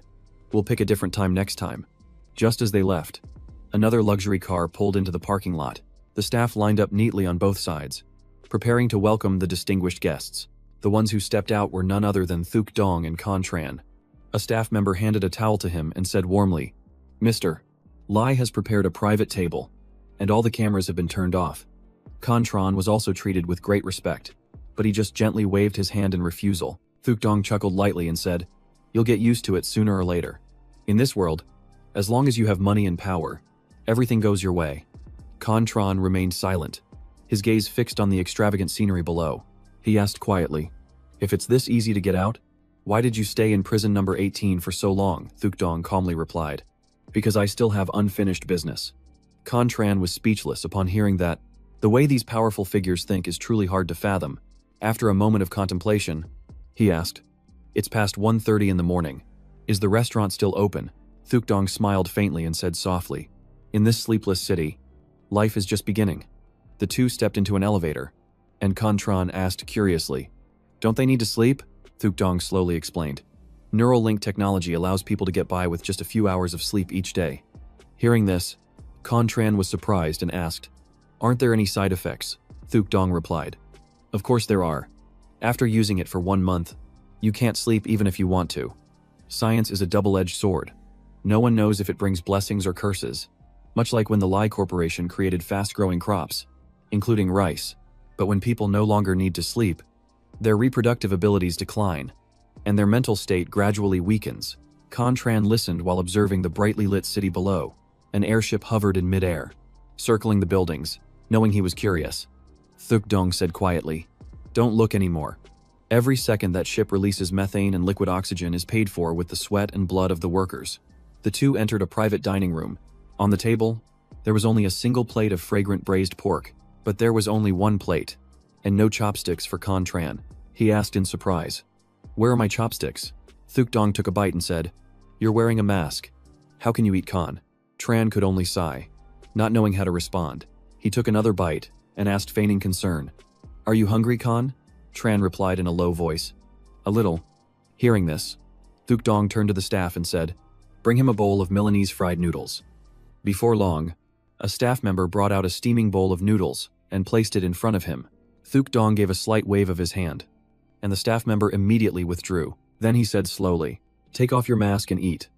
Tran nodded, took off his mask, and thought to himself that this building must be one of the tallest in the city. Looking up, he could only see 2 other buildings rising straight into the sky, alongside this one. As Tran was observing, Thuk Dong slowly said, those are the headquarters of the Khan and Lai corporations. Tran's brow furrowed instantly, and he flinched slightly. He just smiled lightly and didn't say another word. Tran asked if this was the place with the best view in the city, and Thuk Dong nodded, explaining that the Eternity Tower was built on top of 6 skyscrapers to achieve its incredible height and magnificence. If you ignore the crime, the dirty water, and the decaying walls, then this is truly the most beautiful view. And if he had the chance, he would show him the city's dark side too. He raised his hand and pointed into the distance, saying there was a telescope by the window for diners who wanted a closer look at the view, and that he should go try it. Tran turned to look and, sure enough, saw the telescope, so he curiously walked over to take a look through it. Just then, an airship appeared in his field of view. People were disembarking from it. It was a squad of regular soldiers, and their target was the very building where the 2 of them were having their meal. Thuk Dong saw it too, but he just calmly said to finish eating first. And Tran gave a slight nod. The 2 returned to their table, and Thuk Dong asked, aren't you scared? Tran calmly took a bite of his noodles and smirked, saying it was the first time his master had taken him sightseeing, so he doubted he'd let his student die along the way, because that would make for a very irresponsible master. Hearing that, Thuk Dong burst out laughing, but down below, it was a completely different story. As armed soldiers had already entered the building, in the sky, 2 aircraft were descending. They hovered close to the building, ready for action. They were all regular soldiers, fully armed. At a temporary military base not far from there, inside a large airship hovering in mid-air, a man spoke in a stern voice, ordering them to halt, check their equipment status, and report back to him. The entire squad immediately carried out the order. Then, the commander reminded them that Boss Tran had given orders that if they wanted to leave alive tonight, they were not to open fire, and he stressed that they must not involve anyone else. Someone asked in confusion, Captain, I don't understand. But the captain calmly replied that they would understand later, and that they were absolutely not to open fire. Just then, a figure appeared, blocking their path. It was a man wearing a black hat. He slightly raised an eyebrow and said in a calm voice, Good evening. Upon seeing him, the entire squad's expression changed instantly. Before they could even react, the figure lunged at them like the wind. In just a few seconds, the entire squad had fallen, and the man smirked, saying, Don't disturb someone else's meal. Meanwhile, back at the Vanvi building, where Thuk Dong and Tran were eating, an uninvited guest arrived. It was a young man with white hair, dressed in a sharp suit, who carried a noble air about him. As soon as he stepped in, his eyes widened in astonishment at the scene before him. Thuk Dong saw him too and waved his hand, signaling that whatever it was could wait until the boy finished eating. The young man didn't dare to argue and stood by, waiting in silence. Tran continued to eat his noodles at a leisurely pace, slowly chewing every single strand. A short while later, he finally finished his meal. He put his mask back on and said slowly, I've finished eating. At that moment, the young man approached. Thuk Dong chuckled lightly. The eldest grandson of the Tran family. Dako, I hear you've reached A rank. Dako shook his head and replied in a serious tone. Rank is not important. We don't wish to confront the knights or Hang Za. We only hope that you will return to prison number 18 and not escalate the situation. Thuk Dong smiled faintly. Rest assured, we're just talking. We won't make trouble for anyone. Dako sighed in relief. That's good. Once you leave, we will withdraw as well. Immediately after, he stood waiting from a distance. Thuk Dong glanced at the helicopters outside and gave a faint smile. My mere appearance causes a stir. Now you understand why I don't leave that place. Don't you? Tran asked. Are they afraid of you? Master. Thuk Dong nodded slightly, his gaze profound. In this era, even reaching the realm of a demigod doesn't guarantee invincibility. They're not afraid of me. They're afraid of fire. As he said this, he instinctively glanced at the small flame beside him, falling silent for a moment before saying, Let's go. Time to go home. The master and disciple left the building, got into a car, and drove off in silence. Tran quietly gazed down at the city below, but he was certain that one day, he would return. Meanwhile, Dako was still watching the car as it drove away. Then he asked, "Have you found the tactical squad yet?" The female staffer behind him immediately reported, "We found them. They're all unconscious. Someone attacked them at the emergency exit and then withdrew." Dako chuckled, shaking his head. "It seems the net we cast still wasn't tight enough. Let's dismiss everyone. It's time to get some sleep." With just one trip out of the prison by Thuk Dong, the entire city was shaken. But that didn't seem to bother the master and disciple. As they calmly rode back in the car, on the way, Thuk Dong asked, "Do you know why I told you to wear a mask?" Contran calmly replied, "Because you wanted to hide the relationship between us." He nodded, then asked again, "So, do you know why I took you as my disciple but didn't announce it publicly? Do you feel wronged by that?" Contran shook his head and said calmly, "Because you were afraid the shackles you bear would drag me down too. I understand, and I thank you for that." Master, hearing this, Thuk Dong was even more pleased. He smiled and nodded. "You've always been intelligent, and you have great potential. That's precisely why I don't want you to be shackled when you step onto the battlefield. As your master, I can only accompany you for a short part of your journey. Then I must stand back and watch to see how far you can go." While he was lost in thought, Contran suddenly asked, "Will we be able to go out again in the future?" Thuk Dong burst out laughing. "You're not tired of it already?" Contran nodded decisively. "I still want to go out." Hearing the determination in his voice, Thuk Dong let out a hearty laugh. "Then let's wait a few more days, and we'll find another chance to go out and have some fun." Contran felt a surge of excitement after hearing that, and he looked down at the countdown timer on his hand. These 3 hours were definitely not wasted. It was awesome. Meanwhile, at a deserted tavern, Lo Vian and Vian Dong were there. As soon as Vian Dong sat down, he asked, "You've seen the news?" "Right." Lo Vian nodded slightly. "I've seen it. I think we should try to approach Lu Duke Chu. No matter how much he tries to hide it, Lu Duke Chu is still the closest person to Lai Thuk Dong." Vian Dong said in a low voice, "I trust my instincts. Someone like Li Thuk Dong wouldn't even give Lu Duke Chu the time of day. There must be a third person in prison number 18. Hearing this, Lo Vian frowned and asked, "So what do we do now?" Vian Dong narrowed his eyes, gazing into the distance, and said resolutely, "We find him." At this moment, the clock struck 3 in the morning. In District 9 of City Number 2, a pair of shiny black shoes stepped into a damp and dark area. A young man in a white suit slowly approached a small house where a woman was watching the news. As soon as he arrived, he tapped his hand on the table, startling her. It was Ha Thu. The girl recognized him and became flustered. "Boss, I'm sorry. I didn't notice you come in," Ha Thu said calmly. "No need to be tense. I'm here to deliver 2 pieces of news. First, tell Tiu Tiu to cut contact for now. We'll figure things out when he gets back. Second, tell her to quickly gather information on Li Thuk Dong."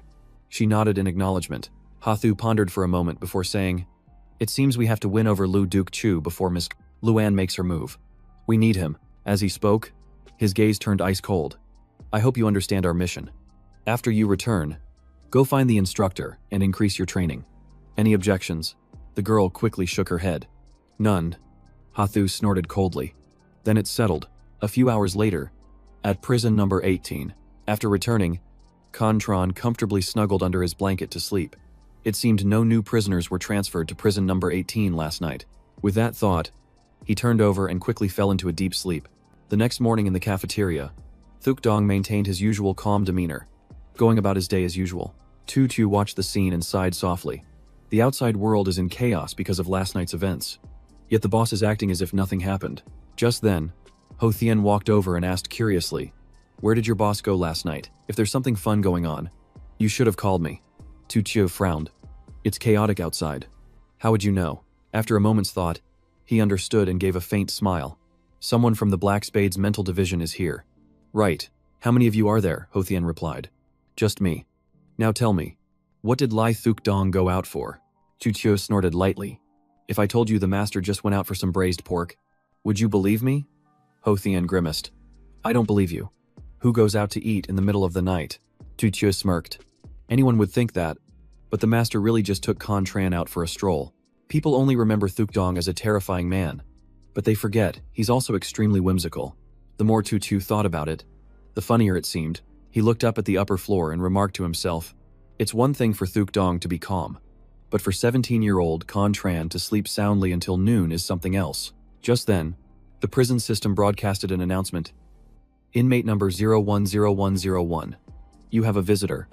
This startled Contran awake. Hothyun was also surprised to hear this. Wait a minute. Aren't visits only allowed once every 3 months? 2 people just came yesterday. After that, Contran was led by 2 robots to the visitation room. He was used to it this time and walked straight there without any hesitation. When he saw the girl waiting inside, he was momentarily stunned. The visitor was Kong Am again. He asked in surprise, "You're here again, Kong?" Am smiled and replied, "I brought you some food that I cooked myself." She placed the lunchbox in front of him, her eyes sparkling. "I heard the food in prison is terrible, so I made this so you could eat something better." Contran took it and then asked curiously, "We're not close enough for you to visit me every day, are we?" Kong Am hesitated before saying, "This time, I came to City 18 with my elders. They want me to get in touch with you. And besides, I don't really get along with them." Hearing this, Contran glanced at her for a little longer. Under her expectant gaze, he picked up a piece and tried it. The flavor spread through his mouth, making him silently praise her. This girl's cooking skills were actually quite good. He continued to eat, while she just stared at him intently, which made him feel a little awkward. Seeing his reaction, Kong Am chuckled softly and whispered, "It's okay. This is a special way of communicating in my clan. I'll see you later." With that said, she stood up and left. Before she left, she said something that made Contran pause. Meanwhile, Tutu was sitting around, sighing out of boredom. Ever since Thuk Dong told Contran to hide his identity, this prison felt like it had lost all its fun. Even when they wanted to talk, they had to pretend to be indifferent. Suddenly, the door behind him opened, startling him. He saw Duke Chu being escorted by a robot and panicked, thinking he couldn't let this guy meet Contran. He leaned in and whispered to Thuk Dong, "Boss, we can't let this person go." Thuk Dong calmly replied, "Then lock him up. We'll deal with him tonight." After hearing that, Tutu quickly ran out to talk to the robot. The robot immediately turned around, causing Duke Chu to panic and yell, "Wait a minute, weren't you supposed to take me back to the workshop? Why are you locking me up again? What did I do wrong?" Despite his shouting, the robot still locked him up. He clutched his head and lamented, "Why do I get dragged into this world every time the countdown ends, only to be imprisoned for days on end?" A moment later, the door opened again, and someone walked in. It was Contran, but he was wearing his familiar mask. Duke Chu asked with a tremble, "Who are you?" Very quickly, he realized this was the 3rd time traveler in the prison. At that thought, Duke Chu grew even more afraid, his voice trembling as he asked, "What are you going to do to me?" Contran didn't answer. He just wrote a few words on a screen and showed it to him. After reading those words, Duke Chu immediately panicked and waved his hands frantically. "Big bro, I wouldn't dare impersonate you. I swear I'll stop bullshitting. I'll confess as soon as I get out next time." Contran wrote a few more lines, making him ask in confusion, "So what do you really want?" He didn't say anything, just continued writing a new line for him to read. But after reading the proposal, Duke Chu immediately shook his head and refused. "No way. I've been scared enough already." Then he started complaining about all sorts of things, but Contran didn't seem to care much. He asked directly, "Do you know how long your prison sentence is?" Duke Chu shook his head. "How would I know? I was already in prison when I transmigrated here." Contran clarified, "According to the records, you're charged with robbery, theft, and attempted murder. A whole series of crimes, totaling 99 years and 7 months. That information made Duke Chu turn pale with fear. But then he seemed to realize something. Duke Chu stared at Contran and hurriedly asked, "You're only communicating by writing because you're afraid I'll recognize your voice." "Right. That means I know you, or have met you before." Contran's answer was a sharp kick to his leg that made him wince in pain. He leaned in close and said coldly, "The truth is, you're just a scapegoat, pushed out by the syndicate to take the fall. They often do that in the inner world." But Duke Chu wasn't really listening, because he was focused on analyzing Contran's voice, trying to search his memory, but it was a complete blank. Contran didn't care what he was thinking. He just said in a cold tone, "Now that you've heard my voice, can we continue?" He quickly nodded. "Sorry, boss. I misunderstood you." Contran got straight to the point. "I came today to make a deal. You're impersonating me, and I can help you get cleared of your crimes." Duke Chu's eyes widened as he asked, "How?" He answered succinctly, "Find the real culprits and force them to confess." Duke Chu still wasn't convinced. "What if you just abandon me? Wouldn't I be screwed then?" Contran smirked. "Do you have any other choice?" That question left Duke Chu unable to argue. He thought for a long moment, then nodded. "Okay, I accept. What do you need me to do now?" Contran said slowly, "I'm sure there will be people interested in your identity. You just need to find out what their goals are. I want to connect with them through you.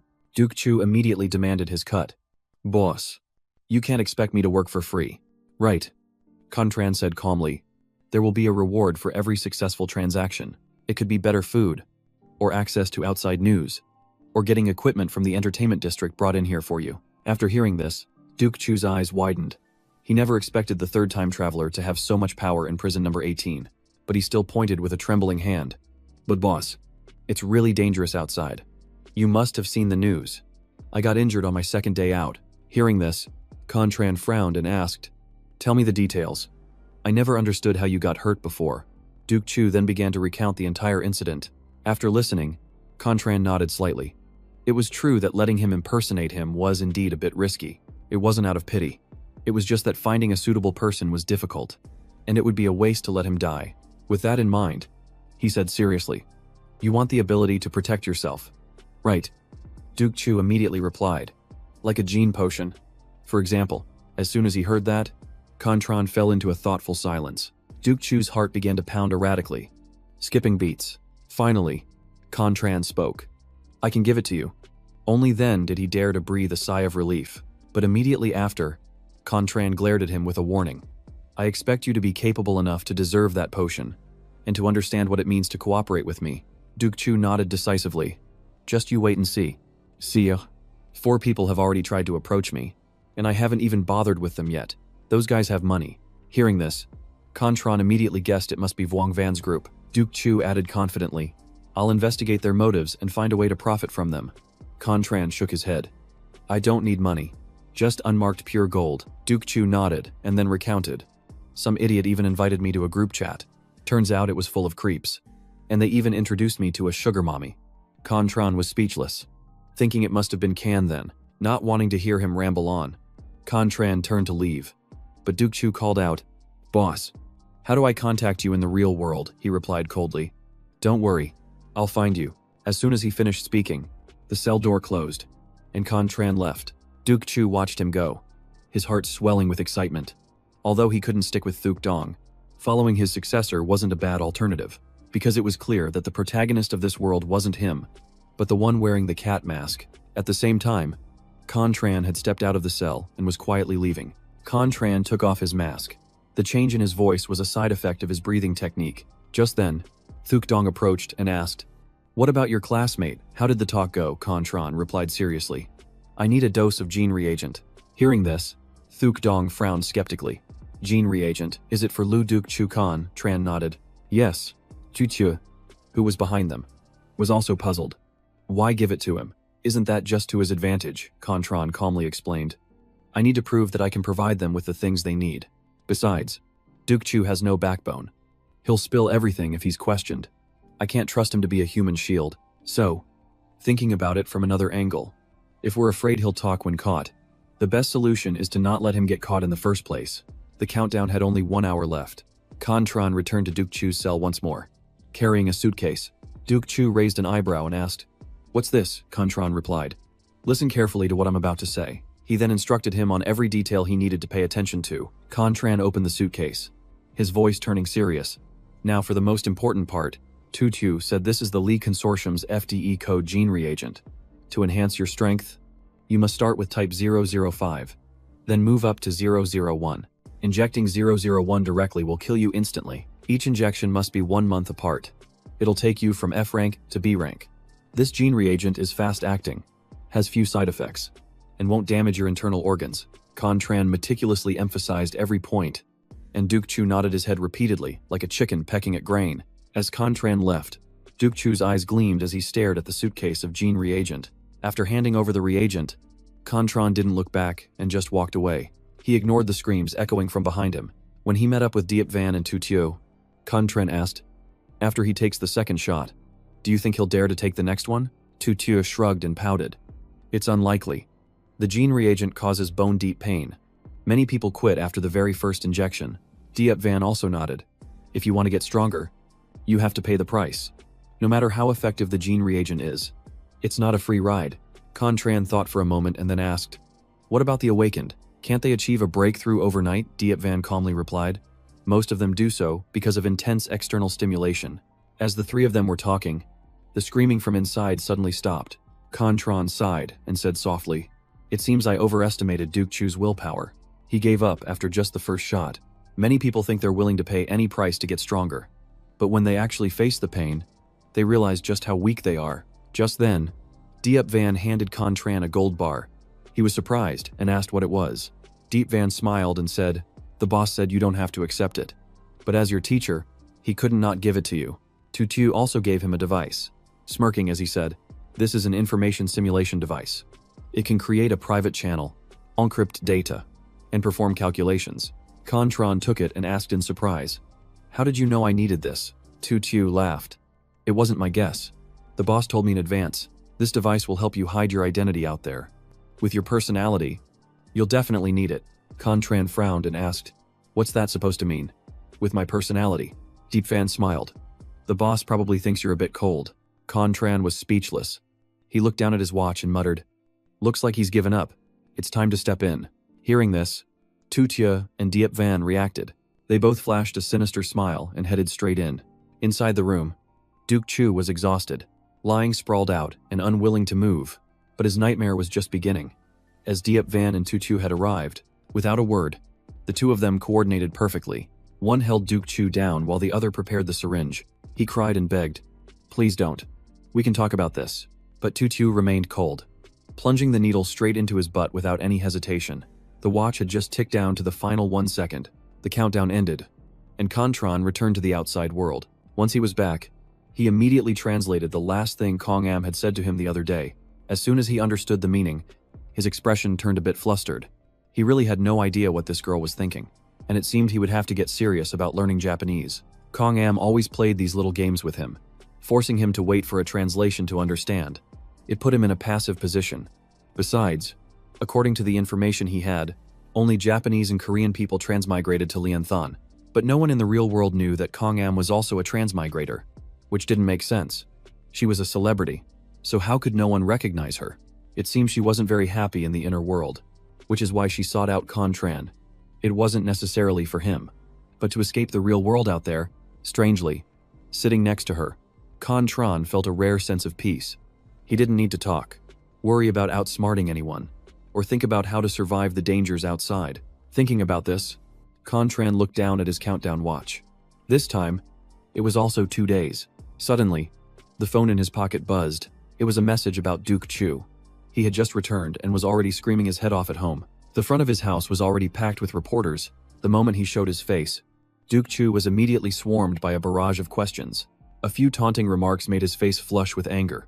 Unable to take it anymore, he screamed, "Get out of my way." But Duke Chu never imagined what would happen when he just waved his arm. The crowd of reporters was instantly sent flying.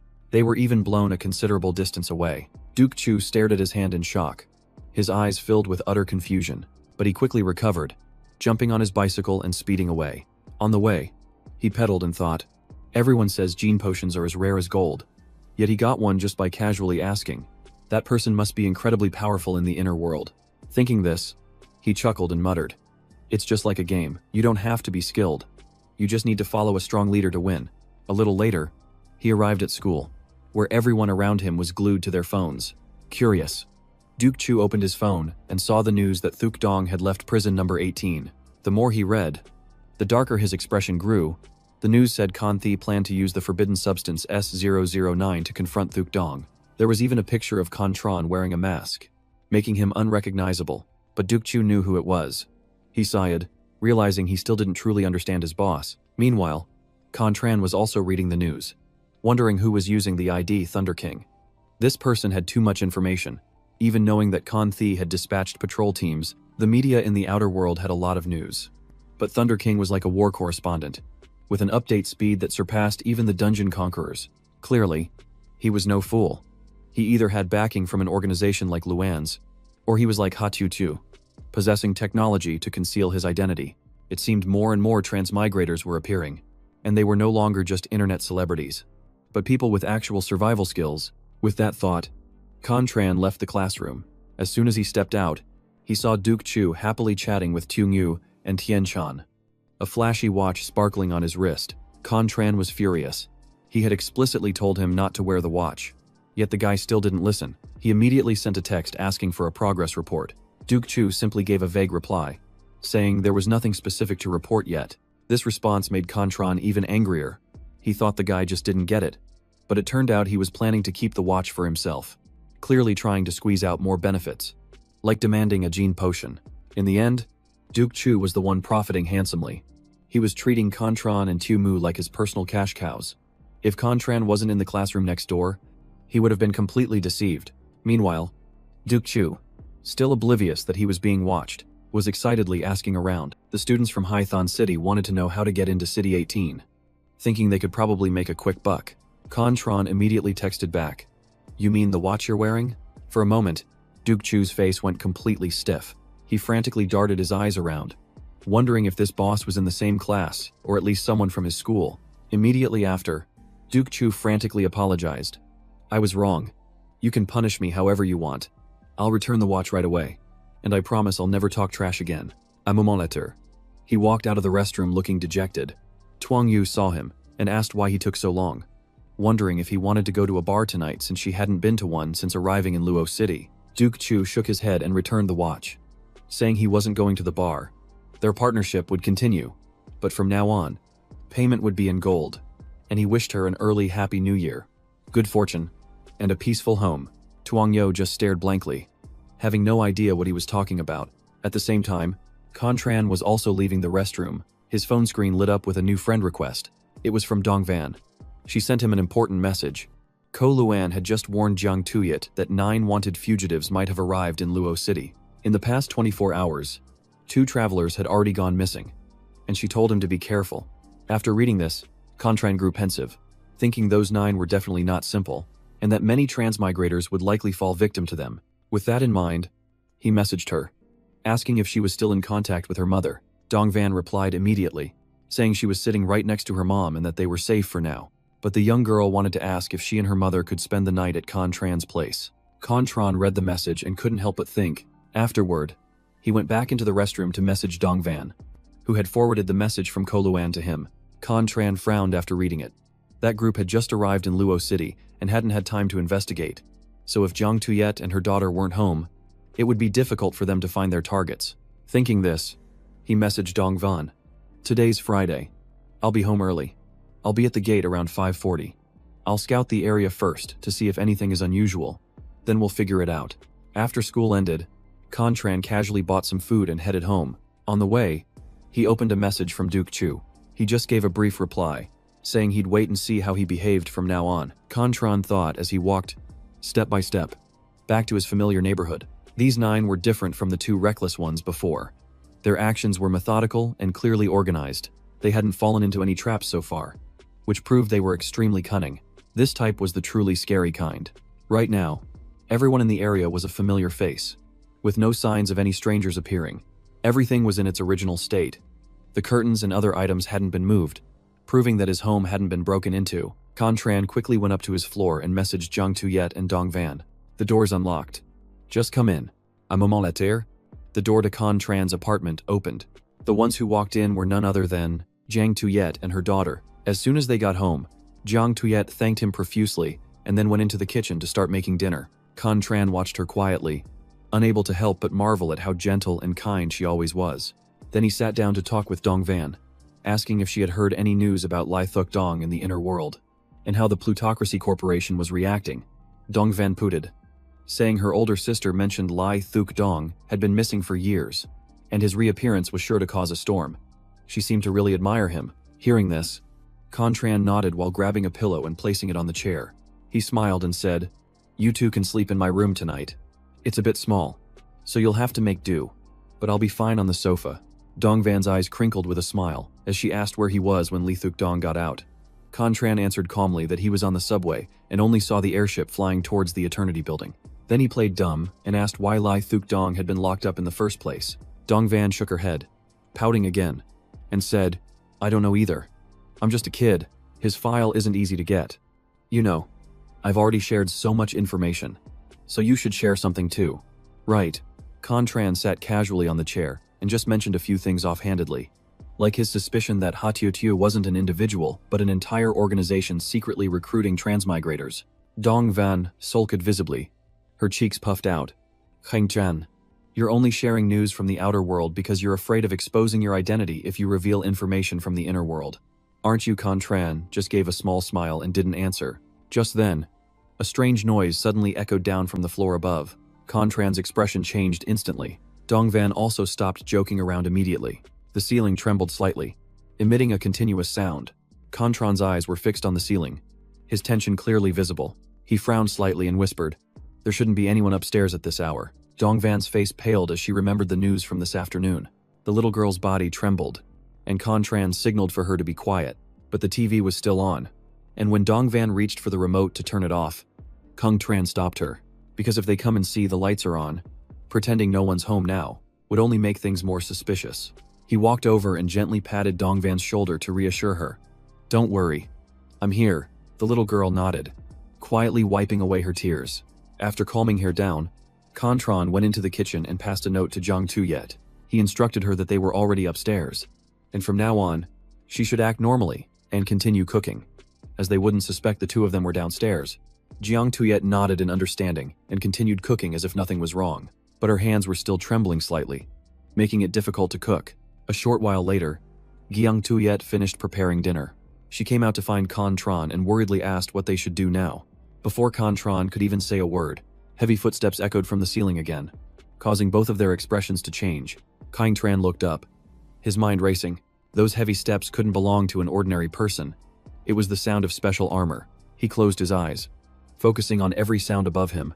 Suddenly, he heard the sound of a zipper scraping against the floor. Someone was lying flat on the floor, listening for any movement. Realizing this, Contran immediately composed himself.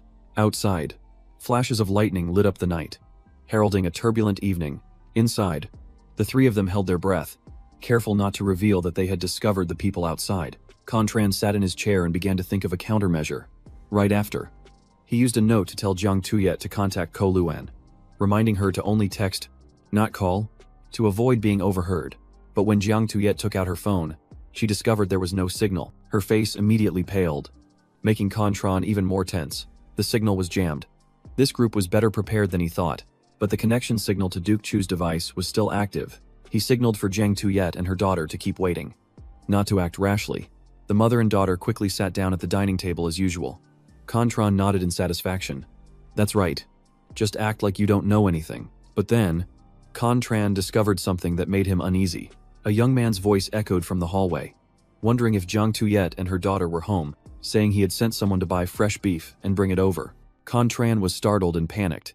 Tu Mu's group had climbed up to Jiang Tuyet's floor and was now banging on the door. The three of them suddenly felt as if they had fallen into an ice cellar, a chill running down their spines. Dongvan was so terrified that she burst into tears. The little girl huddled fearfully in Jiang Tuyet's arms. Contran's face grew paler and paler. Jiang Tuyet suddenly whispered, asking what they should do now, and if they should save them. Contran remained silent, his expression as cold as ice. Suddenly, the sound of a fight erupted upstairs, then went silent. Senya, you misjudged the combat strength of this squad. Even if you thought they were civilians, they wouldn't have been taken down so quickly. Tuangu's group isn't dead yet. Criminals like them just see transmigrators as rich targets. They wouldn't kill them. There's still time. Contran closed his eyes, forcing himself to think as fast as he could. In just a moment, an idea flashed through his mind. Suddenly, Duke Chu's communicator let out a piercing ring. Contran immediately gave an order, telling him to get a car to house number 12 on Han Thu Street and wait. Duke Chu asked in surprise, "Boss, what am I supposed to do there?" Contran answered briefly, "Tell Ho Tunyu that the first mission is complete." He also told him to bring the gold for repayment, and Duke Chu immediately accepted the order and rushed out the door. After giving the order, Contran could only wait, knowing that even if he couldn't contact Miss Luan directly, she surely had people tailing Duke Chu. Meanwhile, Jiang Tuyet and her mother were still trembling with fear, not yet recovered from the shock. There was nothing Contran could do either, so he could only wait in silence. At that exact moment, Duke Chu was already rushing out of the house. The moment he stepped outside, he was tailed by one of Miss Luan's agents, who immediately reported, "Sparrow has left the nest and just got into Tu Yong's car." The second Duke Chu got in the car, he urged the driver to courtyard number 4 on Han Thu Street and step on it. Receiving the report, Lo Vian immediately commanded the entire team to follow, saying, Sparrow's location is unusual. Banthu. Suncha. Pick up the pace and check the surrounding area now. It was just as Contran had planned. Duke Chu was unwittingly leading Miss Luan's team exactly where he wanted them to go. The car carrying Duke Chu quickly stopped at the appointed location. He rushed out of the car, and the driver called after him. This place used to be the main headquarters. What are you doing here? Duke Chu replied hastily. I'm getting the gold thread. Then sprinted off. The agent tailing him immediately reported to his contact at Kunlun. Sparrow says he's here to get the gold thread. Lo Vian frowned in suspicion. Get the gold thread. Don't tell me he had a deal with another time traveler. Just then, a report came in about a recent murder. Miss Luan was in pursuit of a time traveler, so the convoy immediately changed course to join the chase. Meanwhile, Duke Chu silently approached the building like a phantom. He slipped inside stealthily, and to an unknowing observer, the place would seem fraught with danger. Duke Chu quickly made his way to the door of apartment number 12 and sat down to wait as instructed. When Lo Vian's men arrived, they saw him and muttered in confusion. What's he doing? Why is he just sitting there in front of apartment number 12? Unexpectedly, the door to apartment number 12 creaked open, and a foot stepped out silently. A hooded figure emerged. Stepping out slowly, he had a timid and furtive demeanor, and definitely didn't look like a good guy. The moment Duke Chu saw him, his face went pale with fright. The man in black saw him too and asked in a cold voice, I feel like I've seen you somewhere before. He quickly recognized the familiar face. Duke Chu was now trembling from head to toe. Unable to hide his terror, the man in black stammered a few incomprehensible words, his voice trembling. He immediately messaged his accomplices to report that something was unusual. Seeing the man call for backup, Duke Chu panicked and ran for his life. The other man saw this and immediately prepared to give chase, but after just a few steps, he spotted the figure of Lo Vian approaching. He immediately turned around and dashed back into the house. That action startled Lo Vian. Making his heart pound, he caught a glimpse of a figure flickering by Jiang Tuyet's window frame. He immediately gave the order, we've been spotted, surround the entire area, be careful. The target is extremely dangerous. But at that very moment, the window of Jiang Tuyet's house suddenly shattered. Lo Vian looked up, his cold gaze sweeping across the scene. He instantly understood that they were planning to escape through the back window. Luan's people quickly fanned out, surrounding the entire area. Lo Vian also rushed inside, determined to catch them at all costs. But as soon as he crossed the threshold, he felt something was wrong and quickly shouted, be careful. Before he could finish his sentence, a massive explosion erupted in front of them. Luan's people were thrown back by the blast. As thick smoke and dust filled the air, Lo Vian rushed forward to check on each person's condition. It turned out the criminals had planted explosives beforehand, hiding them in a trash can to buy time, then secretly snuck into Jiang Tuyet's house. When they were discovered, they broke the back window as a diversion, then detonated the explosives on the street to create chaos, giving them enough time to make a clean getaway. After confirming the casualties were not severe, Lo Vian immediately ordered, pursue them now. If we let them escape, countless other travelers will be in danger. But after running just a few steps, he stopped short, realizing something didn't add up. Their armor wasn't strong enough to withstand a jump from the second floor, and they certainly couldn't carry someone with them, unless it was a trap. From the sound of breaking glass, to the figure they deliberately let him see before running, to the explosion on the street, it was all just a decoy to lure them away from the front door. Realizing this, Lo Vian's face paled, and he immediately yelled, turn back, follow me. He opened his comms as he ran, his voice urgent. Tiu Eng, are you there yet? Tiu Eng, who was speeding to the scene, replied, almost there, hold your position. Lo Vian sprinted with all his might toward the front door, trusting his judgment was correct. If he was wrong, they would lose the targets completely. In no time, he was already approaching the main entrance. A black car was parked right in front. A few strange men stood around it, their gazes cold and sharp. They were clearly not good people. The moment one of the men saw Lo Vian, he raised his gun and took aim. Lo Vian didn't hesitate for a second. Charging straight ahead just as their car started up to make a getaway, he ducked to the side, dodging a bullet that grazed his cheek. Then he yelled, Tiu Eng, rammed their car. Tiu Eng, having just arrived, immediately slammed on the gas and accelerated. The two vehicles collided with a deafening screech of metal. Seizing that moment, Lo Vian took a step back to prepare his counterattack. The criminal across from him froze, his eyes widening in shock as he stared at Lo Vian. But before the man could react, Lo Vian lunged forward with lightning speed. He shattered the car window with one kick, then followed up with another that sent the thugs tumbling to the ground. Every one of his kicks left them writhing in pain on the pavement. In no time at all four men were completely taken down. Lo Vian roared, Use everything you've got and take them all down for me." The moment he finished speaking, Miss Luan's people swarmed in, and a fierce brawl erupted. Not long after, the scene was cleared, and the criminals were taken into custody by the police. Meanwhile, Contran had been watching the entire scene. He frowned slightly, realizing that Lo Vian was no ordinary person either. This organization was more sophisticated than he'd thought. They weren't just a random group but a well-organized force with a clear plan. And while their individual members weren't that strong, their coordination was impeccable. After a moment of thought, Contran turned to reassure Jiang Tuyet and her daughter. "Everything's okay now. We can't go out yet, so let's just relax and eat." Jiang Tuyet let out a sigh of relief and smiled gratefully. "If it weren't for you, I'm afraid Dongvan and I wouldn't have made it. Let me go heat up the food." Now, only 2 people remained in the living room, and a quiet atmosphere settled over them. After the frightening ordeal, Dongvan hesitantly asked, "Hengchen, how were you able to call Miss Luan? The signal was down." "So how did you contact her?" she asked curiously. Contran just gave a faint smile, knowing he had revealed quite a few details today. Sooner or later, she would figure some things out. With that in mind, he walked over, gently patting her head, and asked, "Are you still scared?" Dongvan nodded slightly, then said softly, "I know you don't want to reveal your identity, but if I were in danger in that other world, would you save me?" "Yes." Contran hesitated for a moment before giving a firm nod. He reached out and gently patted the little girl's head again. His gaze soft, but Dongvan pouted and said, "I get hiding it from other people. But why from me too? I'm just a kid. I don't mean any harm." Contran didn't answer, simply smiling as he looked at her. He raised an eyebrow slightly and asked, "Who told you to change to that channel?" Dongvan nodded and smiled. "Thanks, Hengchen." If only Dongvan had suddenly turned off the TV back then. If Contran hadn't reminded Jiang Tuyet to cook in time, they might have been in big trouble. Jiang Tuyet still hadn't recovered from the shock, her hands trembling uncontrollably. "Un moment la terre." She set a full meal on the table, and the 3 of them sat down together. She gently reminded them, "You 2 are still young, so no drinking alcohol," but Dongvan immediately said, "Brother Contran can drink." Though, as they took their first bites, the atmosphere in the room suddenly became heavy. Jiang Tuyet's expression changed slightly. She had been so scared earlier that she forgot to add salt, afraid she would feel embarrassed.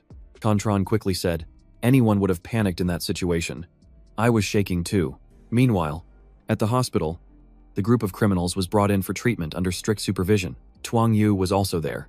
Watching the man who was trembling continuously, he realized it was a side effect of injecting a low-grade gene medication.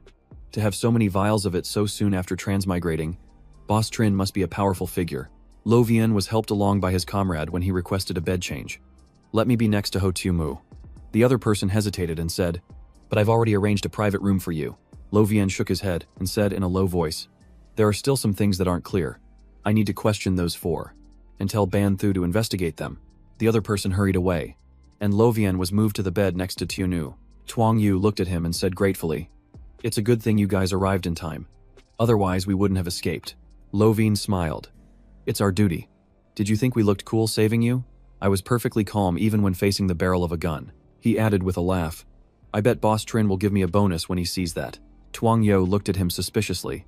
"How did you know we were in trouble?" Lo Vian replied calmly. "We didn't discover it ourselves. Someone else reported it." Tuang Yo was stunned and quietly asked, "Someone else? Who was it?" Lo Vian shook his head slightly and said with a sigh, "I can't disclose that information." Just then, one of Ms. Luan's subordinates entered, holding several phones. "We found these in the criminal's vehicle. Do you want them back?" Tuang Yo nodded slightly and took back his phone.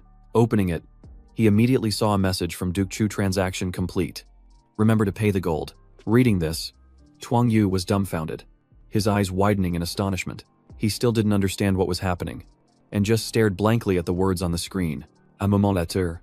Tuang Yo finally pieced everything together. It all fit perfectly. It turned out that it was Duke Chu who had discovered they were in danger, so he led Miss Luan to capture the criminals, which is how they escaped. That's why Duke Chu called it the first transaction, so the transaction was saving their lives.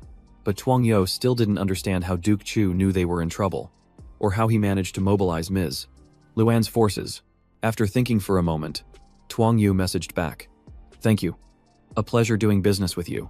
For our first time cooperating, I'll pay double." Duke Chu read the message as soon as he got home. His eyes lit up like stars. What kind of divine partner was this? When they said double, they really meant double. This world truly belongs to the rich. He chuckled to himself. This time, he got the gold, and no one was the wiser. Back at the hospital, Lovian asked, "So, how did you guys end up getting captured?" At first, I thought they were targeting Jiang Tuyet and Dong Van'e, but it turned out that wasn't the case. This whole situation is strange. Lovian wanted to get more information from these students. Chuang Yu explained, "We're students at Lac Than International School, and we just moved to the 12th floor. Today, we were planning to greet our neighbors in Unit 201, but we ran into some thugs and got captured." After hearing this, Lovian frowned. "Aren't you guys travelers? Was it all just a coincidence?" Chuang Yu nodded slightly, confirming it was just a coincidence. While they were talking, one of Miss Luan's people came in and reported that they had found Jiang Tuyet. The mother and daughter were hiding at a friend's house. The person handed a file to Lovian. He glanced through it and said, "Because we warned her in advance. The criminals couldn't catch her. It was just an accident that these 4 kids ran into them." "Right." The person nodded and whispered, "Captain, we have to pay the hospital bills, but we don't have enough money with us." Lovian scowled and sighed. "What a pain. My salary is so low, and I still have to pay a deposit." Chuang Yu overheard this and said, "If it's all right, I'd like to make a personal donation to Ms. Luan," but Lovian cut him off. "Wait. If you donate, and both you and a civilian are in trouble, who do I save first? Obviously, I have to prioritize the person closest to me." "Right, and if you were the one standing closer to me, the public would accuse Ms. Surti Luan of favoritism. This isn't me talking. It's Vian Dong." He then told Tunyu not to worry, because Vian Dong is very good at making money. Just as he finished speaking, one of Ms. Luan's people leaned in and whispered, "His father just transferred into Lu Dukchu's class." Hearing that, Lovian finally understood. No wonder the way he talked about money sounded so familiar. He really is a rich kid. He turned and asked, "Ho Tunyu, how many gold bars did you give Lu Dukchu? And how many grams were they?" Chuang Yu froze, not knowing what to say, but Lovian's stern gaze made it impossible for him to avoid the question. He had no choice but to confess. 10 bars. Each 100 grams. Lovian nodded. "So that's it." When Duke Chu was in Tuang's car, he mentioned gold bars. It turns out Tunyu was the one who hired him to buy supplies from the inner world. With that thought, Lovian gave an order. "Register the identities of all 4 of them. Don't miss a single one. They are all travelers. There's no doubt about it." Afterward, he sent the entire report for the day to Vian Dong. Vian Dong read it and texted back a few words. "Good analysis." This made Lovian smile with satisfaction. But his joy was short-lived as the next message arrived. You guessed wrong. The smile on his face froze. He frowned and asked, "Where did I go wrong?" "Boss," Vian Dong explained. After Ho Tyung-yu arranged to meet Lu Duk-chu, he didn't stay put, and instead went to visit his neighbors. Who goes to greet someone in the middle of an important transaction? Lofin pondered. "Right. That doesn't make sense. You mean Ho Tyung-yu didn't know Duk-chu was coming? They never arranged to meet, did they?" Vian Dong replied, "Correct. If you were Duk-chu, and someone asking for your help made you wait outside for 20 minutes, would you be annoyed?" Lo Vian answered immediately. "Of course. I'd think they were disrespecting me." Vian Dong laughed. "What if I made you wait for half an hour? Would you wait?" Lo Vian gave a strained smile. "Boss, how would I dare not to wait?" At this point, he suddenly froze as if he had just realized something, and let out a soft gasp of surprise. "You mean there's someone else pulling the strings behind Lu Duk-chu?" Vian Dong didn't give a straight answer, instead asking if Lo Vian really thought his previous conclusion was accurate. It was then that Lo Vian realized he'd overlooked something. Vian Dong continued, explaining that someone had deliberately hidden a clue to mislead him, and that although the clue was subtle, it was the key to everything. The real question is, who directed Duke Chu to show up at building number 4 on Hanthu Street, and who could make him willingly wait for over 20 minutes without leaving? There was someone else lurking in the shadows tonight, pulling all the strings. Vian Dong said gravely that this person was likely the third traveler from Prison 18 he had mentioned before. He explained that this person manipulated Duke Chu's actions tonight, like a puppeteer with invisible strings, drawing everyone together. But for now, they didn't need to worry, as he seemed to have good intentions. Lo Vian thought for a moment, and then asked if he should try to get information from Lu Duke Chu. But Vian Dong shook his head, saying that would only turn a potential ally into an enemy. Lo Vian fell silent, thinking. Then he suddenly remembered that Jiang Tuyet had hidden in the downstairs neighbor's apartment, and that the kid living there seemed a bit unusual. Vian Dong was a little surprised and asked, "Unusual in what way?" Lo Vian thought for a moment before replying that the boy was quite striking and hard to forget. And more importantly, They discovered the thugs were using a signal jammer, yet he was able to communicate despite being so close, which was strange. Meanwhile, at Contran's home, he had just laid out a blanket on the floor, getting ready for bed, but his mind wouldn't rest. He kept thinking about the day's events. Even if Duke Chu was interrogated, people would only know there was a mysterious figure behind him, with no idea who it was, as if he had nothing to do with it at all. And yet, the entire chain of cause and effect had been orchestrated by Contran himself, like a game of chess where he was always the player, never the pawn, and he had never accepted being a pawn in anyone else's game. As Contran was lost in thought, Dong Van quietly entered the room, but he still noticed her. She sat down beside him and whispered, "Heng-chan, aren't you asleep yet?" He turned to her and asked, "What about you? Why are you still up? Where's your mom?" Dong Van replied that her mom was already asleep. Then she asked what he thought about what she'd asked him before. Contran feigned ignorance, asking what she was talking about. The little girl pouted. "Oh, come on. Stop pretending. I know you remember what I asked. Today is the 29th. Tomorrow is the 30th. And the day after that is National Day." Contran nodded. "Oh, that." Dong Van smiled brightly and said, "Let's go out and do something fun. It's been nothing but trouble lately. So it would be nice to get out for a change of scenery." Contran glanced at her and said nonchalantly, "If you want to go, then go. Why do you need me?" The little girl looked down and mumbled, "If you don't go, my mom won't go either. She says it's too dangerous outside." Contran realized what she was getting at and asked sternly, "Is going out the only reason you want me to come?" Dong Van hesitated before admitting that if they didn't go out, she'd have to go to her cram school. Hearing this, Contran couldn't help but laugh. This little girl was certainly clever, way too smart for her age. He looks just like a kid, and kids can never escape having to go to tutoring. With that in mind, he said softly, "If you want to go out and play, I don't think I can convince your mom." But to his surprise, Dong Van immediately perked up. "No need, as long as you nod. I'll take care of the rest." And so, in the dead of night, Contran and Dong Van struck a deal. Dong Van happily skipped back to his room. Just then, Contran's phone buzzed with a message from Con Then, asking, "Are you online?" He replied curtly, "What's up this late at night?" Can then quickly texted back, "National Day is coming up, and Vuong Van is inviting the whole class to watch the sunrise at Laoquan Mountain. Are you going after reading it?" Contran furrowed his brow. What a coincidence. Tunyu's group was clearly organizing this trip to get closer to Duke Chu. He had just saved their whole group, so his stock had risen sharply. But the strange thing was, Vuong Van invited Con Then but not Contran. Something about this didn't feel right. Thinking this, Contran immediately asked, "Could it be that she already knows you're a time traveler?" Can then hesitated for a few seconds before denying it. "No way."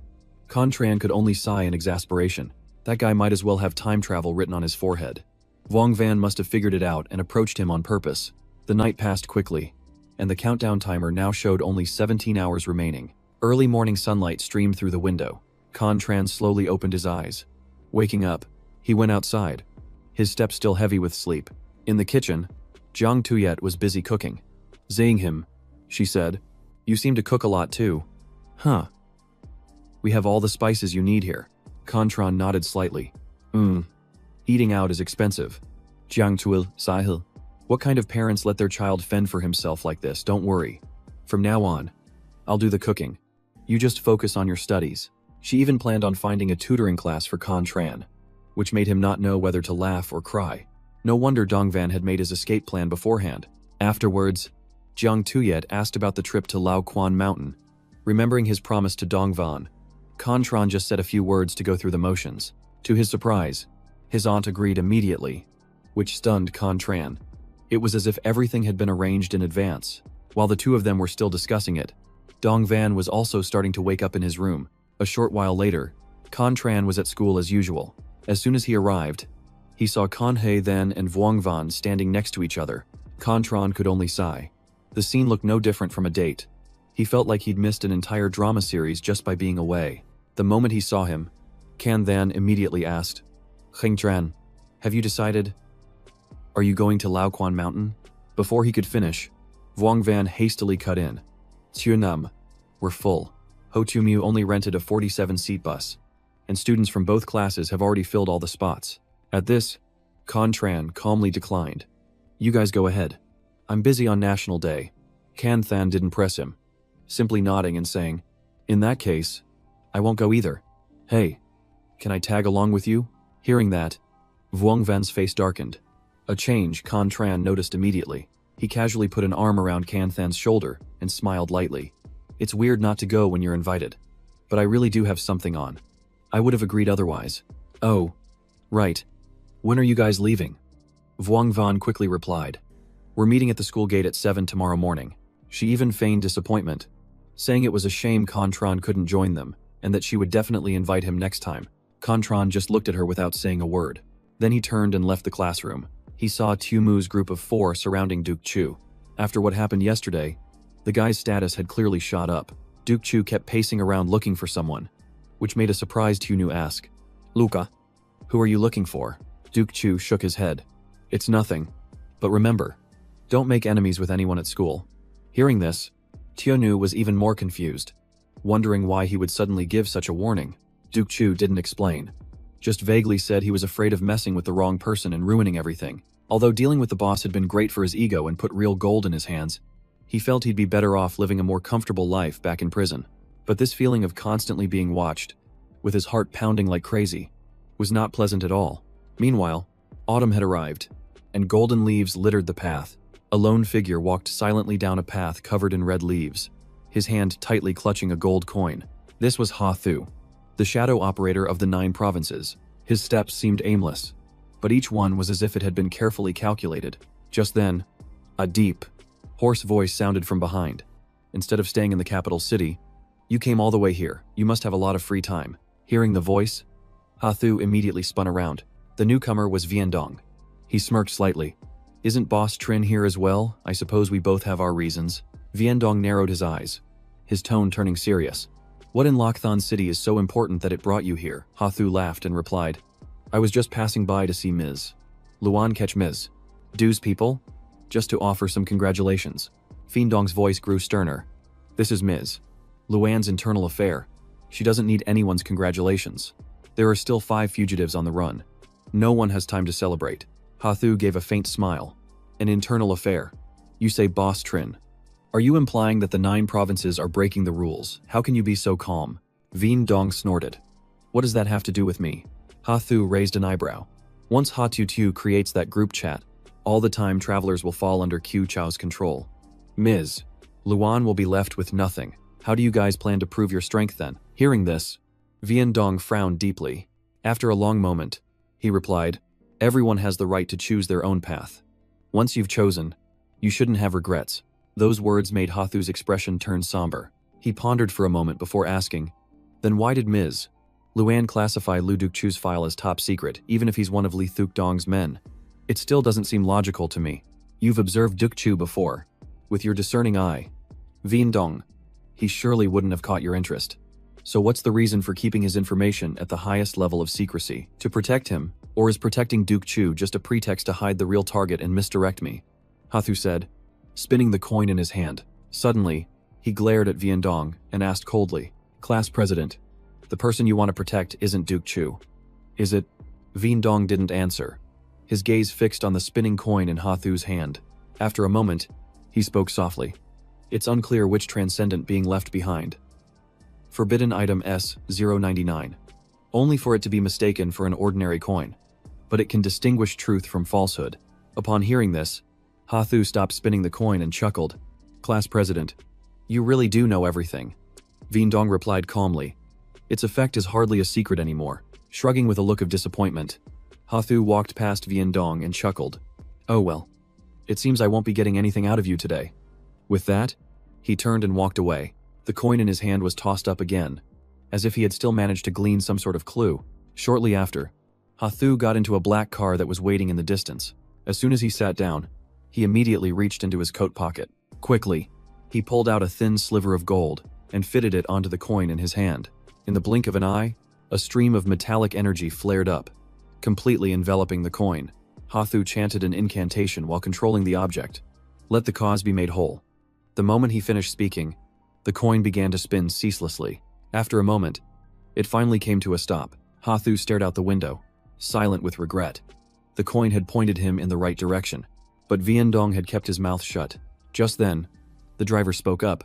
Boss, Miss Luan has a new lead. Should we use some methods to get the information? Hathu shook his head. No need. Let Boss Trin handle it. At 5:20 in the afternoon, at the gate of Contran High School, a large tour bus was parked and waiting.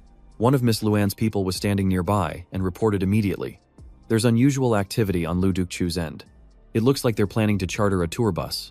Should we take action? But at that moment, another voice cut in. A suspicious individual has appeared in Man County, north of Lacthon City.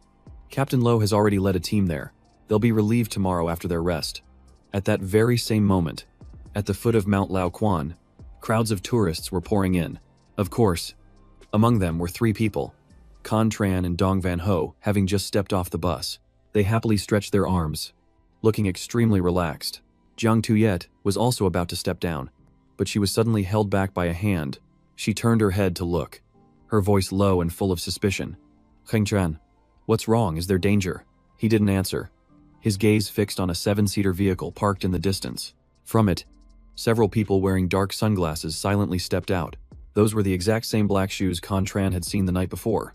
Why would they show up at Mount Lao Quan? There's only one way up the mountain. If Miss Luan discovers them, they'll have no chance of escape. Criminals usually avoid danger, but these guys are walking right into it. Their target must be the time traveler. Seeing the change in Con Tran's expression, Jiang Tuyet asked worriedly in a low voice. Heng Tran, did you notice something? He gave a slight nod. His voice low. I see 5 people. They're probably the group of suspects on the run. Don't worry. They aren't targeting us. Even after hearing that, Jiang Tuyet was still on edge. Maybe we should just go back. Con Tran let out a soft sigh. This is the last bus. Your identity hasn't been revealed yet, so you're safe for the time being. Dong Van quickly chimed in, her voice soft. Mom, just listen to Con Tran. He knows what he's talking about. Con Tran nodded. Let's keep going. We'll catch the first transport back to Luo City in the morning. A little while later, the 3 of them returned to the inn at the base of the mountain. Con Tran secretly messaged Duke Chu. Guokheng, don't go outside. Stay put in the house. He just hoped Duke Chu would see the message.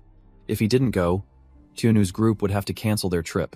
When night came, Con Tran drew the curtains, completely covering the window.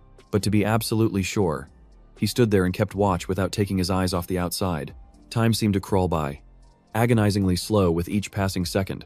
The clock hands ticked past 11 o'clock at night. Jiang Tuyet woke up and saw Con Tran still standing by the door. She hurried to say she'd take watch, but he shook his head. You don't know their faces. Go make some noodles for me and Dong Van. Jiang Tuyet agreed that made sense and went to cook. As she left, Dong Van brought a chair over to sit beside him. The young girl massaged Con Tran's shoulders and whispered, Are you tired? You should rest for a while. Con Tran gave a small smile. I'm fine. We can't be too careful.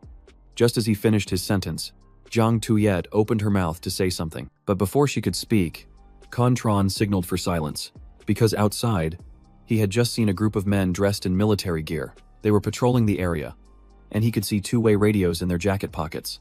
Their pants pockets were bulging, and Con Tran guessed they were carrying weapons. He quickly checked his phone. It was 11:55 p.m. There were only 5 minutes left on the countdown. The group outside switched to a state of high alert, seemingly ready to make their move at any moment. Watching them, Con Tran said quietly, Their target might be the inn right next to us. Jiang Tuyet trembled. The inn next door, but that place is crowded with people. This is going to be dangerous. Con Tran knew exactly what she meant, and immediately ducked down to avoid being seen. He pulled out his communication device, trying to warn Duke Chu, but he still hadn't received a response. Meanwhile, in another area near Dai Village, this was in Meng County, just north of Luo City, inside a small house. The lights were still on even though it was late at night. Lo Vian sat across from another man, asking in a deep voice, You're the one who filed the report. When did you see them? The man replied. Around 3 or 4 in the afternoon. I reported it the moment I spotted them. Lo Vian furrowed his brow and continued his questioning. What were they wearing? The man averted his eyes and stammered. They were wearing outdoor sportswear. You know, the kind of stuff people from the city wear.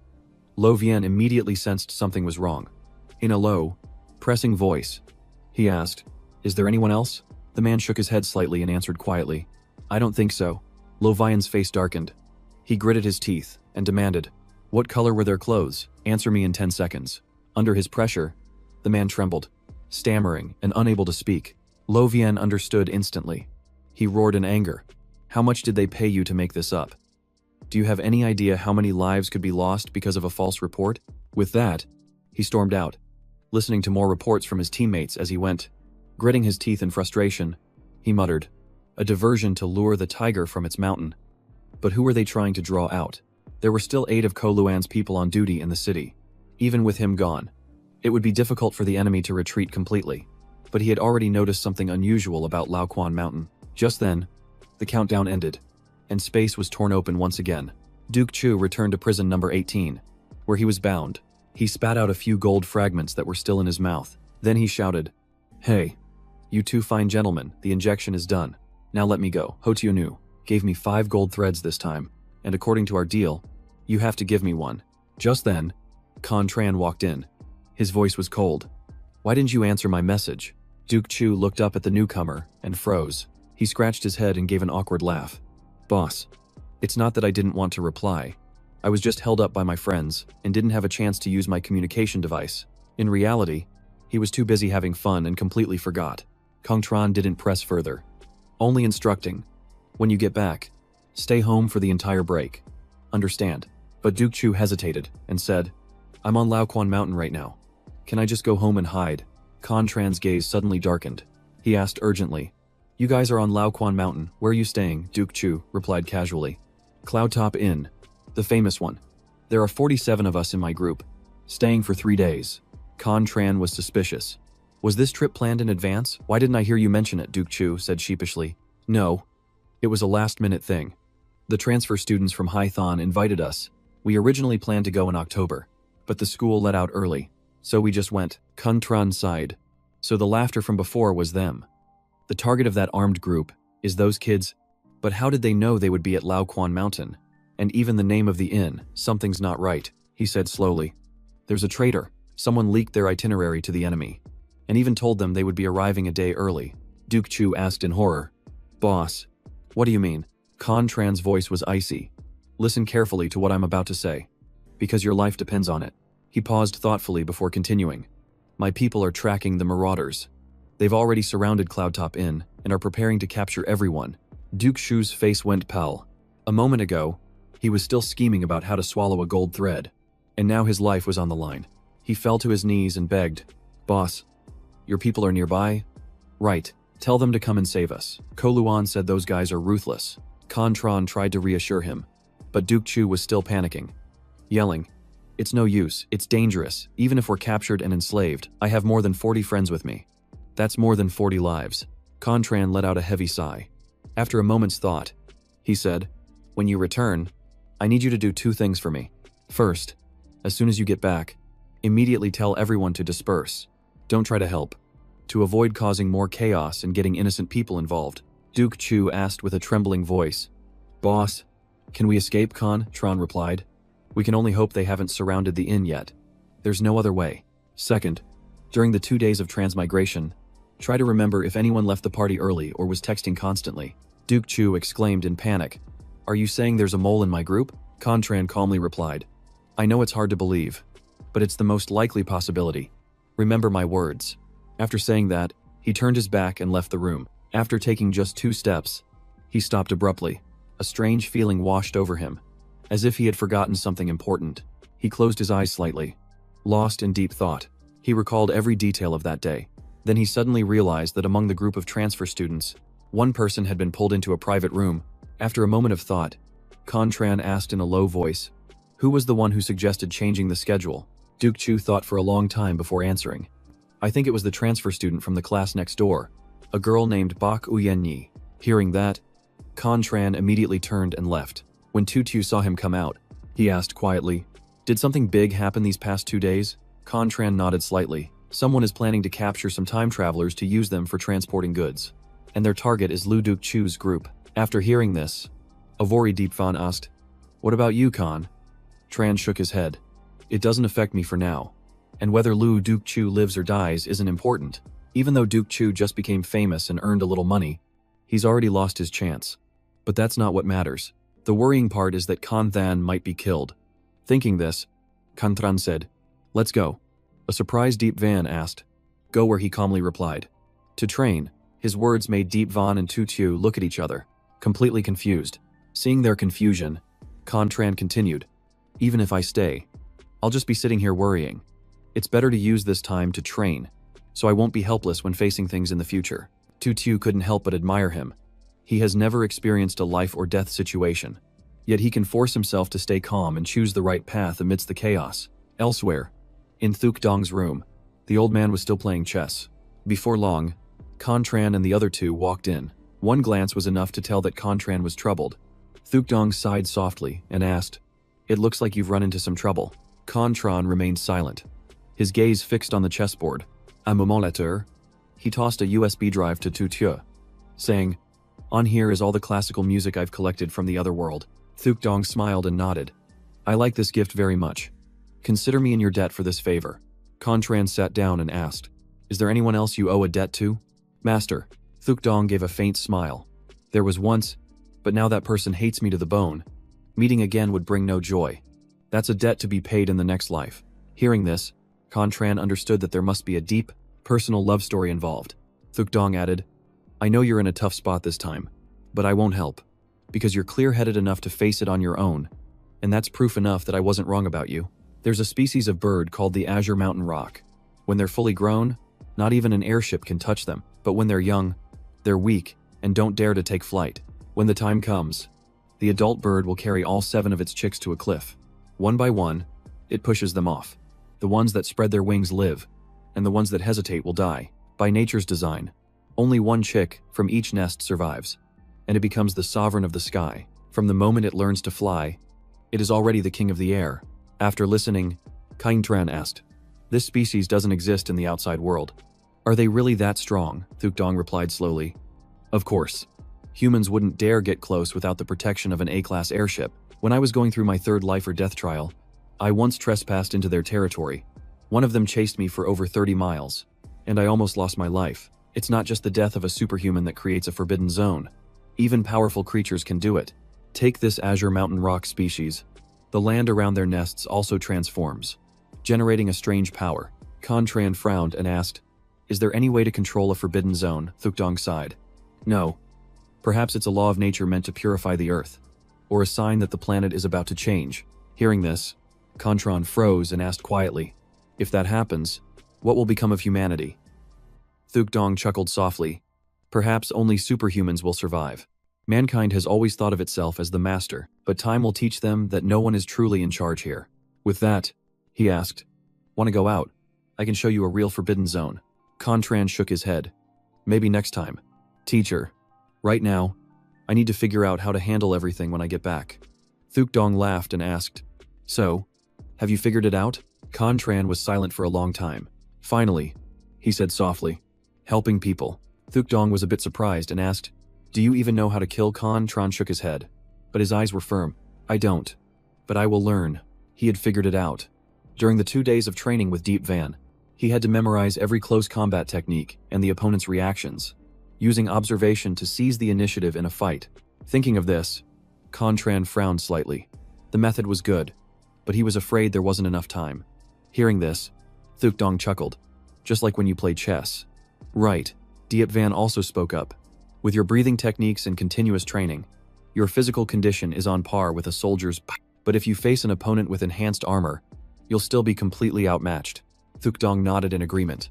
The human body has hundreds of joints, over 600 muscles, and billions of tiny muscle fibers. Its variations are far more complex than a chessboard. You don't need to learn it all in 2 days. In fact, to kill someone, you only need one move. He glanced at Diep Van and said, "Just teach him one move, and then tell him how the enemy will react." "That's enough?" Diep Van asked in surprise. "Just one move." Thuk Dong nodded, his voice calm. "It's enough. Human life is a fragile thing." Contran looked flustered and quickly said, "I'm afraid 2 nights still won't be enough time to practice." Thuk Dong gave a faint smile and said as he walked away, "Then just lock up all the prisoners. Only let them out to eat, and send them back to their cells right after. That'll give you 3 days to practice." Tutio just smiled and said quietly, "The boss is as decisive as ever." Diep Van also nodded. After all, he's the head of the night organization. It's not strange for him to do something like this. Before Contran could understand, Tutio added, "Oh, those 2 assassins that were captured earlier, I've already taken care of them." He smirked and said, "Don't worry. I managed to get some information before he died. It was definitely the Khan conglomerate's 4th division, but I just don't know why they're after you." After speaking, the man left, leaving just the two of them in the room. Deep Van immediately said, "Let's start training now. No more wasting time." Before he began teaching, he reiterated, "Thuk Dong was right. Human lives are fragile. A broken sternum will cause you to suffocate, and a punctured lung will make you die from lack of air. Severing an artery will take them down even faster. As long as you use the right amount of force, you can disable an opponent no matter where you strike." With that said, Deep Van took Contran's hand, explaining the theory while simultaneously guiding him through the practical movements. He threw a punch toward Contran's hip. Then, in a low voice, he said, "There is one area that armored soldiers often overlook, and that's the protection for their internal organs." Contran paused and asked quickly, "But doesn't everyone know how important the internal organs are? They must have bio-armor implants." "Right," Deep Van replied casually. "Nano armor is incredibly expensive. Very few people can afford it. I'm guessing their organs are completely unprotected." Contran sighed. "So being poor limits your strength." "Who?" Then, Diep Van pointed out other weak spots like the spleen, spine, ribs, back, and abdomen. He explained that just one stab to the spleen is enough to finish someone off. He asked Contran, "In the outside world, can you get your hands on a knife?" Contran replied, "I only have a paring knife." Deep Van shook his head. "That's useless. It won't even be able to pierce a soldier's armor." He rummaged through a pile of tools, pulled out a knife, and handed it to Contran, saying, "Here, this is something you can take back with you. Use it for your real training." Contran unfolded the knife, inspected it carefully, and asked, "We're using a real blade for training," Diep Van replied calmly. "Yes. You need to not only master the moves, but also master the weapon itself." Contran nodded, seeing the logic in that. He then asked, "So, what's the first step?" Diep Van explained slowly. "If you want to strike a weak point, you first need to know exactly where it is. But since everyone's height and build are different, the location of these weak spots varies. You'll have to kill enough people to develop a precise feel for it." Diep Van handed him a pair of goggles and said, "Put these on. They'll help you see better in the dark." The next day, at 1 in the morning, when the entire block was sound asleep, 2 figures silently crept into a room. Without a word, Diep Van moved and bent back the arm of the man sleeping on the bed. Then he glanced over at Contran, pointed to a spot on Duke Chu's body, and whispered, "See this? This is the weak point for the internal organs. One stab right here, and it's all over." After that, they moved on to another prisoner. This time it was a bald man, and Deep Van subdued him in an instant. Deep Van continued to show Contran each of the weak points on the human body. They continued this way, finding more victims to practice on while memorizing the locations of the fatal points. With his exceptional memory, Contran practically engraved all of the information into his mind. It felt like an anatomy lesson. For 5 straight hours, he touched over 1,000 spleens, gaining an incredible amount of hands-on experience. When the theoretical portion of the lesson was over, Deep Van started teaching him how to use the knife. He demonstrated the movements as he spoke. If you aren't stronger than your opponent, then a surprise attack is your best option. But you can't always have the element of surprise. Ambushes are important, but if that's all you rely on, you're just leaving things to chance. The moment the words left his mouth, Contran's knife had already stabbed the exact spot over Diep Van's spleen, but in the next moment, he had already seized Contran's wrist. The knife in his hand slid gently against his neck. Deep Van smirked. "All right, now I'll teach you the key to the second stage. If you reveal your intentions first, you'll immediately be at a disadvantage. When you don't have the strength to take down your opponent, a feint is the most effective killing blow." Contran fell into deep thought after hearing this. The ancients were right. To win, you must know how to lure your enemy. Even killing requires strategy. While he was lost in thought, Diep Van suddenly lunged at him again. Contran immediately raised his hand to block the attack. The two continued to exchange blows once more. A moment later, Diep Van's knife was already pressed under Contran's arm. He whispered, "There are over 100 types of traps like this, and today, I'm going to teach you all of them." He reminded him, "You have to be flexible in a fight. Look at the masters of dagger combat. They can throw dozens of strikes in a single second, but only one of them is real." Contran narrowed his eyes, focusing on every single word. Immediately after, he launched a surprise counterattack. Initially, Diep Van saw through his every move, but this time, Contran used a feint, aiming the tip of his dagger at one of Diep Van's weak points. However, he still managed to block it. He chuckled softly. Not bad. Let's go again. Because Contran needed to focus on his training, all the prisoners were confined to their cells and not allowed out, causing them to grow restless and rebellious. Hothian couldn't take it anymore either, and he decided to sneak out to see what was going on. But just at that moment, a figure appeared in the hallway. When he got a clear look at the person's face, Hothian froze in fear. It was none other than Thuk Dong, and his gaze was as cold as ice. Hothian had no choice but to slink back. Thuk Dong didn't even spare him a glance, walking straight to the training room, where Deep Van and Contran were. At that moment, the two of them were still on the training floor.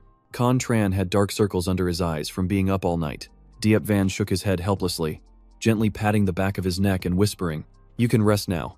He collapsed, falling asleep almost instantly. After lunch, Contran woke up. Thuk Dong asked, "So, have you gotten the hang of it?" Contran nodded. "I'm getting there. My ability to memorize and calculate during a fight is more effective than I expected." Tu Tio then asked, "So, in your assessment, how is his progress?" Deep Fan replied, "An ordinary person could never compare to him. His superhuman memory is terrifying. After one more night of training, there shouldn't be any more problems." Tu Tio asked again, "And his weaknesses?" Diep Van calmly replied, "He hasn't formed his own style yet. Only a true epiphany can fix that." Tu Tio looked at Contran and smiled. "Don't be intimidated. Anyone he praises as a master is a big name in the inner world." Diep Van shot him a glare and asked, "Have you had enough rest?" Contran nodded and replied curtly, "I'm ready. Let's continue." This time, Tu Tio stepped forward. "Let me fight you." He fought barehanded, as expected of a superhuman. Without a word, Contran rushed in, throwing a feint to deceive him, but Tu Tio saw it coming and smirked. "You're still too green." He knew perfectly well that Contran was only aiming for his spleen, but this time, Tu Tio was careless. Contran abruptly changed his target, attacking the arm directly. However, he still managed to catch it just in time. Tu Tio smirked. "That was close. You almost turned the tables on me." Meanwhile, Contran thought to himself that Tu Tio had previously said he wasn't good at combat and focused more on his abilities. But to be able to stop a knife with just 2 fingers was truly unbelievable. Sure enough, the gap between a regular person and a superhuman was like a chasm. Only other superhumans could stand a chance against them. Off to the side, Thuk Dong quietly asked Diep Van about his level of insight. Diep Van calmly replied, "In that respect, I'm no match for him." Hearing this, Thuk Dong chuckled and then reminded him to keep training and not get lazy. Diep Van simply nodded and said, "Yes, it's time to teach him about sneak attacks." On the training ground, Contran and Tu Tio were still clashing continuously. Late at night, 2 unfamiliar figures appeared in the prison cell, signaling the start of another nightmare. Diep Van coldly ordered, "Get on the bed." The inmate immediately took off his shirt and obediently lay down. Diep Van continued, "Yesterday I showed you how to locate it from the front.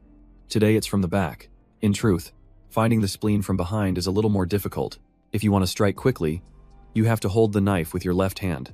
He demonstrated as he explained. Time continued to pass, and the countdown clock showed only 15 hours remaining. Just then, the system announced that Contran had a visitor. He stopped his training abruptly. 2 robots headed straight for Contran. Diep Van frowned and said, "They've sent 2 robot guards this time." Contran asked, "How is that different from before?" Diep Van nodded and explained that the system can assess threat levels on its own. If it detects an increase, it will dispatch more robots accordingly. Before it was just 1. Now it's 2. Contran frowned and thought, could it be that this entire prison is controlled by a single system?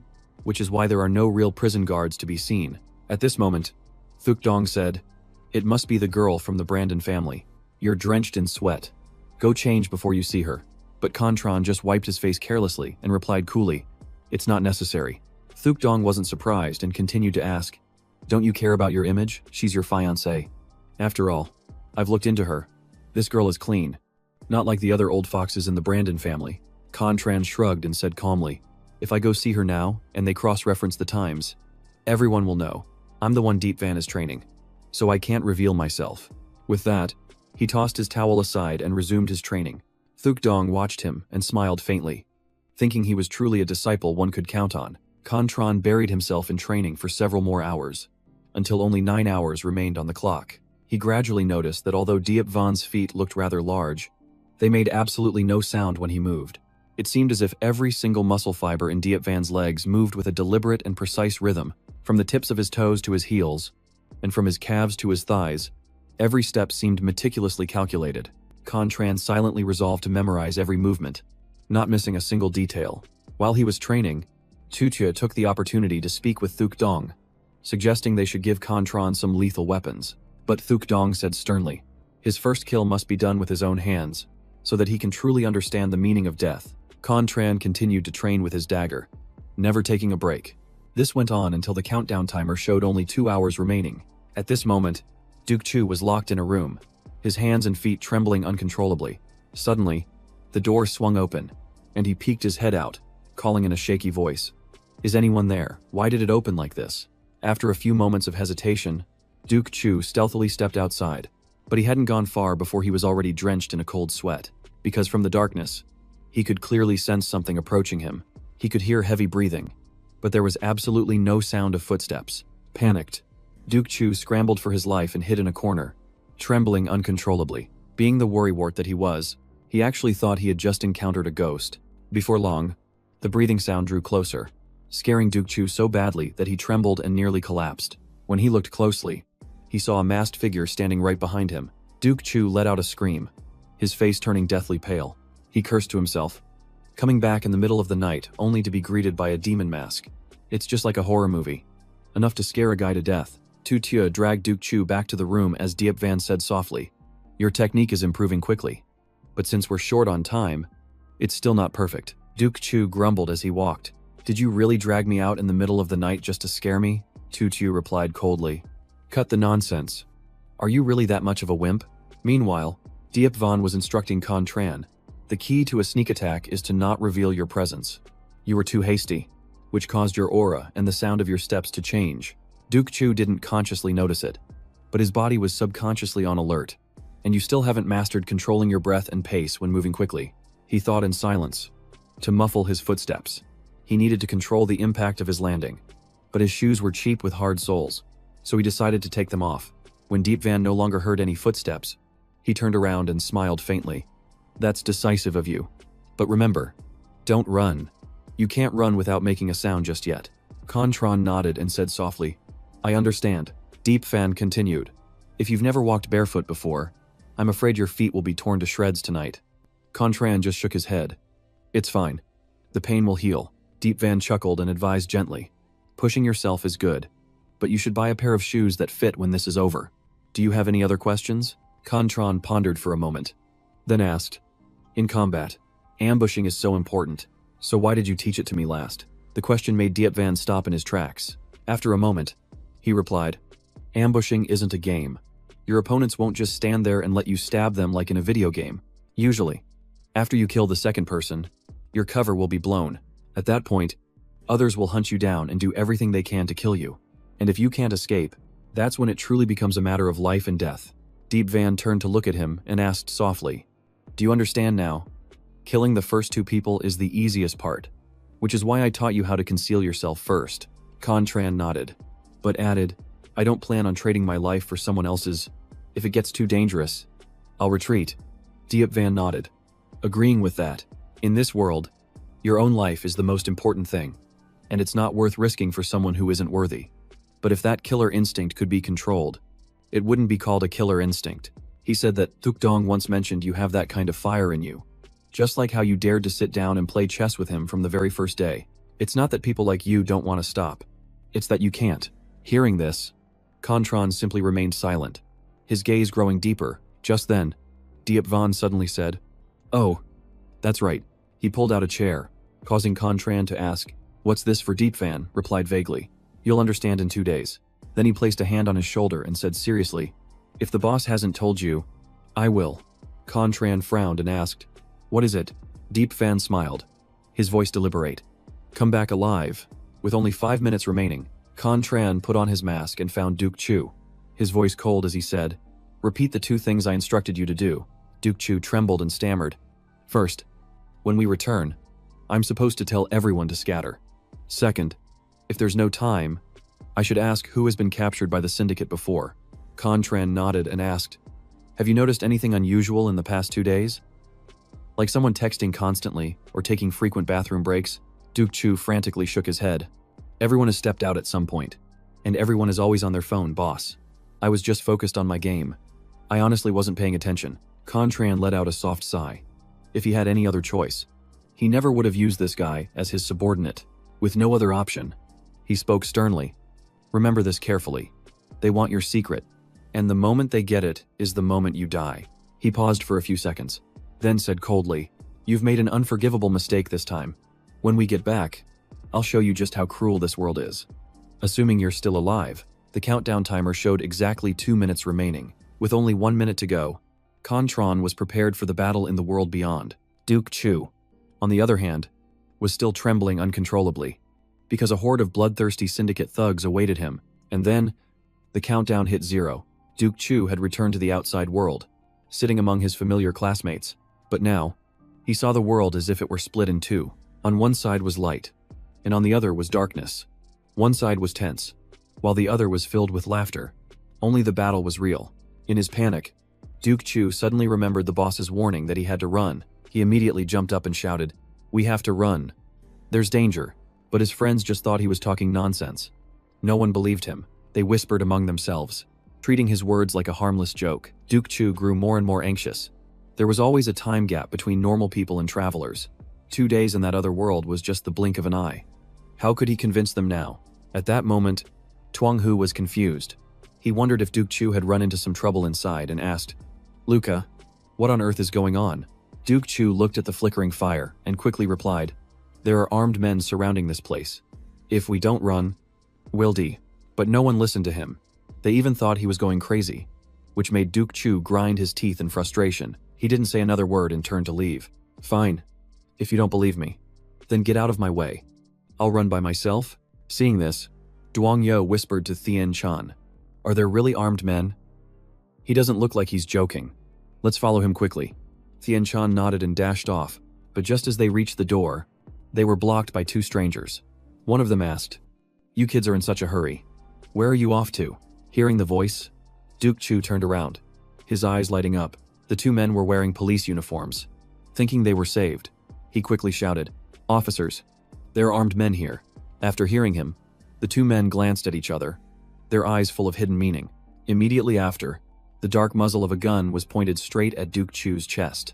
His face turned pale in an instant. Tung Yo was also restrained. One of the men sneered, "Armed men. Huh, I don't see any around here."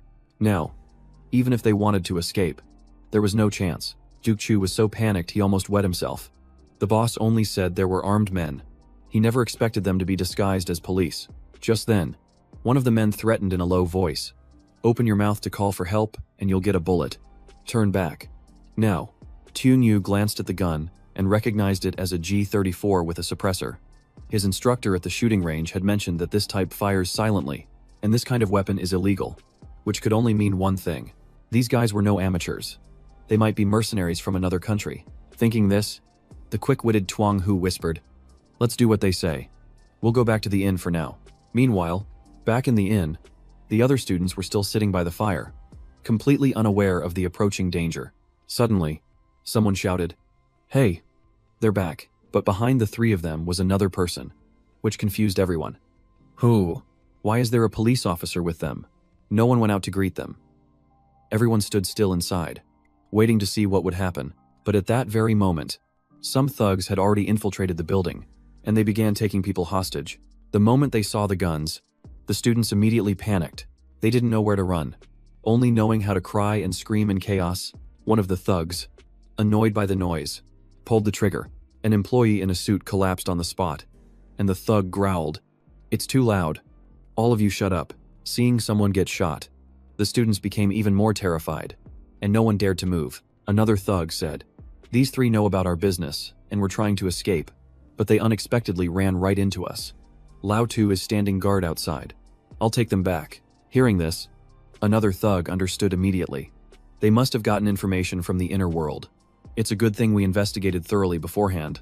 With that thought, he turned his gun towards Duke Chu and said coldly, "Be quiet, or your friends and the guests here will die with you." As she spoke, Kono glanced down at the soldier on the ground and smirked, saying, "See, our comrade Ko Luan is pretty smart, isn't she?" He understood that no one on the mountain was strong enough to stop these thugs, and reinforcements were a long way off, so he remained silent to avoid more casualties.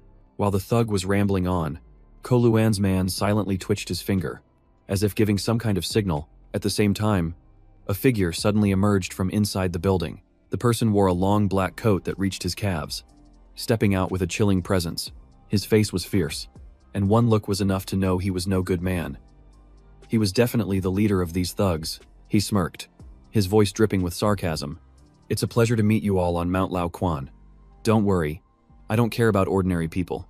I just need to find the time travelers hiding here, and then I'll let you go immediately." He added that if they wanted to leave this place safely, they had better cooperate, and it would all be over quickly. And so, the students were immediately rounded up, with several of the girls crying nonstop in fear. Only Vuongvan remained calm, speaking up to reassure them. "Don't be scared. We can't let Ho Tu Mu get dragged into this." Hearing that, the group remembered that Tunu's group of 3 was being held at gunpoint. If they made a scene, the vicious thugs might snap and kill them all. Finally, the students quieted down and sat still, huddled around the fire, no one daring to say another word. The leader glanced at his underlings and ordered, "Gather everyone in the courtyard and collect all their communication devices. It was a bit noisy just now. Tell Lao Tu outside to be on alert." And if necessary, he trailed off, not finishing his sentence, but made a throat-slitting gesture full of unspoken meaning. Elsewhere, Duke Chu was panicking and shouting. The boss clearly said there were only 5 of them. "How come I'm seeing 8 of them now? Can we even handle this?" Just then, footsteps were heard outside the door. Someone had heard the commotion and was approaching. The person hesitantly asked, "I heard a lot of noise earlier. What's going on? Is it so bad you had to call the police?" The thug disguised as a police officer casually replied, "Just a few drunks causing trouble. Don't be nosy. Go on back." Seeing nothing unusual, the person turned to leave, but as he walked away, he thought to himself, "That's strange. There's been trouble here before, but the manager next door has never called the cops. Besides, that cop from a moment ago looked really strange." He had a feeling something wasn't right and figured he should probably call the police later to check. But just at that moment, a hand from behind clamped tightly over his mouth. Then, a cold blade sliced across his throat without a single word. Just like that, he died without even a chance to cry out. The thug dragged his body into a nearby hidden corner. He carefully hid the body, making sure no one would find it. After that, he returned to his original post to stand guard. In the main building, the thugs started collecting everyone's devices. In just a few minutes, they had collected nearly all the communication devices. As the thug passed by Tuang Yo, he suddenly stopped. He stared intently at her, as if he suspected something. He asked in a cold voice, "Got any others?" Tuang Yo panicked for a split second, afraid of being exposed, and tremblingly handed over the other phone she had hidden. Just then, another thug cut in. "All right, let them go. The boss needs to ask some questions." Immediately after, one of the thugs forcefully shoved Duke Chu forward. He was shoved so hard he stumbled and fell, his face painfully hitting the ground. The leader questioned him coldly. "Speak. After you returned, how did you discover our movements and know this place was surrounded?" Duke Chu didn't answer. He just clenched his fists, as if torn between speaking and staying silent. In reality, he didn't know anything. Khan had never told him about that.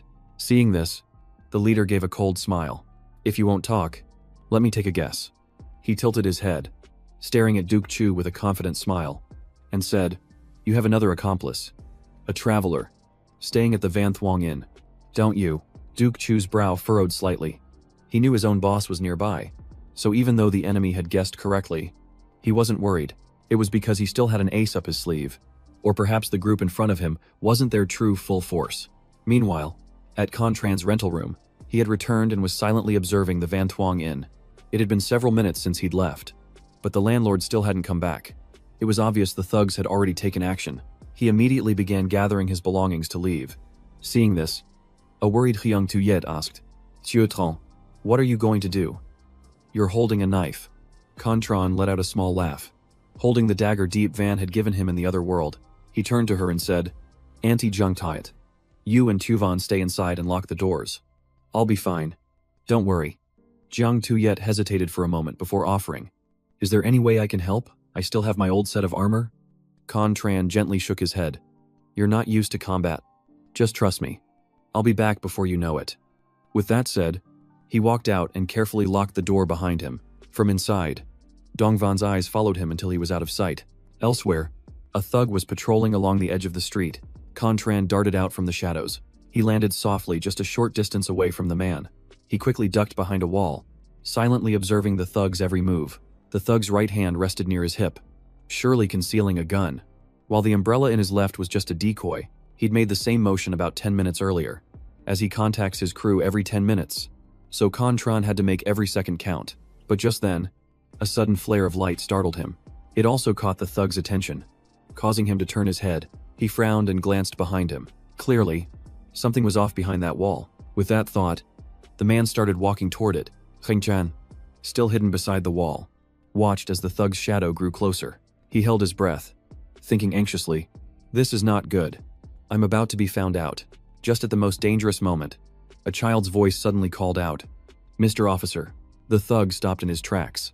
Immediately looking in the direction of the voice, he saw Dongvan standing there, who asked innocently, "Have you seen my mommy?" The thug was a bit flustered, not expecting a child, and he couldn't let her ruin his plans. So he softened his voice and said, "Your mommy, I haven't seen her. Come on over.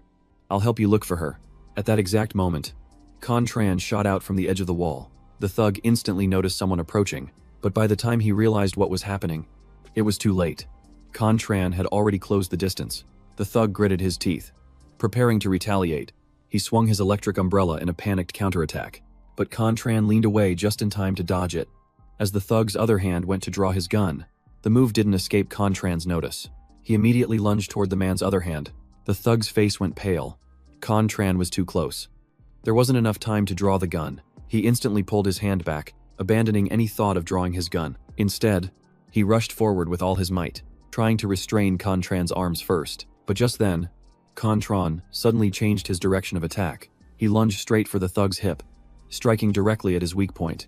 Seeing this, the man's expression immediately changed, his panic clearly visible. Contran immediately focused intensely, regulating his breathing deeply. Thuk Dong once said that the key element in a battle between wild beasts is the rhythm of one's breath, maintaining composure and self-control. Once he understood this, he could control himself, and from there, control the entire situation. Whether he was the hunter or the prey was his choice to make. In that very moment, Contran stabbed hard into the man's side, and blood sprayed out relentlessly. The thug didn't even have time to understand what was happening. It was as if Contran had anticipated his every move. He couldn't pull his parachute, couldn't use his gun, and his reactions were useless. Every one of his movements was intercepted by Contran a step ahead. Sensing the critical danger, he tried to alert his comrades before collapsing, but would Contran give him that chance? He lunged forward again. He pinned him against the wall, his hand still gripping the knife tightly. The thug's mouth was covered, preventing him from making any sound of warning. Contran narrowed his eyes at him, silently waiting for his prey to finally give up. The wound on his side was now gaping open, blood still streaming out endlessly. A moment later, his body went limp, and his breathing faded away. Contran stabbed him one more time just to be sure. He bent down for a final check, confirming that the man was no longer moving. Only then did he pull out the knife that was still embedded in the man's body. The blood began to coagulate, its flow slowing to a stop. Contran raised a hand to wipe the sweat from his forehead, thinking to himself, so this is what it feels like to kill someone. It turns out Thuk Dong was right. The first time you draw blood, you have to give it your all. Grit your teeth, and burn the moment of taking a life into your memory. Because if you don't experience it for yourself, how can you ever truly understand the value of life? Even though he had mentally prepared himself, his hand still trembled uncontrollably. A look of shock still lingered on his face. Just then, Dongvan's voice rang out, snapping Contran out of his daze. He immediately looked toward the little girl. Dongvan's face was pale, likely from extreme fear. He walked closer and asked softly, "Are you scared?" The little girl nodded slightly, whispering back, "A little." He knelt down to her eye level and asked with concern, "Why did you come out here? Where's your mom?" Just then, Jiang Tuyet rushed over in a panic. She said she'd only gone to the restroom for a moment, and when she came back, her daughter was gone. "Chuvan, you scared me to death," Dongvan whispered. "I just wanted to see Brother Contran." "Mom." Contran understood then that the little girl had come here on purpose. It wasn't a coincidence.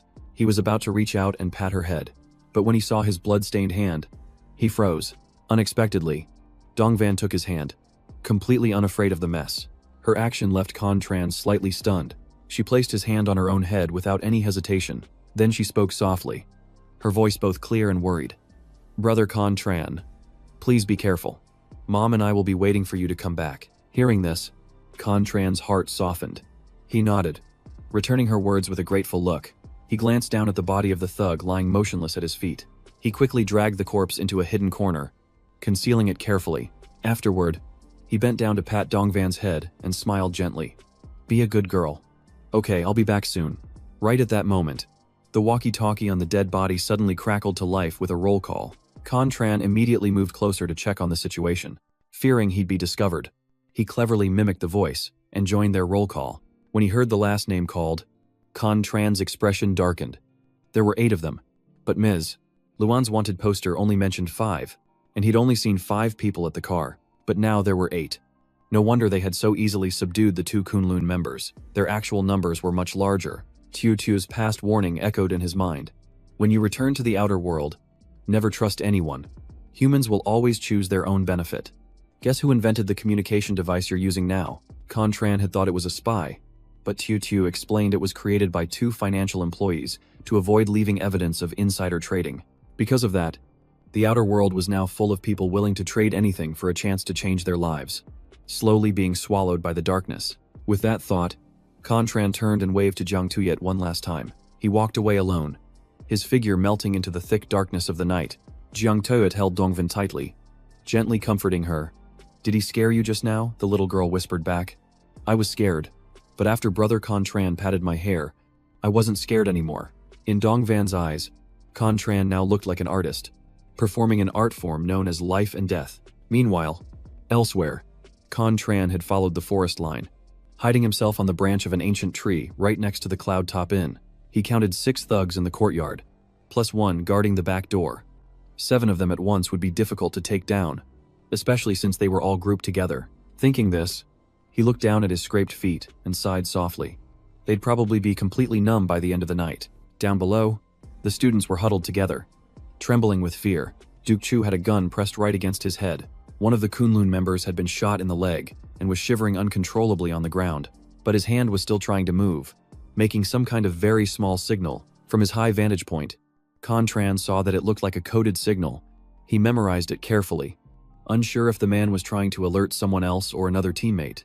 At the same time, one of the thugs grabbed Vuongvan by her hair and dragged her away. He dragged her inside, making the other female students tremble in fear. Tianu's group over here wasn't faring any better. At gunpoint, Chuang Yo and Thian Chan could only close their eyes and endure the situation, but there were still some who wanted to fight back. In a corner of the courtyard, where the fire flickered, a thug patted his accomplice on the shoulder and chuckled. "It's your turn." The other guy nodded and began to walk toward the group of students. His eyes scanned the crowd, then settled on one person. The female students panicked, terrified that he would choose one of them, but instead, he grabbed a male student. The unlucky victim was none other than Can then. Watching from a distance, Contran was startled and began to calculate his move. Even though he hadn't located the backdoor guard, he knew this was his only chance. Outside, another thug was casually smoking a cigarette.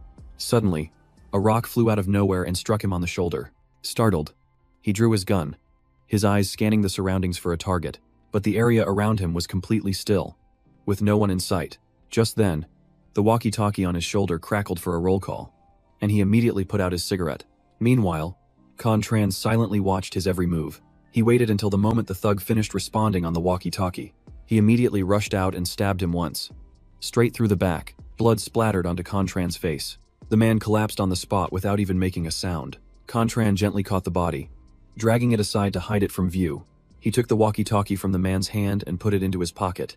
Inside the Van Thuong Inn, another thug held a walkie-talkie, stopping only after all 8 men had checked in. He grinned. "All 8 are accounted for, so we're good. Next, it's our turn." He glanced at Konthan, who was trembling on the ground. The boy told himself to hang on, thinking that if the thug just changed his mind, Kukoa wouldn't have to suffer. But no miracle happened. "Ina desperate gamble," Kanthan quickly said. "Seriously, I think Ho Tu Nu and Truong Thien Tron are prettier than me. You should go find them instead." Regardless of what he said, the goon continued to approach step by step. Kanthan panicked, thinking there was no escape this time. But after waiting for a long time, nothing happened. He tremblingly opened his eyes. The goon had now untied him and said in a cold voice, "Calm down yet. Now, I'll ask, and you'll answer. Cooperate, and you'll live." "Got it." Can then nodded frantically, his voice trembling. "Got it. The man asked again. In the inner world, who are you? The question stunned Kanthan. How did he know he was a traveler? Seeing his silence, the man raised his gun threateningly. I'm asking you a question. Kanthan quickly replied. I'm a hacker. The goon let out a dry laugh. A tech class traveler. Huh, how unlucky. Those who transmigrate without retaining their memories or knowledge are the most useless type. He asked again. What city are you from? Which district? Not daring to hesitate, Kanthan quickly answered. City 18. District 1. I just moved there. He nodded. Someone with money living in District 1. Why did you just move? Kanthan stammered. I just got a sugar daddy. This left the goon speechless, staring blankly at him. While the two were still talking, the outer door suddenly burst open. The goon, thinking it was his accomplice, didn't even turn around and said immediately, Boss. Confirmed. This is a traveler from District 1. Let's make it a clean job. Hearing this, the color drained from Kanthan's face. The man gave a cold smile. Now come with me quietly. But before he could even turn around, a blade pierced straight through him from behind. Dark red blood sprayed out in a stream. Kanthan was so scared he almost fainted on the spot. The man tried to grab his walkie-talkie to call for backup, but another hand snatched it away. Kantran appeared from behind, grabbing the walkie-talkie and kicking the man hard to the ground. Regaining his composure, Kanthan looked closely at the masked person and realized it was Kantran. But he still pretended to ask, Who are you? Kantran said coldly, Stop pretending. Follow me out the back door. There's no time to talk. Hearing that, Kanthan dropped the act and burst into tears. Tran, I can't believe you came to save me. If you hadn't come, I would have been toast. Before they could even leave, a shout was heard from outside. Run. They're trying to silence us. Not far away, a group of students huddled on the ground, terrified after seeing someone get killed. One of Miss Luan's people couldn't take it anymore and started to fight back. The gunman immediately turned and aimed his weapon threateningly. He growled, just as expected from Miss Luan's people, daring to resist even when you're injured. Immediately after, the man pulled the trigger, and the one who fought back collapsed on the spot. Duke Chu and the other two witnessed it, their faces pale, a mix of fear and regret rising within them. One of Miss Luan's men was still sitting there, his body twitching slightly. From out of nowhere, he pulled out a gun and charged forward, intending to counterattack. The sound of a gunshot rang out, causing the students to cringe and cling to each other. Everyone trembled, their minds blank with fear. Ms. Luan's last man also fell, dying on the spot. He hadn't expected them to still have someone hiding in the back. The scene inside the inn was now chaotic and filled with sorrow. Before breathing his last, Ms. Luan's staff member could only whisper, Run. They want to silence everyone. Witnessing the scene, the students broke down and desperately scattered in all directions. But the enemy had guns, and before anyone could even get out the door, someone fell. A bullet pierced straight through a head, cold and ruthless. Screams and the thud of falling bodies echoed throughout the house in indescribable chaos. The sounds of wailing mixed with the unending echo of gunshots. Duke Chu's group of 3 were still being held hostage and could only watch the scene in despair. Just then, the dead man's walkie-talkie crackled to life. The plans changed. No silencing them. Just grab the traveler mixed in with the crowd and pull out. Elsewhere, the leader, having received no response, frowned and muttered, Where's number 5? He's probably run into trouble. Number 3. Number 4. Drag the 2 from upstairs down here. Rendezvous at the parking lot. At the same time, Heng Tran, who was upstairs, had witnessed everything and overheard the plan on the walkie-talkie. He narrowed his eyes as he looked down, his gaze calculating something. Ms. Luan's 2 staff members had sacrificed themselves to buy time. Even innocent students had fallen, and he knew he couldn't just stand by. With that thought, Kantran picked up the gun from the thug's body and said in a serious tone, Wait for me here. Before Kanthan could understand, Kantran instructed him, Remember, as of tonight, it's as if I was never here. If I don't come back, don't say anything to my parents. Kanthan nodded, quickly hid inside, and watched with worry as Kantran left. At that moment, Kantran was already rushing down the stairs, and even though he knew this was reckless, he decided to press on. His intuition told him that if he turned his back and walked away now, he would regret it for the rest of his life. Only now did he understand that what Diep Man had once said was true. Once you've crossed that bridge, once your hands are stained with blood, there's no turning back. This was no longer a matter of rules. It wasn't about orders. It was about courage. And right now, he had enough courage to face those criminals. Just like that, Kantran rushed barefoot down the stairs, But just as he rounded a blind corner, he was surprised to see someone who shouldn't have been there. It was Vuong Van. She showed no signs of being tied up or injured. In fact, she was walking around freely. Contran immediately realized what was going on. When Vuong Van saw him, she became frightened and stammered. "What happened? Did the plan fail? Who are you?" Contran was finally certain that she was the traitor. He recalled the night of September 30th. Her attitude towards the other four had been strange. Something must have happened at Jiang Tuyet's house. That was why she had become a traitor. Contran couldn't let her just walk away. So he raised his gun. Without any hesitation, he shot her twice in the leg. Vuong Van collapsed as blood from her leg soaked the floor. Contran just watched silently, his face expressionless. Even though he had no connection to the people who died that night, someone had to be held responsible for it all, and the one who had to bear the consequences for tonight was Vuong Van. It's just that Contran never expected that she would later escape all responsibility thanks to her family's influence. In the small courtyard of the Van Thuong Inn, the students were still scattering in chaos. The scene was so chaotic that it woke the neighbors, who looked on, confused about what was happening. 3 thugs were escorting Tunog, Thien Tran, Duke Chu, and Un Ni as they fled towards the parking lot. On the way, Tuong Yu spoke up. "There's no point in holding the 4 of us. There's only one road off this mountain, and Luan's men have surely set up a trap. If you let us go and run into the forest, Phúc Nook Mountain is 800 miles wide. Even with wings, they'd have a hard time finding you. I'll even promise you money." It had to be said, Tuong Yu was the cleverest of the group. After hearing this, one of the thugs burst out laughing. "Thanks for worrying about us. But you're overthinking it. Show him that thing." As soon as he finished speaking, another thug brought over a bag. The moment Tumu looked inside, the color drained from his face. It was gasoline, something he had seen many times before. There was no mistaking it. What in the world were these lunatics planning to do now? Just then, the leader lit the fuse of an incendiary bomb.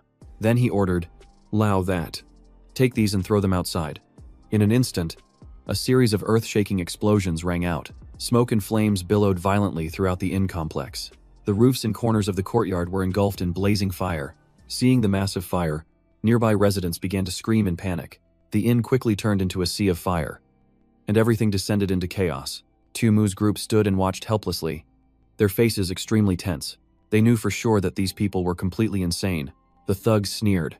"Honestly, I'd love to let you go, but it would be a huge pain if you went back to the inner world and brought Lai Thuk Dong with you." He grinned maliciously. "So just go ahead and die here. The more blood we spill, the more the tourists will panic." Hearing that, Duke Chu's face went completely pale. Seeing this, the man laughed even louder and shouted, "7. Take off the silencer, empty your clip, and let's watch the tourists run for fun." But no gunshot rang out, and no one answered him. The leader's expression immediately darkened. He gritted his teeth and cursed. Something's wrong. He scanned his surroundings, his eyes filled with caution.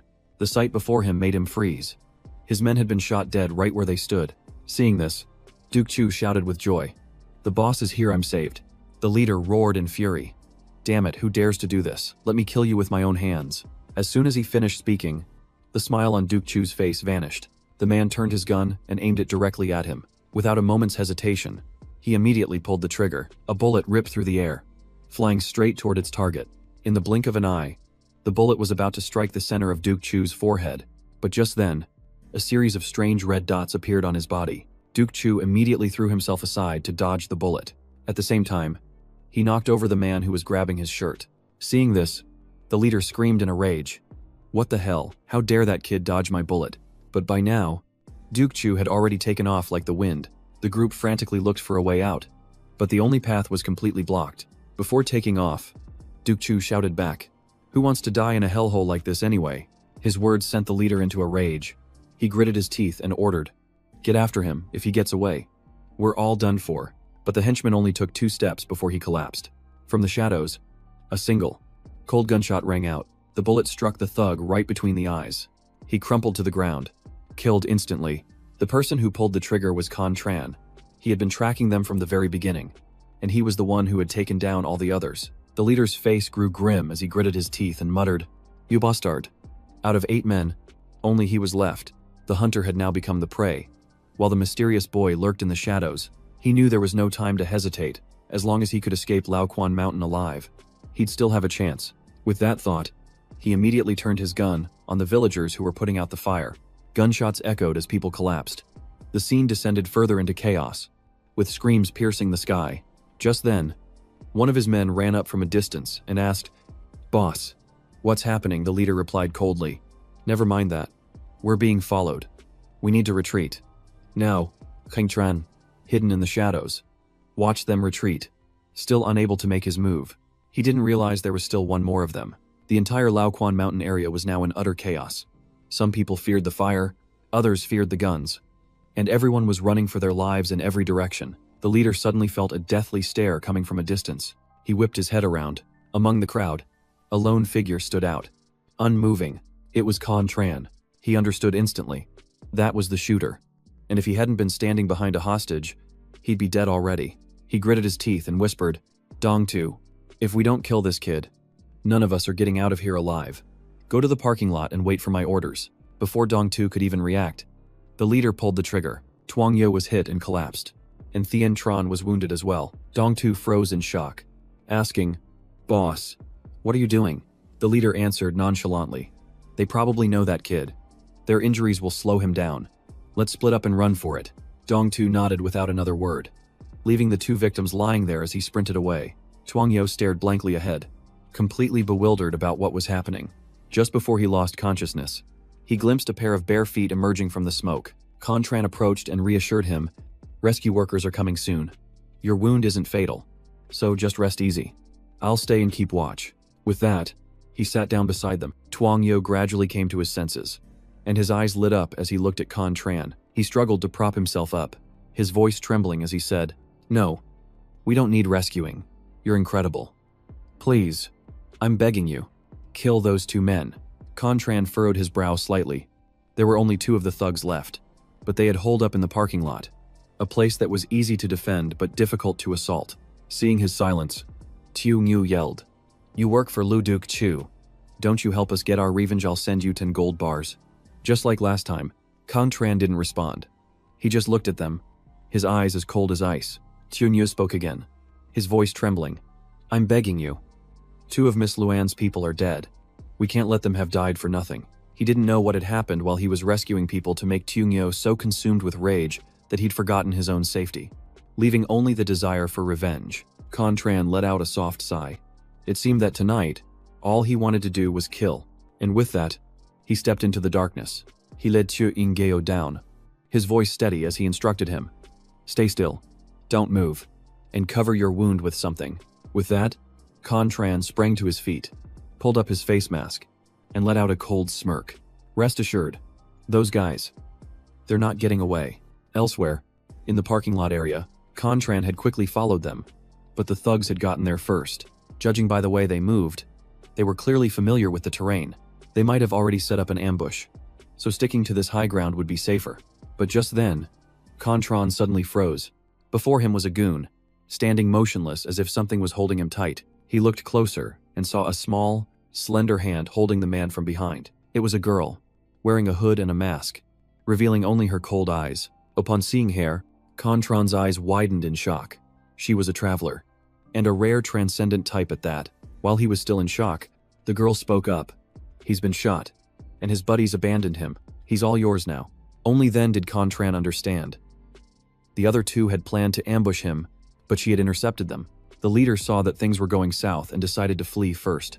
At that thought, he glanced over at the black car that was revving its engine as it sped away. The driver was none other than the ringleader. The girl let out a soft scoff. "What are you still standing there for? He's getting away." Hearing that, Tran immediately dashed in pursuit. She was right. The parking lot connected directly to the highway, and if he wasn't fast enough, the guy would escape. He strode past the girl, disappearing like a gust of wind. The girl watched him go, momentarily stunned.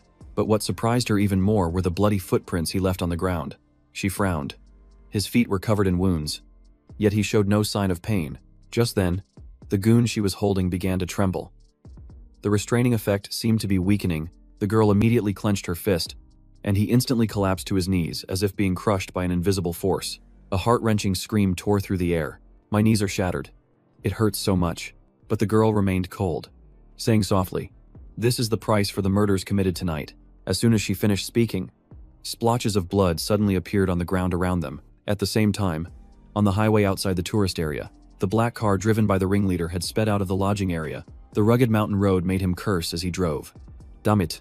It was all twists and turns. As narrow as a rat's trail. This stretch was a real pain to navigate. And the car was constantly lurching. Suddenly, something slammed into the windshield. A spiderweb crack spread across the glass. Startling him, he glanced in the rearview mirror and saw someone was tailing him. It was Contran. He had caught up. The leader's expression changed in an instant. He never expected Contran to catch up so quickly. A mix of anger and fear made him grind his teeth. He snarled and slammed his foot on the gas, forcing the car to accelerate. He never would have dreamed that Contran could pursue him and shoot with such precision at the same time. Every single one of his shots was unbelievably accurate. Luckily, they had brought short-range suppressed pistols this time. Otherwise, he would have been taken down much earlier. Just then, the gunfire from Contran's position suddenly went silent, as if he had run out of ammo. The leader immediately smirked, thinking Contran must have finally given up. But having come this far, Contran couldn't back down. He tossed his empty gun aside and continued the chase on foot. The sight left the leader wide-eyed in utter disbelief. Even without a gun, he picked up speed and charged forward, determined not to stop. As the distance between them closed, he gritted his teeth, thinking, "You think I'm an easy catch? I'm still the one holding a gun." With that thought, the leader stomped on the accelerator. The car swerved sharply, executing a clean drift. Seizing the moment, he turned and aimed his gun back, smirking as he said, "Get lost." But then, the unexpected happened. Contran was also raising a gun, aiming right at him. They both pulled their triggers at the same time, and muzzle flashes erupted from the barrels. The bullet tore the leader's ear off, sending a spray of blood into the air. At the same time, a bullet grazed Contran's shoulder, and blood began to soak his shirt. He staggered and collapsed to the ground, his body trembling from the pain. The leader looked down at his bloody wound and gritted his teeth. He realized he'd been tricked. Contran had pretended to be out of ammo to make him lower his guard before going for the kill. Realizing this, he immediately turned and continued to flee. Contran gritted his teeth and forced himself up. He absolutely could not let him escape. The highway was winding, but the forest path was not. With that thought, he picked up a large rock. Immediately after, he jumped down from the road's guardrail. A shortcut is always the fastest way. As long as he ran fast enough, he could still make it in time. With that in mind, he ignored his torn-up leg and dashed forward without rest. Once he chose to pursue, there was no stopping. He couldn't let evil continue to survive. Contran stopped at a bush by the roadside, right on the car's expected route. He hid himself, waiting patiently. Sure enough, before long, the black car appeared in the distance. Contran closed his eyes, taking a deep breath to regulate his breathing. His breathing evened out. His eyes focused on the target before him. He slowly stepped back to build momentum. One hand gripped the cold stone tightly in his palm. In this game of chess, it wasn't just a pawn crossing the river. There was also a cannon lying in wait. And he was that cannon. Without hesitation, he forcefully threw the rock. At that moment, the ringleader was feeling smug, even laughing gleefully, thinking that there was no way he could have kept up this time. But just then, the car's front windshield shattered once again. A rock flew out of nowhere, smashing the glass and hitting him straight in the head. His grip on the steering wheel faltered. The car skidded along the road, completely out of control. Not long after, the car crashed straight into the guardrail and exploded. The front of the car erupted, and flames flared violently. Seeing the danger, the ringleader jumped from the car, cursing through gritted teeth. Damn it. Where did that rock come from? Now he was screwed. No gun, and the car was wrecked too. He suddenly remembered what Tunyu had said and sighed softly. That kid had been right after all. Now, if he wanted to live, his only choice was to run into the forest. But just as he finished that thought, his eyes suddenly widened, because not far in front of him, Contran was slowly approaching. He froze completely. How in the world did he appear here, with such a mangled leg? He still chased him so relentlessly. It was a true nightmare. At that thought, he quickly turned and fled. He barely took 2 steps before he tripped and fell flat on his face. Contran was already standing right in front of him, refusing to show weakness. He scrambled to his feet. He snarled, "Bring it on. Aren't you here to kill me?" As soon as the words left his mouth, a cold blade was pressed against his neck. Contran didn't hesitate, thrusting the blade straight at him.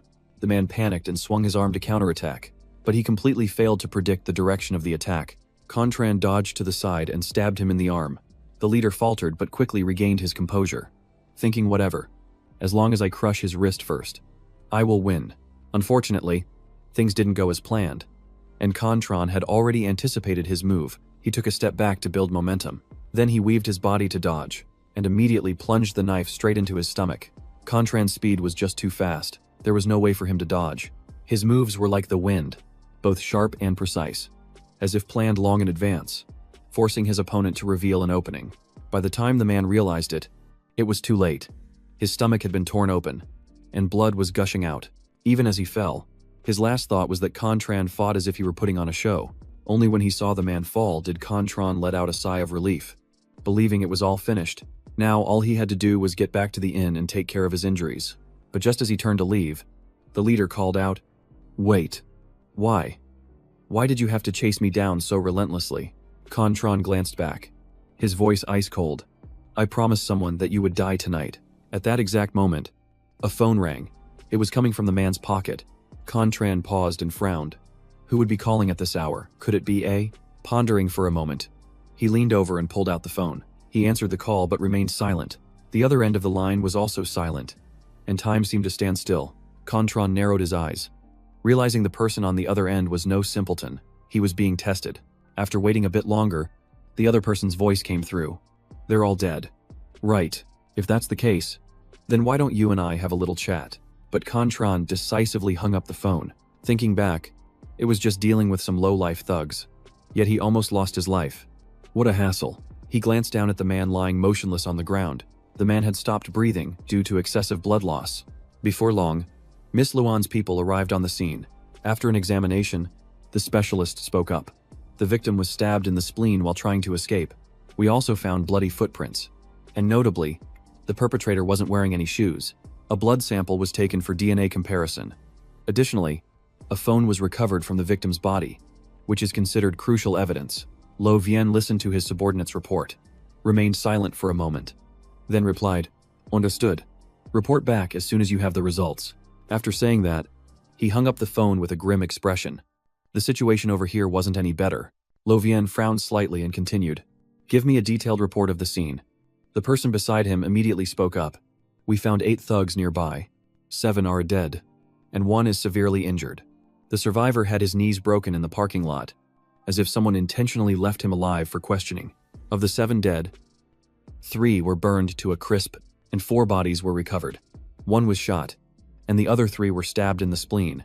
The attacks were as precise as a professional assassin's."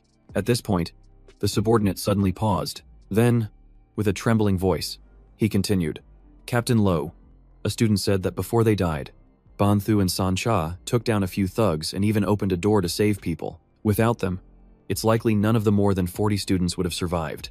They saved face for Miss Luan." Hearing this, Lo Vien just gave a faint, bitter smile. He said softly, "This isn't the time to get emotional. Let's go see where the bodies were found." The subordinate nodded and continued his report. The first body was found next to the boarding house, but that wasn't the primary scene. There were drag marks and a long trail of blood. He was likely killed at night and then dragged behind a wall. The entire building was set on fire, but the flames didn't spread to this courtyard area. Lo Vien bent down to inspect, his expression turning serious. All 3 bodies were stabbed precisely in the spleen, whether from the front or the back.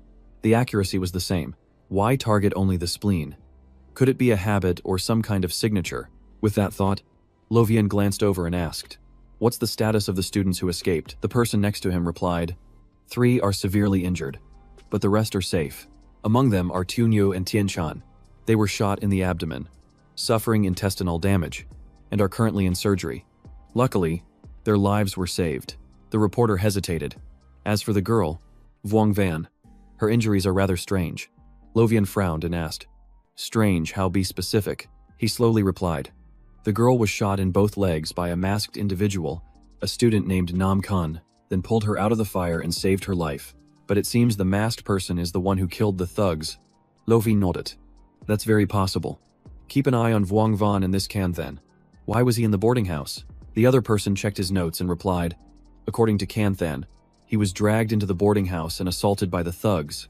He was lucky to be saved by that individual. Afterwards, Canthan intentionally gave a false description of the person's appearance to mislead us." After hearing this, Lo Vien said, "Cordon off the area and investigate. The boy's testimony is our most reliable lead." Just then, another person ran up to report, "Captain, There are countless bloody footprints in the parking lot and the surrounding area. They must belong to the killer. Lo Vian immediately said, "Take me to see them." Before long, they arrived at the road next to the parking lot. Seeing the splattered bloodstains, Lo Vian frowned deeply. After a long moment of contemplation, he said, "You'd have to be incredibly tough to dare take on that whole gang of thugs alone and wipe them out." Then, he proceeded to the main crime scene, looking at the bodies strewn everywhere. Lovin Sahil, 8 lives. 4 of them were stabbed in the spleen, and all 4 wounds were fatal. This kind of person is extremely dangerous. Logically, we should track him down immediately, but then he thought about how this person had risked his life to go after those killers, avenging his comrades for him. An indescribable feeling welled up inside him. With that thought, Lo Vian looked down at the bodies again, and he suddenly noticed something unusual. It seemed like one of the bodies was missing something. He observed for a long time and quickly realized what was missing. It was a walkie-talkie. With that, Lo Vian asked his subordinate in a serious tone, "Where are the people who processed the scene? Did they find a walkie-talkie or any fragments of one?" Everyone immediately spread out to search. While he pondered, if the thug who died first is missing his walkie-talkie, then it's very likely the killer has it. Thinking this, Lo Vian walked over to the body of one of the accomplices and picked up the walkie-talkie from his body. He pressed the communication button, and a low voice spoke. "This is Lo Vian. I work for Miss Luan," but after waiting for a long time, there was still no response. He frowned slightly. Could the other person be staying silent on purpose? It seems tracking this person down won't be easy at all. We can only wait for the results from the crime scene analysis and the DNA tests, but he was wrong. It wasn't that Contran didn't want to answer. It was because he was treating his own wounds and couldn't even open his mouth. Sweat drenched his forehead as he gritted his teeth against the pain. His eyes glanced down slightly, and he said in a hoarse voice, "I think it's right under the bed." Then he let out a soft breath. "Everything's okay for now. Giang Tuyet. Keep going." Jiang Tuyet carefully plucked a shard from the sole of his foot and said worriedly, "Hang in there. We're almost done." Contran's soles were covered in cuts, and blood stained the white towel red. Jiang Tuyet couldn't hold back her tears looking at the scene. "Just look at you. You go out once and your feet and shoulder are all torn up, especially that knife wound on your shoulder. I don't know how you can stand it. I can't even bear to look at it for long." Contran just remained silent. In truth, while the injuries looked severe, they were all superficial. Once treated properly, they would heal quickly. Besides, he didn't feel the pain as much as he did last night. Perhaps it was because his body released so many endorphins during the fight, making him temporarily forget the sensation of pain. Throughout the fight last night, he had maintained a special breathing rhythm, and he wondered if that was why his body felt like it was transforming. The sound of his joints cracking echoed through his entire body, and the flow of energy within him felt even more powerful.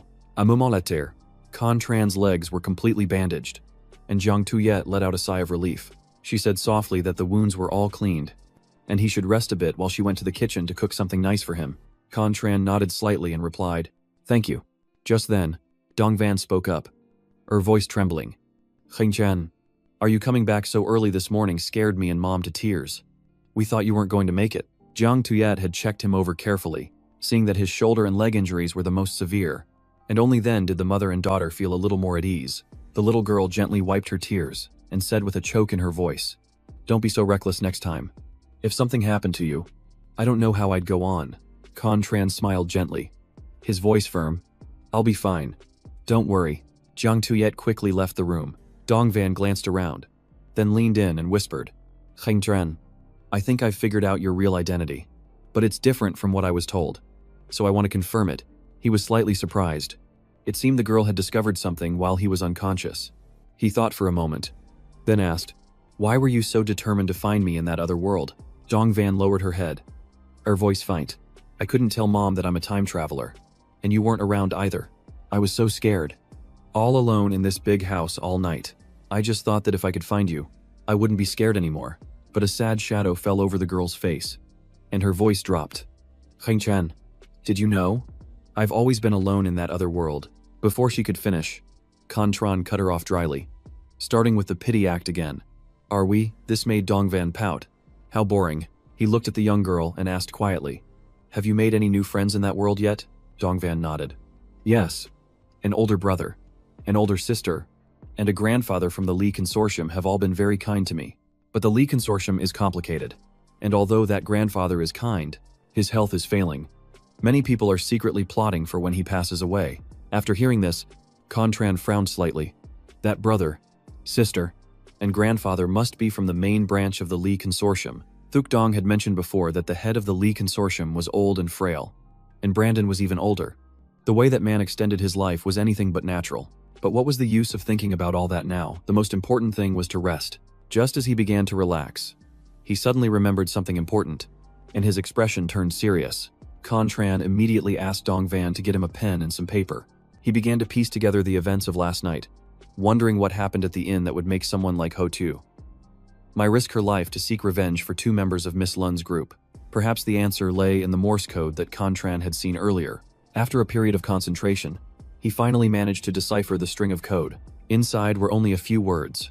No regrets in this life. Take care. Repeated 3 times, like a final farewell. Contran frowned slightly. Was this the message the injured member of Miss Lun's group sent to their comrades before they died? Seeing the change in his expression, Dong Van asked softly, "Hengchan, what's wrong?" He shook his head slightly. "It's nothing." Dong Van, help me put this piece of paper in my pocket.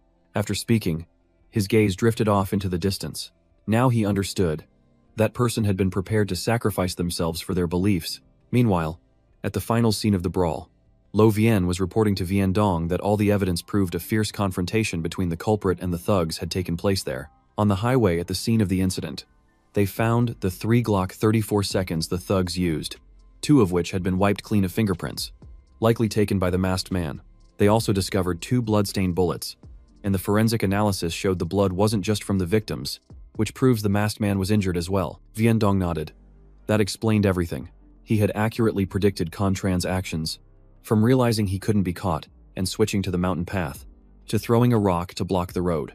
Every step was precise. Lo Vien was stunned to hear that, did the rock really hit the car? He made a calculated throw like that from over 10 meters away. Vien Dong calmly nodded. Compared to the spleen stab, that throw was the true display of his frighteningly precise calculations. He felt that Contran had calculated everything with an unbelievable level of precision.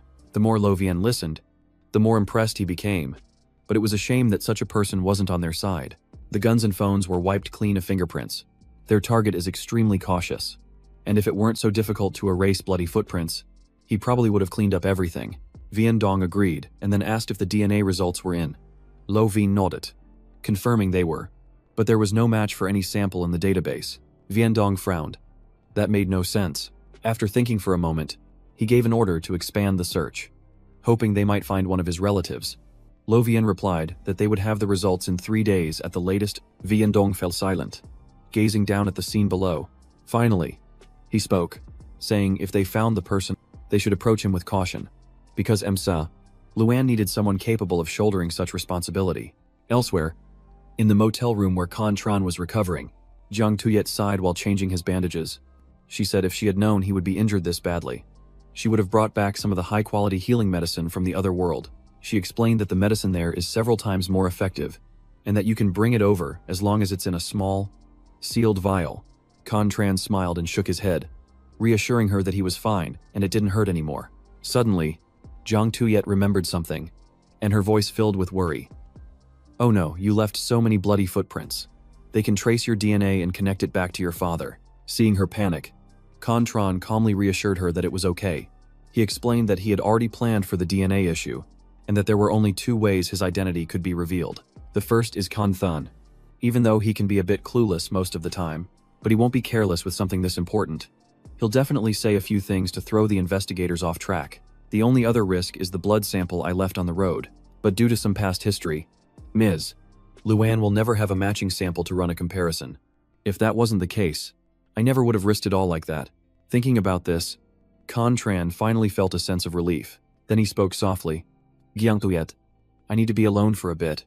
There's something I have to do." Jiang Tuyet was slightly taken aback but didn't press him for details, seeming to understand that there was more to him than met the eye. If he didn't want to talk about it, she wasn't going to force him. She gave a small nod and led Dong Van out of the room, saying she would take Tu Van for a walk and to call if he needed anything, as she would be staying close by. The door closed, leaving Contran alone and silent in the empty room. He turned on his communicator and checked the latest messages. Inside was a flood of messages from Duke Chu, an unbelievable amount. Contran skimmed through them and sighed. It was exactly 9 in the morning, a full 9 hours after he had withdrawn from the scene. The masked man had only just left a short while ago. On the other end, Duke Chu was still anxiously waiting for a reply from his boss. But there was no word. It got to the point where he suspected that his boss was last night's perpetrator, now hiding somewhere and tending to his wounds. But then again, his boss was a discreet and meticulously cunning person. Why would he rush into such a bloody fight? Just then, his device vibrated, making him jump.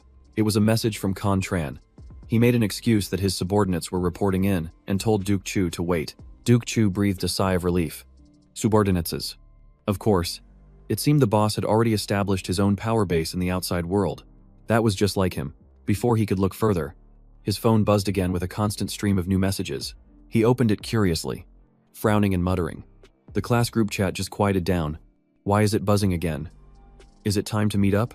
When he opened it to take a closer look, he saw that everyone was still talking about what happened last night.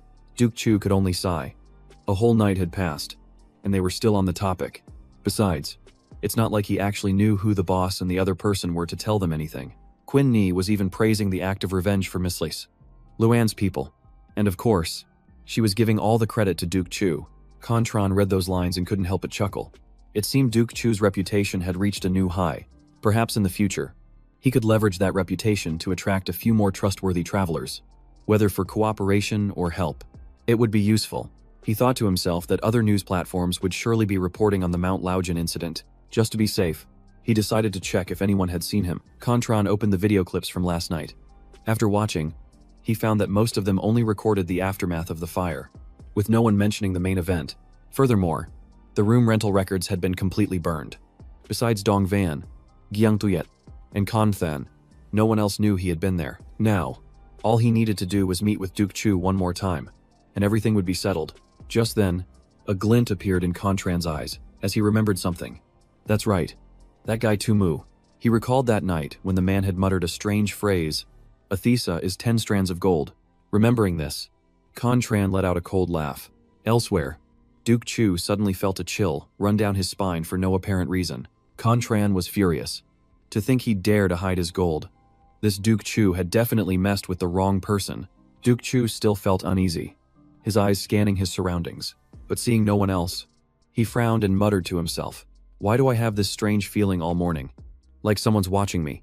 A short while later, Duke Chu and a few friends arrived at the hospital to visit Tungyeo, but they were stopped before they could even go inside.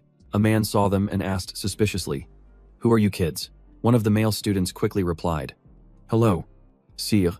We're classmates of Tu Mai and Thien Tran. Here to visit them." Hearing this, the man asked again in a serious tone, "Which one of you is Lu Duke Chu?" Duke Chu, who was holding a bouquet of flowers, was startled and raised his hand. That's me." Immediately, the man walked over, gripped his shoulders, and said emotionally, "Thank you for saving Tunyo's life. The boy told me everything. If it weren't for you and your people, he would have died at the hands of those thugs." Duke Chu waved his hands awkwardly. "It was nothing. Sir, I really didn't do much." The man laughed. "It's good for a young man to be modest. But don't be too modest. In my eyes, you are someone worth investing in." He then continued, "This morning, I had a talk with Tunyo. I was planning to have him transfer to Haithon School, but he refused. I think he wants to be closer to you. So I decided to arrange for your transfer as well." Duke Chu panicked when he heard that rich people really do whatever they want. Was he planning to just pull him over to live next to his son? He quickly waved his hands to refuse. "Sir, I don't want to leave this place yet. This is my hometown, and all my friends and family are here." Tunyo's father also offered Duke Chu a house and a generous sum of money, but he still waved his hands and refused. "That's not necessary. Thank you for your kindness. Sir." A house in Haithon City with living expenses sounded very tempting, but the boss was in Lakthon City. Besides, the boss held all of Duke Chu's money, and he was still saving up to buy the full course of the FDE gene medicine. He was still dreaming of becoming a B-rank master, but the boss had no idea that Duke Chu had secretly kept half of the reward, which was double the previous one.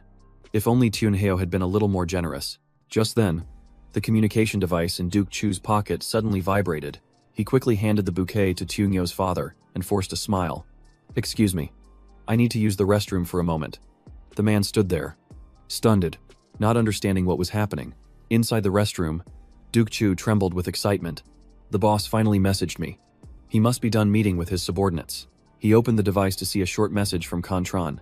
I heard from Ho Tu-nu that he gave you 10 gold threads last time. And another 10 this time. Just that one sentence, devoid of any blame, was enough to make Duke Chu freeze in terror. His hands trembled uncontrollably, and his heart pounded in his chest. He couldn't remember what he had gotten himself into. What on earth did Tunyo say to the boss? Duke Chu had hidden money twice. The first time was a watch, and now it was the gold threads. Was the boss really going to punish him? What if he got angry and attacked him? At this thought, he grew even more frantic and quickly messaged back. Boss, I'll definitely bring you the gold next time, please. Just punish me. He hid in the restroom for quite a while, making the people outside start to worry. When he came back out, Duke Chu looked like he had seen a ghost. His face was pale, his eyes were empty, and he couldn't even hear what Tunhyo's father was saying. He forced a weak smile and mumbled, Sir, I've always enjoyed giving New Year's wishes. I hope everything goes smoothly for you and that you prosper. At that moment, 2 students nearby were talking about Duke Chu. A blonde-haired boy asked curiously, Do you think he might have a system? The other one looked puzzled. A system, what's that? The blonde boy chuckled softly. You know, like in novels. The system gives out quests and helps the host get stronger. The other boy nodded. Oh, I get it. But why do you think Duke Chu has a system? The blonde boy lowered his voice. Because that's the only way to explain how he can be an idiot one moment and a genius the next. Duke Chu overheard their conversation and felt that, from a certain point of view, they were right. To him, Contran was basically a living system. The only difference was that rewards were replaced with punishments, and that punishment hasn't ended. He's still going through it. After that, Duke Chu and the group of students bowed to Tunyu's father and left. The man watched Duke Chu's retreating figure, a hint of suspicion in his eyes. A moment later, he entered the hospital room and saw that Tunyu had woken up. He asked quietly, What do you think of Lu Duke Chu? Dad, his father gently shook his head. It's too early to tell. Tunyu nodded. I think so too. There's something not so simple about this guy. If you call him weak, he somehow has rare gene medicine. But if you call him capable, he doesn't seem like a truly powerful person. He frowned and continued to ask, Would someone like that be valued by Li Thuk Dong? His father replied in a low voice. There are 2 possibilities. Either he knows how to suck up to the right people, or his loyalty has been recognized by those in power. After hearing that, Tunyu asked again, But even talented people have weaklings by their side, don't they? His father chuckled. True. And there's another possibility. Lu Duke Chu is just a puppet, with someone else pulling the strings from behind. Tunyu thought it made sense and asked, So what do you think the chances of that are? His father shook his head. No need to jump to conclusions yet. But either way, this is an opportunity for you. He reassured him. The family will support you with all its might. You just focus on what you need to do. Hearing this, Tunyu couldn't help but feel moved. He never expected his father had planned this far ahead. He looked at the bouquet Duke Chu had left and asked curiously, Why did you only give him 10 gold threads? He saved me twice. Giving him 100 wouldn't have been too much. His father smiled slightly. Because I'm assuming Lu Duke Chu is just a puppet. The one pulling the strings must be short on cash.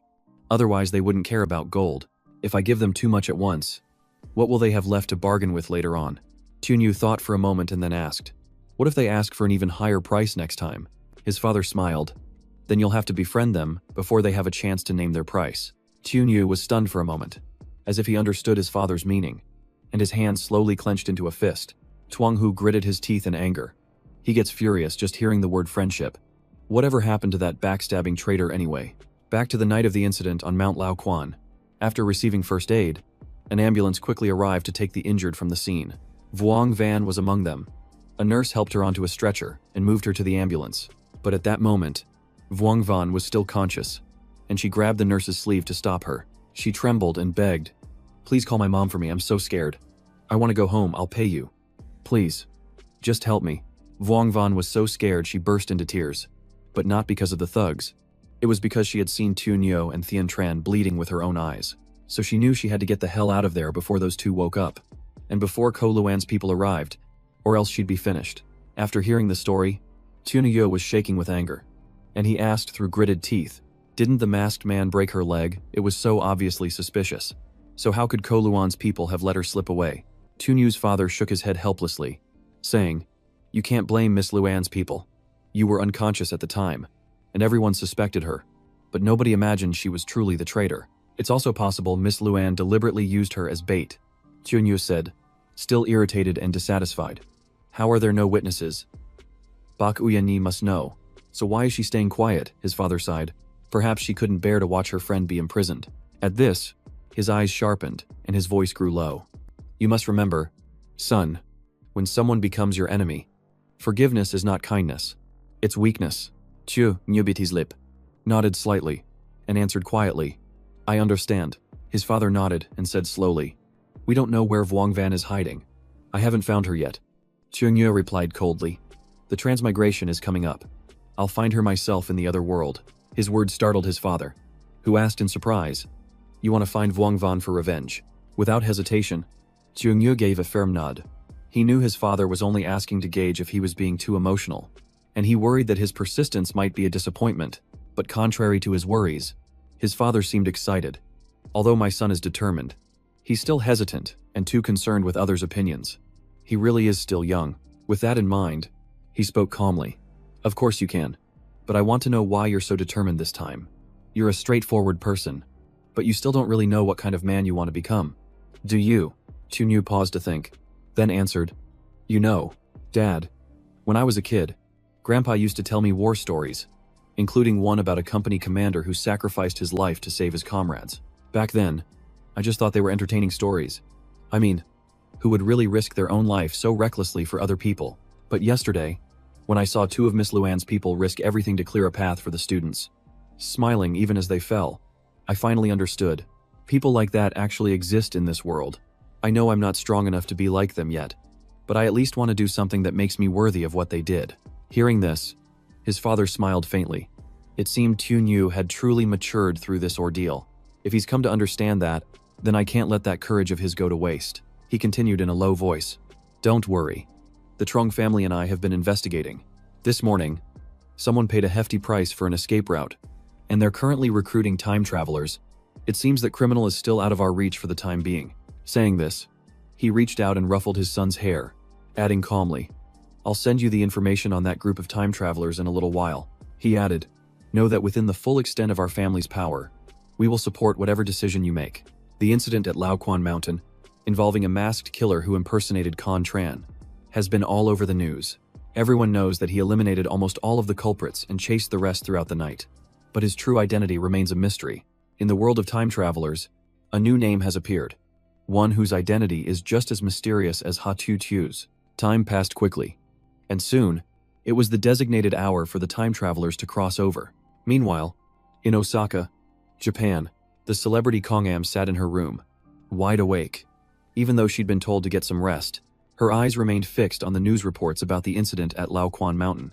After reading the reports, a misty look clouded Kong Am's eyes. She leaned her head back against her pillow with a soft sigh. All I ever wanted was a peaceful life. So how did I get caught up in all of this? In the real world, she lived in constant fear of her status as a time traveler being exposed, always on guard against being pulled into some mysterious incident. And in the other world, she had to remain on high alert against the Brandon family. Every single moment of every day, if she were ever discovered, her fate would be the same as the 7 other travelers who had been exposed before her. The Brandon family had joined the Federation long ago, and even spoke fluent Mandarin. Only the main family branch still retained the Japanese language. The Japanese travelers were brought to 3 northern cities belonging to the Brandon clan: Tokyo, Osaka, and Kobe, but besides Kong Am, none of them spoke Chinese, so it was only a matter of time before they were exposed. Despite that, she still felt a little lucky. Thanks to a political marriage, Kong Am was sent to city number 18 to meet a young man named Con Tran.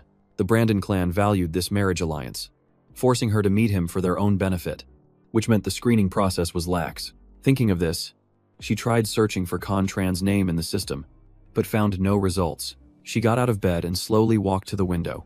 Kong Am gazed out towards Sassam, lost in thought. Information was still as scarce as ever, and she needed to confirm if that young man was truly a traveler. The last time she went there, she wasn't able to meet him, and she wondered if this time would be any different. The thought made her gaze waver slightly. Her cheeks flushed unconsciously, and she gently touched them, murmuring to herself, If I keep meeting Con Tran, will I change? Would he think she was interested? Should she soften up a little? Wait a bit longer, then leave without another word. Her gaze grew still. A moment later, she sighed and decided to stop worrying about it. She would just go and see what happens. At that exact moment, the countdown timer reached its final number. The The moment of transmigration had arrived.